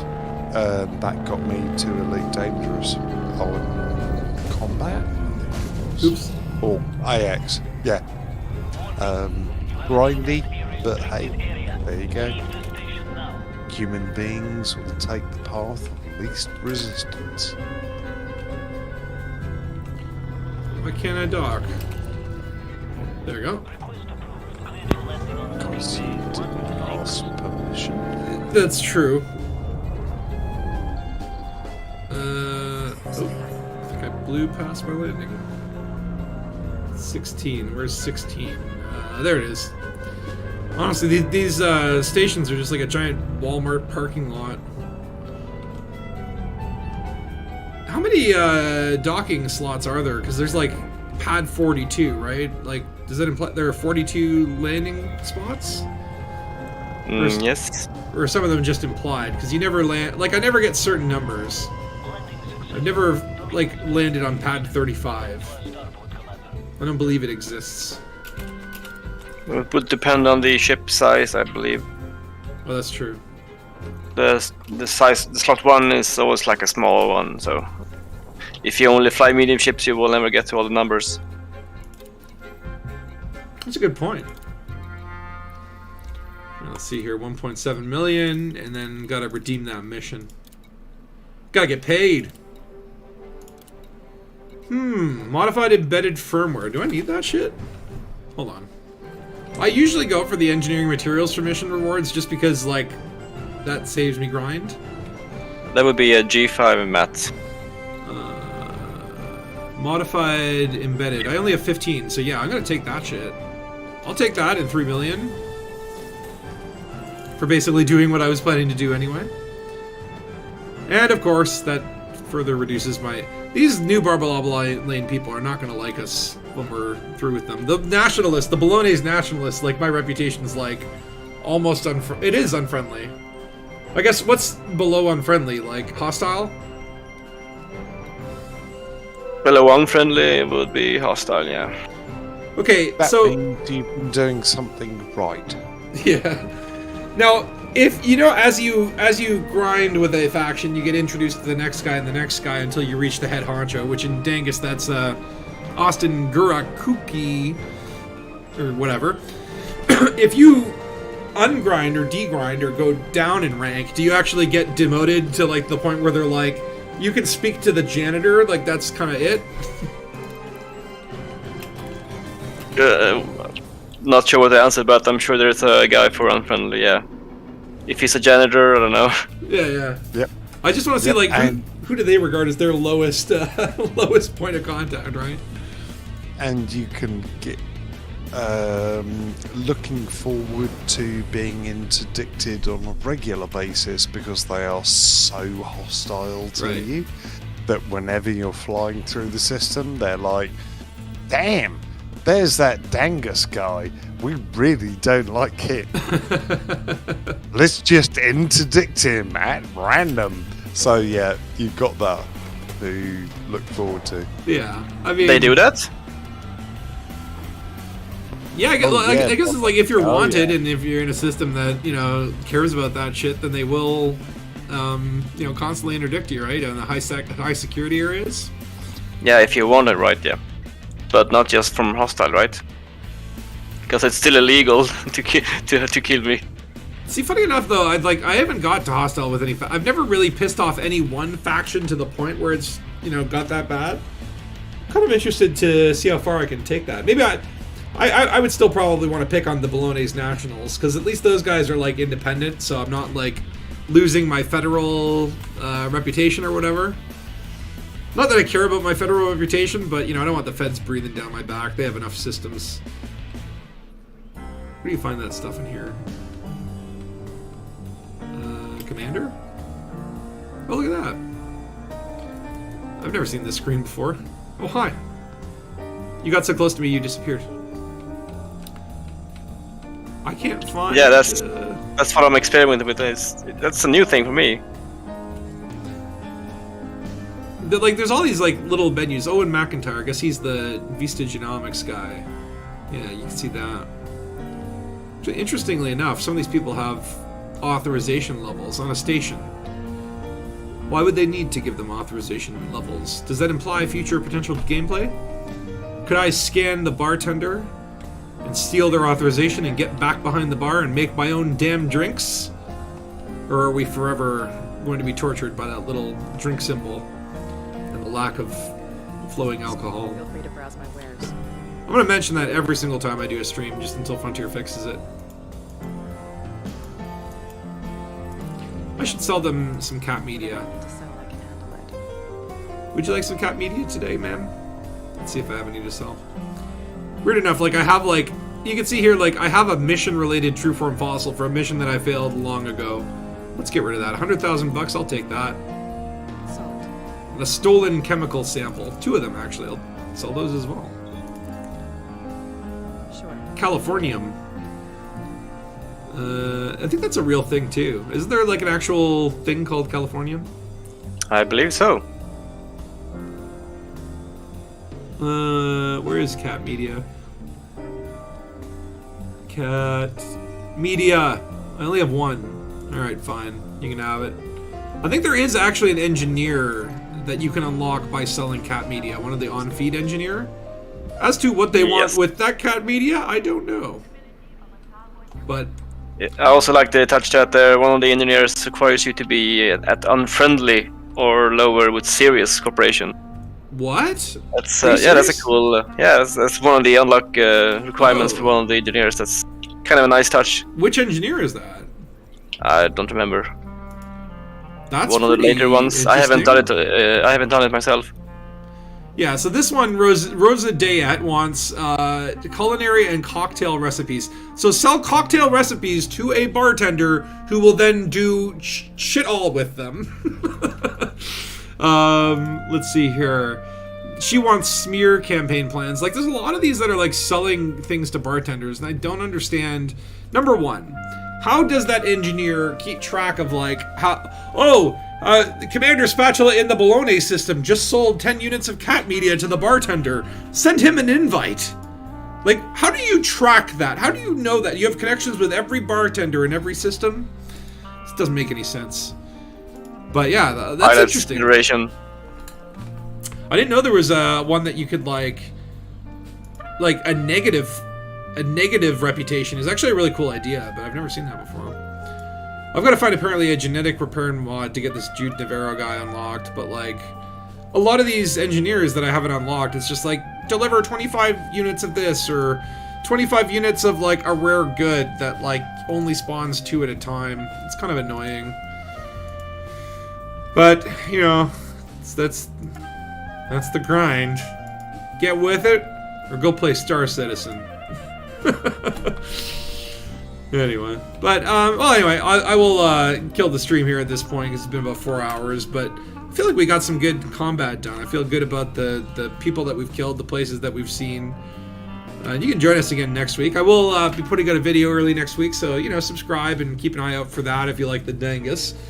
And then, of course, you know, I'm doing the stream thing every Saturday, so I'll keep that up as long as this galaxy keeps not burning. I see you there in the back, Phil, standing on the couches. Looking sad. It's true. It's like the dramatic pose, right? I do like how the mouse movement can actually, you can go headbanging and shit like that. But it does make a good like physical acting in my videos where I can just like do like a shrug. Hey, who is this guy? Who the hell are you? This is my window. Get out of here. Nice scar. I'm just gonna back away because you're scary. Don't come at me! Anyway, you guys have a good rest of the day, and I will. I'll see you guys soon. And stay Dangus. 07. And